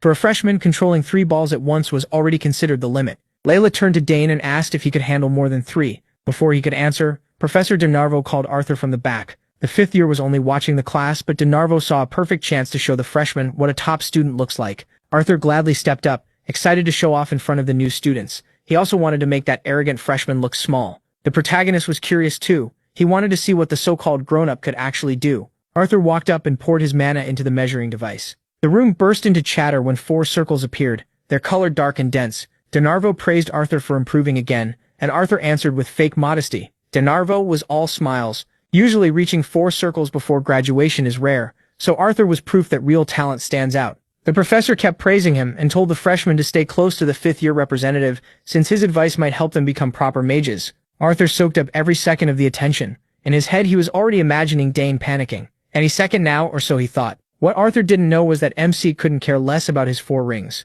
Then came the orb control test. As an experienced spellcaster, Arthur handled it well. His control looked nearly flawless. What really stood out was how many orbs he moved at once. Still, if you looked closely, sweat was running down his face from the strain of controlling his limit. Arthur was sure this display had to impress the freshmen. Dane just watched him without any interest. After that underwhelming show, DeNarvo asked the freshmen to applaud their senior. He looked genuinely proud of his former student. Arthur shot him a smug look, eager to see the young lord's mana level. DeNarvo then turned serious and warned the freshmen. Anyone not confident in their mana control could leave now or risk embarrassing themselves. For a moment nobody moved. They had already come this far, so there was no backing out. The test would begin from the first row to the last. As the first row gathered at the front, Layla and Dane watched from farther back. Layla didn't like this setup. They called the first day an orientation, but it was really just a public skill check. The protagonist seemed to agree, though that was just how the academy worked. One by one, the students stepped up and measured their mana while the professor took notes. Some lit up with joy just from seeing even one circle appear. Others, of course, didn't have enough mana to show even that.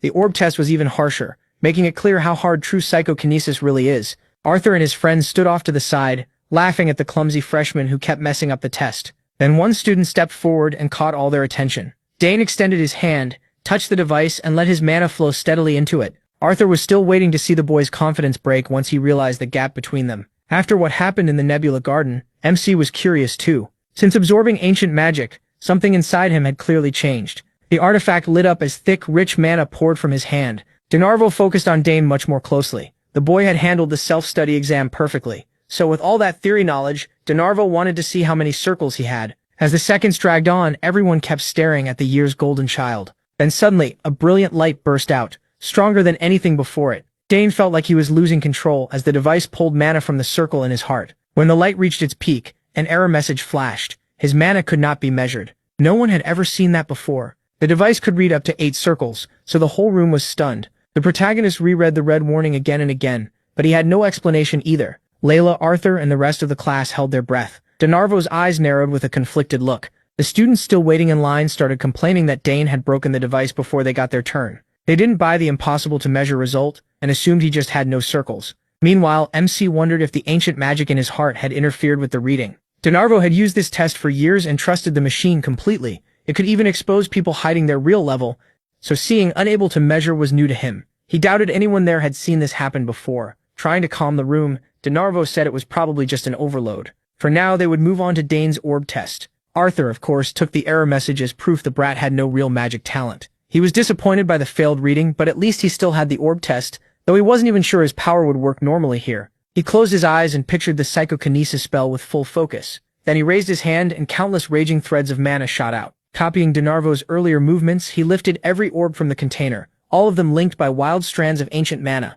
The whole room went silent. Dane controlled each orb like it was nothing. Until now, even making 5 float for a moment had seemed nearly impossible. Arthur froze. He had walked up earlier full of confidence, but that confidence vanished the second a real genius appeared. His little brain couldn't process what he was seeing. Layla, already used to the protagonist doing impossible things, recovered faster than everyone else. At this point, she just accepted that logic didn't apply to him. Dane, meanwhile, was panicking. He never expected every orb to rise. It seemed absorbing ancient mana had changed him that much. Once he got over the shock, he slowly moved his hands. Since everyone was watching, he decided he might as well do something flashy. He fed the orbs more ancient mana and made them speed up until they looked like blinking lights. Now he was doing things even DeNarvo had never seen. With his sharp sense for magic, the professor was the first to notice the boy was rearranging the orbs with the clear goal of drawing an image. At last, the swirling mana shifted shape and formed a picture in the air. A lion and a snake. Everyone knew those two beasts were the crest of the great Dane family. MC smiled at his little masterpiece, while DeNarvo was almost terrified.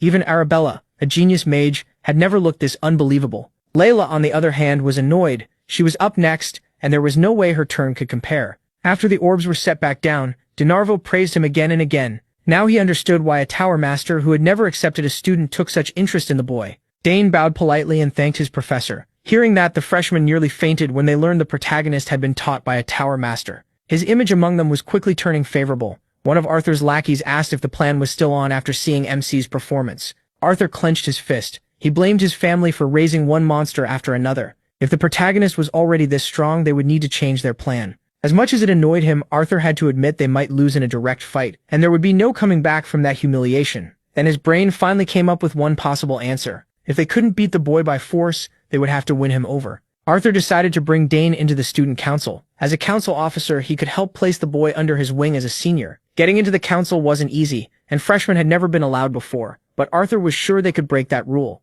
With MC's talent, the magic department's fame would rise fast.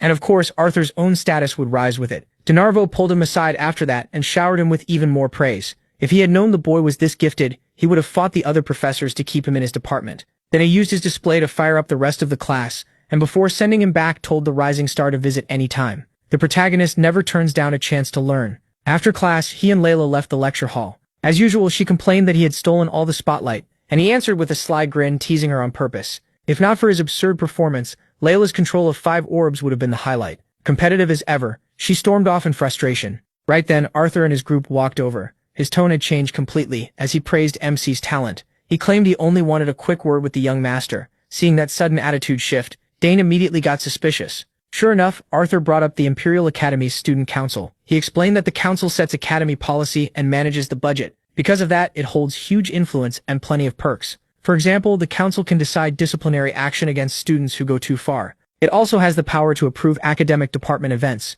Dane didn't need the speech. His older sister had already told him how powerful and exclusive the council was. In the end, Arthur offered him a recommendation to become an officer, saying he easily met the requirements. He also added that any officer automatically gets into Dantera Hall. What Arthur forgot is that this year's top student is already in Dantera Hall. While the annoying senior kept listing perks, Dane started wondering if the council members thought they were gods. After Arthur's long pitch, the protagonist turned him down. If he ever joined the council, he'd do it on his own, not through a shortcut, and to him, every advantage comes with a price. Arthur's goons could already see the plan falling apart, so they quickly started praising the council again, acting like Arthur's recommendation was some huge honor. Layla had been forced to sit through this nonsense, and their pushiness was getting on her nerves, so she grabbed Dane by the hand and dragged him to the cafeteria. Arthur was left standing there with his lousy plan in ruins. MC was just thankful Layla stepped in at the perfect time. Even after being rejected, Arthur and his crew weren't planning to give up, and Layla could tell exactly why they wanted to turn MC into a pawn. More than that, the young Duchess was annoyed that she hadn't gotten the same recommendation. By now, Layla had accepted that when it came to talent,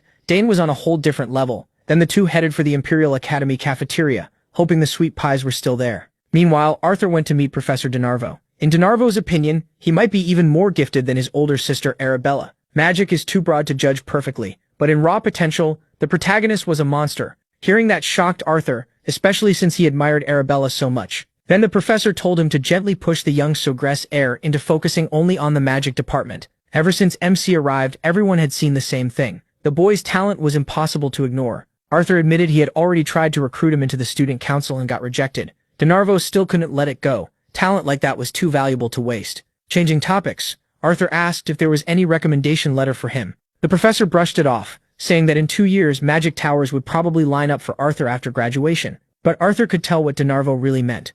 If Arthur got into a magic tower too early, DeNarvo would lose his favorite student and his errand boy. Arthur had even heard rumors that during his 3rd year, DeNarvo was the one who blocked 2 tower offers. Knowing his future rested in that selfish teacher's hands, Arthur kept obeying. He had no real choice. On the way to the cafeteria, Dane noticed the place was packed because of the club events. Every club was trying hard not to get shut down. The two of them tried several booths and won a bunch of prizes. It was a fun break. Inside the protagonist's bag were 20 mana storage stones, 15 lunch coupons, 5 general meal tickets, and 8 convenience store vouchers plus a treasure map. The senior running that booth said it had been bought in a blind auction at the Arkander auction house. The moment Layla heard Arkander, her eyes lit up at the chance it might be real. Dane's father had once told him about that auction house. Arkander was known for handling rare and beautiful items from across the empire. The best appraisers checked everything carefully, so whatever they sold was guaranteed to be real. The treasure map's seal was still unbroken. And with all the stories about hidden places and mysteries around the academy, a real treasure didn't sound that crazy. Looking at it, MC immediately thought of the one person who would love it most,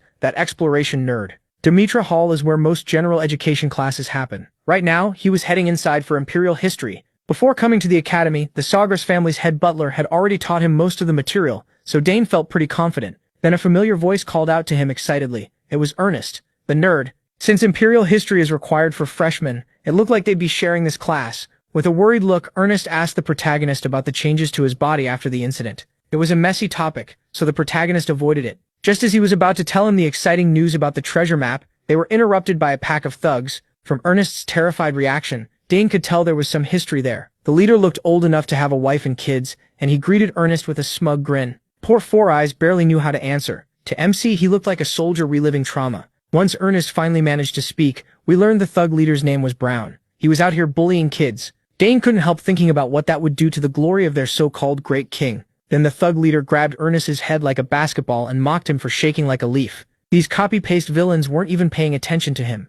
Since they had found their old errand boy, they figured they might as well restart the old servant boss routine, and Brown demanded a sandwich. When Ernest tried to refuse, the thugs laughed, and Brown shot him a sharp glare. Only then did that overgrown student finally notice Dane. Since Ernest called the protagonist his friend, Brown assumed he was just another errand boy, same as Ernest. That attitude reminded MC of the worst trash he'd seen on the battlefield. Before things could get uglier, a hall monitor spotted them and shouted for everyone to get to class. Like an experienced bully, Brown smiled and answered politely. But before leaving, he shot Ernest a look and invited him to a little talk after class. Four Eyes shrank back in fear as all his old problems came rushing back. Brown, meanwhile, was just happy that school life was about to get a lot less boring. Even after Brown was gone, Ernest was still trembling. Dane helped him up and the poor guy apologized for dragging his new friend into trouble with bad people. Ernest admitted he had a rough history with Brown back home. He thought the academy was so big that he'd never run into him again. He told him it was fine. Honestly, he couldn't stand watching his new friend get pushed around by trash like that, so he offered to walk with Ernest for now.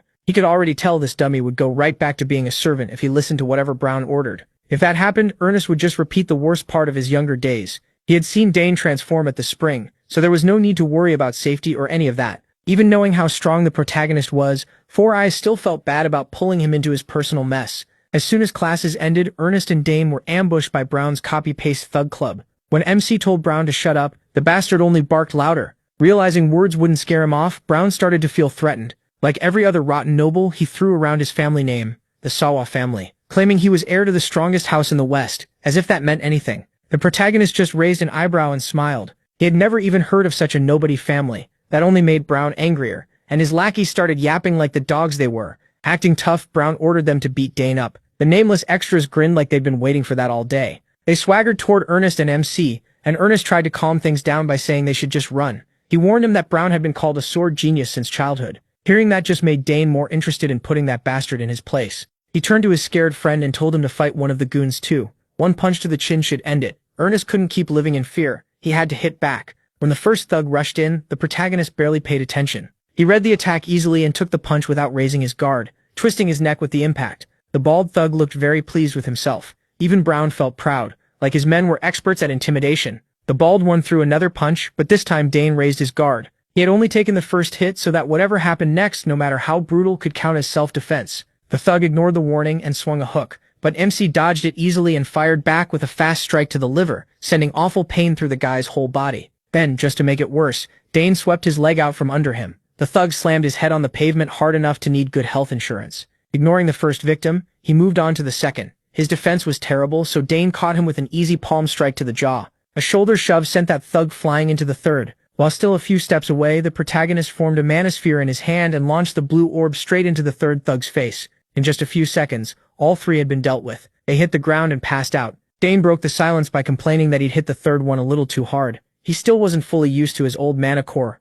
Layla stood there with her mouth open, while Brown and the rest of his crew could hardly believe what they'd just seen. Their boss snapped at his men for being useless idiots, and they warned him that the white-haired kid was anything but normal. Brown told them to shut their mouths. Losing to a freshman was already humiliating enough. That only made things worse for him. Dane then taunted the big guy, telling him to back up all the bragging from earlier. The only thug with half a brain tried to warn Brown to stop and back off, but the idiot refused. Brown couldn't stand the thought of bowing to some brat, so he fired up his mana and opened a portal. MC didn't look impressed by the flashy display. From the portal, Brown pulled out a rough-looking sword. He swung it around like it was something amazing. Since they were alone, he figured he could cause a bloody little accident with no witnesses. Ernest shouted, but Danny didn't even flinch. The smart thug tried to calm Brown down, warning that in weather like this, crimes could disappear without a trace. Brown snapped at him to shut up, then told him to go after Ernest, turning it into a 2-on-2. Danny assured Ernest that against some low-level thug in a straight fight, he could win. After all, Ernest is obsessed with exploring. His legs should be strong. He just needs to time it right and send the guy flying. Ernest doubts he has the nerve, but Danny believes he does. The fight finally started, and Danny jumped in to pull Brown away from Ernest. Brown was used to magic nerds keeping their distance from swordsmen, so Danny just smiled at that bad read and kept fooling the big idiot. At the same time, Ernest started taking Danny's words to heart. He couldn't keep living as a victim forever. The thug walked up with a mocking grin, snapping his fingers and telling Four Eyes to lie down and take the beating. It's not easy to shake off years of trauma in a few seconds, so Ernest thought about what Danny would do and recalled the dodge he had just seen. When the thug threw the first punch, Ernest copied Danny's move. He was too slow and got hit, but for the first time in his life, he punched back. Then he braced himself and fired another shot straight into the thug's face. The old Ernest was gone. The scared boy was becoming a man. Caught off guard, the thug was knocked out and dropped hard. Looking at the result, Ernest really did have some fight in him. Once the adrenaline faded, his knees gave out, but the relief was incredible. He had finally fought back. Meanwhile, Danny led Brown farther away. Once he noticed Ernest had won, he stopped running. Brown looked back and cursed his men for being useless. Danny glanced around and spotted a few brooms. Those would do nicely. He grabbed one and snapped the handle. Brown felt insulted that this kid planned to face his sword with a wooden stick. For Dane, that was more than enough. What better tool for trash than a broom? Brown was in real trouble now. With no backup, he rushed in anyway, still arrogant enough to claim he'd hold back before killing Danny. He said he'd only leave a small scar on the boy's face, one that would remind him to fear Brown every time he looked in a mirror. He was embarrassing himself. The moment he got in range, Brown launched a flurry of slashes and thrusts with a smug grin. But as every strike got blocked by a stick, he slowly realized Danny was just toying with him. Meanwhile, our guy was having fun with Brown's obvious attacks. Brown couldn't stand having his sword skill mocked, so he pushed harder. In his mind, only Duke Termian or someone on that level had the right to judge him. Even after Dane poured mana into the stick, Brown still believed real steel gave him the edge. As he prepared his strongest swing, Danny calmly focused mana at the tip of the stick. Then, in one smooth motion, he drove it into Brown's body. A burst of pain like nothing he'd ever felt tore through him. Power like that coming from an ordinary stick shouldn't have been possible. Ernest watched the whole thing nervously. He knew Danny was strong, but not this strong. As Brown coughed on the ground, Danny told him to get up. Once Brown drew a real weapon, this had to be seen through to the end. That's how his father taught him. At last, Brown found enough sense to ask who he was facing. Danny Dane Sogris introduced himself calmly as the only son of Count Sogrek and a first-year independent student. That's when it finally hit Brown. This was the prodigy everyone had been talking about, the youngest and brightest genius on the continent. Still, he never expected someone like Danny to hang around an idiot like Ernest. Danny didn't let up. Since Brown drew his sword and lost, honor rules said Danny could take his life if he wanted. From a duelist view, he had every right to kill him right there. Looking into Danny's eyes filled Brown with fear. That cold calm made him feel Danny truly would do it if this kept going. So he swallowed his pride, got up, and dropped to his knees begging for forgiveness. As Brown poured out humble words, Danny looked at him in disgust. Even after getting crushed, this guy still didn't understand who he should be apologizing to. Instead of kneeling to Danny, he should have been begging Ernest. Realizing his mistake, the pathetic coward grabbed onto Ernest and stammered out an apology, tears in his eyes as he begged for his life and apologized for years of bullying. Ernest looked him straight in the eyes, something he never would have dared do before. He remembered all those years of fear, pain, and trauma Brown had caused. To Ernest, Brown had always seemed like the scariest person in the world. Now that same threat was crawling on the ground, sniffling and begging. Danny gave Ernest the final choice. He could beat Brown half to death or end it with that apology. Desperate to stay alive, Brown begged his former bus worker to spare him. Ernest really did want to let out all that buried anger, but in the end, that wouldn't satisfy him. Someday, he wanted to beat Brown fairly, then maybe forgiveness could come after. Danny felt proud of his friend's choice. It took real courage to decide that. As the two walked away, Ernest thanked Danny for changing his life. On the way back to campus, they ran into a worried Layla. One look at the cut on Danny's cheek, and she knew he'd been in a fight. She glanced at the thugs they had beaten, and a knowing smile crossed her face. Brown recognized Layla too, and the fear came rushing back. Since they were both from the swordsmanship department, they had probably crossed paths before, though Layla clearly didn't remember his name. Ignoring the losers, she asked who the Four Eyes kid was, and Danny properly introduced Ernest Dillon from the exploration department. Since Layla was Duke Termian's daughter, he still called her Miss Layla. She told him that Danny's friends were her friends too, so they could drop the formal talk. Danny bragged that Ernest's family was famous for exploring ruins and hidden secrets. Hearing that, Layla excitedly brought out the map they had won. Danny explained they had picked up a treasure map during one of the club events. Ernest had heard some lucky student won something like that, but he never guessed it was his friend. The second treasure map came up, Ernest's shy side vanished and got replaced by full-on obsession. The three moved somewhere private and opened the map to study it. Even with Ernest's trained eye, he could barely make sense of it at first. The one thing he did notice was that it pointed to a specific place inside the academy. Strange writing also covered the scroll, so it had to be some kind of code. For now, the best move was figuring out who made the map. If they knew the creator's habits and style, they might build a rough decoder. The only sure thing was that the map showed somewhere inside the academy, since the shapes used were unique to the campus. The problem was the architectural style was wrapped in old magic that only Saul Hankston could use. Ernest was referring to the legendary mage who founded the academy itself. In other words, they were dealing with ancient magic not seen in centuries, since Saul never had direct students. Layla knew using the map would be hard, but not this hard. In the end, all they could do was dig into the map's creator and start cracking the code from there. After that, they could work together and find the real treasure. Ernest was always ready for an adventure, and Layla had never traveled outside her family's control. Of course they were excited for a treasure hunt. Ernest would naturally lead the research, so Danny was confused when Four Eyes handed the map back to him. Ernest assured them he had already memorized everything, which shocked both Danny and Layla. For some reason, codes and maps just stuck in his head. That would be pretty useful on tests too. This was the first time Ernest had chased a mystery with anyone besides his father, and he felt truly grateful to Danny. To celebrate becoming an official team, Layla suggested they grab some food. After that long day, Danny headed back to his dorm. He cleaned up a little and unpacked his things, making sure the items from his family stayed where he could see them. The only thing he couldn't put away was the familiar egg. He couldn't store living beings in his subspace. When he picked up the giant egg, it suddenly started shaking hard. In 7 years of feeding it mana, that had never happened before. The mana around the academy was strange, but it shouldn't have been that different from before. The only real change was the ancient magic he had absorbed in the garden. To test that idea, Danny poured more mana into it. The thought of finally hatching his familiar filled him with excitement. After a few more minutes of feeding it mana, Dane felt like he was trying to fill a bottomless well, even after 7 years of doing this. He was putting out so much mana that his room was starting to become unstable. Back in the dorm, stopping now could mean missing a huge chance, so he quickly wrapped up the egg and rushed off to the Claire's lab. She's a genius with summoning, but even she was thrown off by what the egg was doing.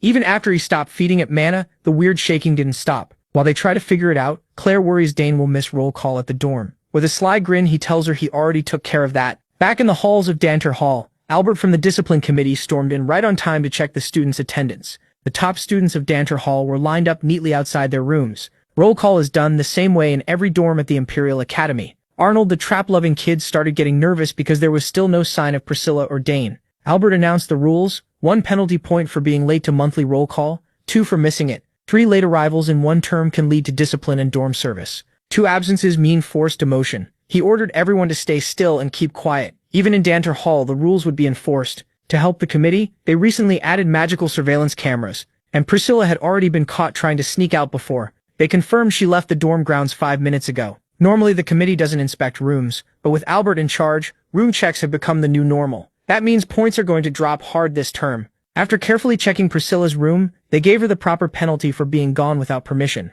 The only other person missing at the first roll call was the freshman, Dane. A few of the protagonist's new dorm mates tried to cover for him, but Albert wasn't having it. When he and his team stepped into MC's room, they were met by the boy himself. Dane scratched his head and apologized, saying he'd been busy unpacking. Albert couldn't really argue with that, so he left with only a warning. But the real he was still in Claire's lab. He had used an MK1 illusion projector built by Arabella. It could project his image into a slot inside his room through a small generator. Since it's remote-controlled, the link can get shaky. If the flow breaks, it shows right away. The protagonist tested it a few times for fun, and found a perfect use for it tonight. Claire doesn't approve of his tricks, but she's a little impressed. As for the egg, everything points to a strong chance that it will hatch tonight. Claire can't be fully sure, but these reactions are clearly a good sign, so she suggests putting the egg in a magical stabilizer before giving it any more mana. Since her lab is protected by magic shields for sensitive research, it's the best place for the egg to hatch. After setting it on the stabilizer, Claire added a few magical filters. Even though Dane's mana is already very pure, he once again poured everything he had into the egg.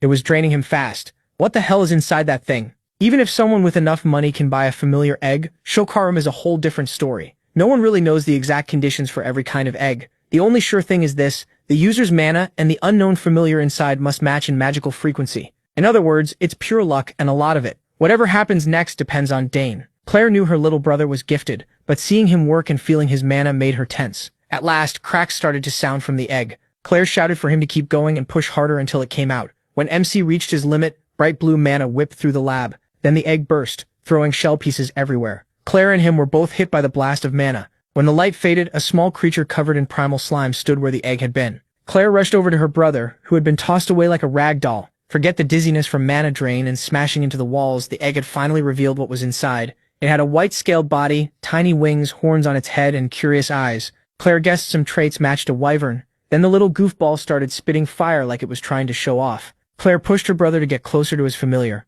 Sometimes newborn creatures claim the first person they see as their owner, and so the white-haired boy and the little white lizard looked each other in the eyes. Dane smiled at his new familiar, and greeted it. He introduced himself properly, and the two formed an instant bond. Claire was charmed by how cute the little thing was. She praised her brother for making it look easy, even though she knew how hard hatching really is.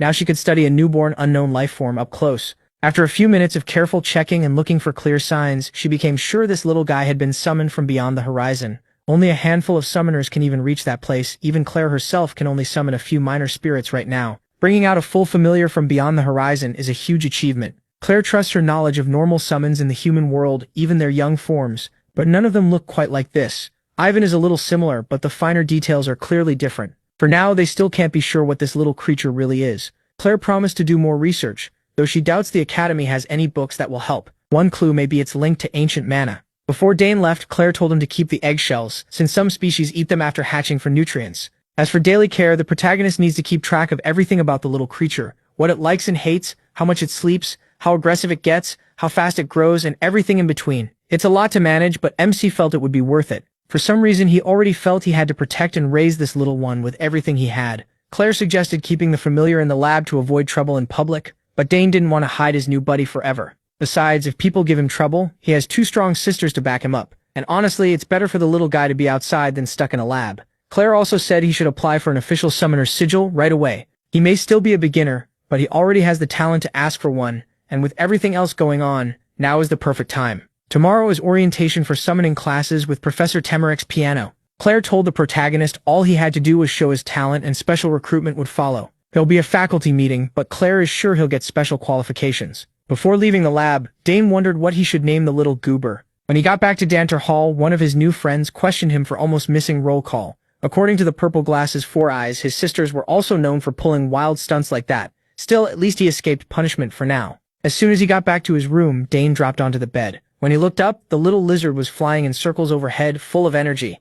While exploring the dorm, it even spat fire here and there. A little earlier, MC had tried to sneak back into the dorm through a secret path his sisters told him about. Sadly for him, the discipline committee was paranoid enough to cover the whole dorm with magic. To deal with the barrier, Dane started studying the mana flow for a weak spot. A barrier that big had to have some hidden flaws. Before he could finish checking, the little scaly got impatient and blasted fire at the magic. To his surprise, the barrier shook hard and then tore open completely. That shouldn't have happened from normal fire. The only answer he could think of was that his familiar's flames might somehow shut down mana. Based on that alone, he already knew he'd hit the jackpot. The next day, Dane met Ernest and told him all about his new buddy. He said the little guy's name was Happy, and Ernest was not impressed. Since Four Eyes hated the name so much, the protagonist challenged him to come up with something better. Ernest thought hard. The little one was cute, sure, but a name should carry more weight. At last, Ernest said one word. Carnus. Dane liked how Carnus sounded. It was mysterious and oddly fitting for the little fire spitter, so he happily dropped the name Happy. From now on, the little guy would be called Carnus.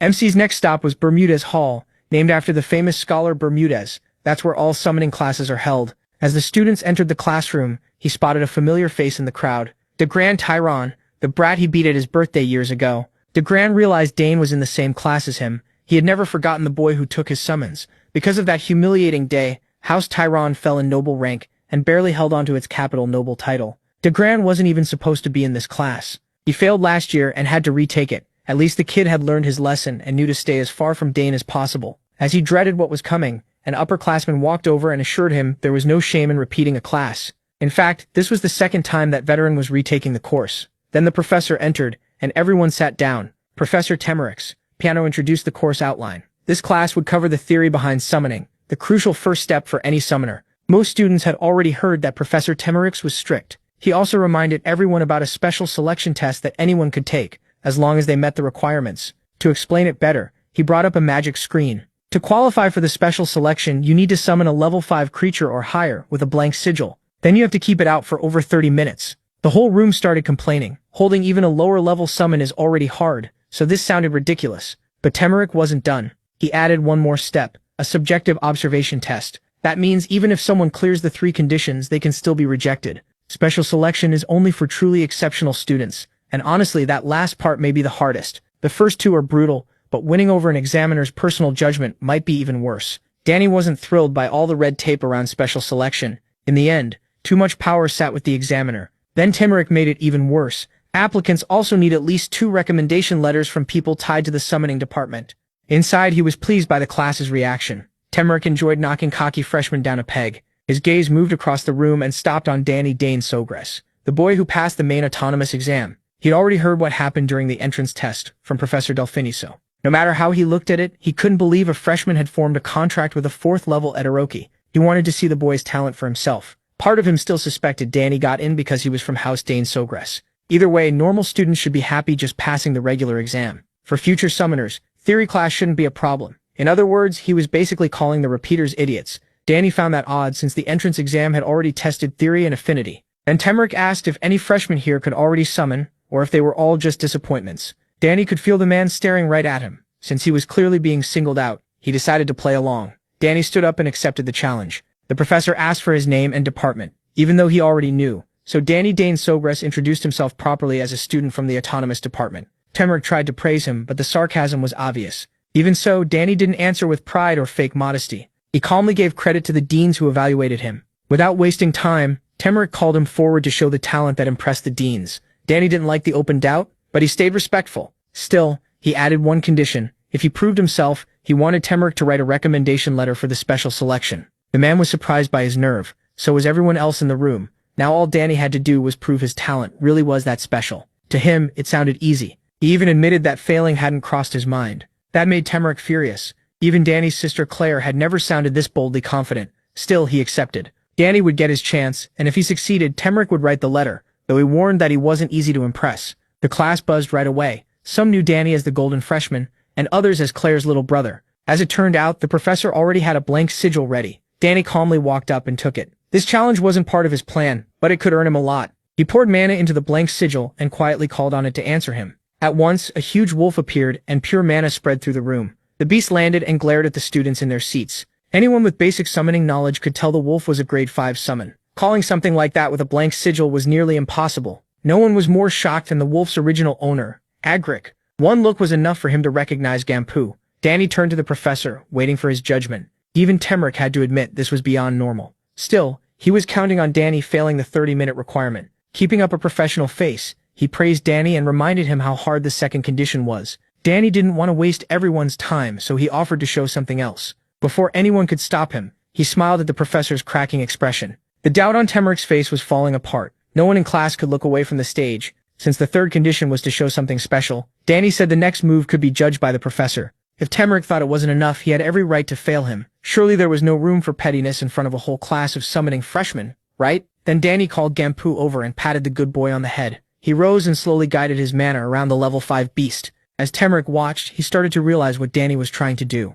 Danny spoke an ancient chant, and pure mana flowed into Gampu. The wolf's eyes turned sharper and its fangs grew deadlier. Its whole body swelled larger and began to float, lifted by raw magic. At last, the beast's claws were strengthened to maximum killing power. Danny knew it was working perfectly. Without ancient magic, he never would have imagined doing this so early in life. Then the rest of the class understood. Danny was performing summon enhancement, a technique usually reserved for fifth-year summoning students. With a deep howl, Gampu showed just how much stronger he had become. Danny looked at the professor and asked if that was enough to prove he was unique. Temeric couldn't take his eyes off the massive beast. Watching Danny pull off a link enhancement so easily convinced him the wild stories were true. In fact, he had never seen a student this gifted. After a few stunned seconds, Temeric finally stammered out his approval of Danny's performance. He said they would discuss the recommendation letter later. Danny was satisfied with that fair answer. Meanwhile, Agric was left speechless by how much the Dane boy had grown. Now he could see just how foolish and arrogant he had been back then. Once the commotion died down, class resumed, and Temeric proved he was actually a very good teacher. Danny kept feeling the man's eyes on him, but he didn't bother reacting.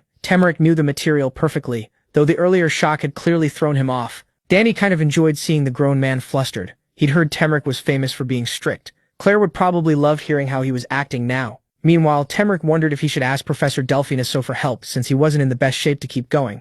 Even so, he finished the introduction to summoning theory by the end of the day. When class was dismissed and Danny left Bermuda's hall, someone called out his full name. He recognized Agric right away. Agric felt a little bitter that this was how Danny remembered him. Danny stayed alert, thinking the red-haired jerk might be here for revenge. But Agric seemed strangely calm. Like he'd matured, he admitted he had planned to avoid Danny until graduation. Now though, he wanted to apologize for what happened between them in the past. He bowed his head and fully admitted he'd been an idiot as a kid, taking all the blame. He held the bow for a long moment and Danny smiled. Seeing Agric was sincere, he let the old grudge go. Agric promised he wouldn't cause trouble anymore. He must have thought Danny might report him and get him expelled or something. When the golden freshman accepted the apology, Agric lit up with relief. He even told Danny to ask for help anytime. After that long talk, Danny felt something move inside his blazer. Looks like Karnas had just woken up and was already getting restless. The little guy was probably hungry after such a long nap. Since Agric knew the summoning department well, this was perfect timing. Danny needed to buy some supplies for familiars. Agric smiled and offered to take him to a shop he liked. Yos and Batan. It had been started by 2 former students 30 years ago. He even talked about what kinds of familiar food were popular lately. Danny didn't sense any hostility from him, so he lowered his guard. Meanwhile, Karnas kept squirming harder and harder inside his coat. That's it for this video. If you enjoyed it, comment for the next part, subscribe to this YouTube channel, and leave a like. Thanks for watching.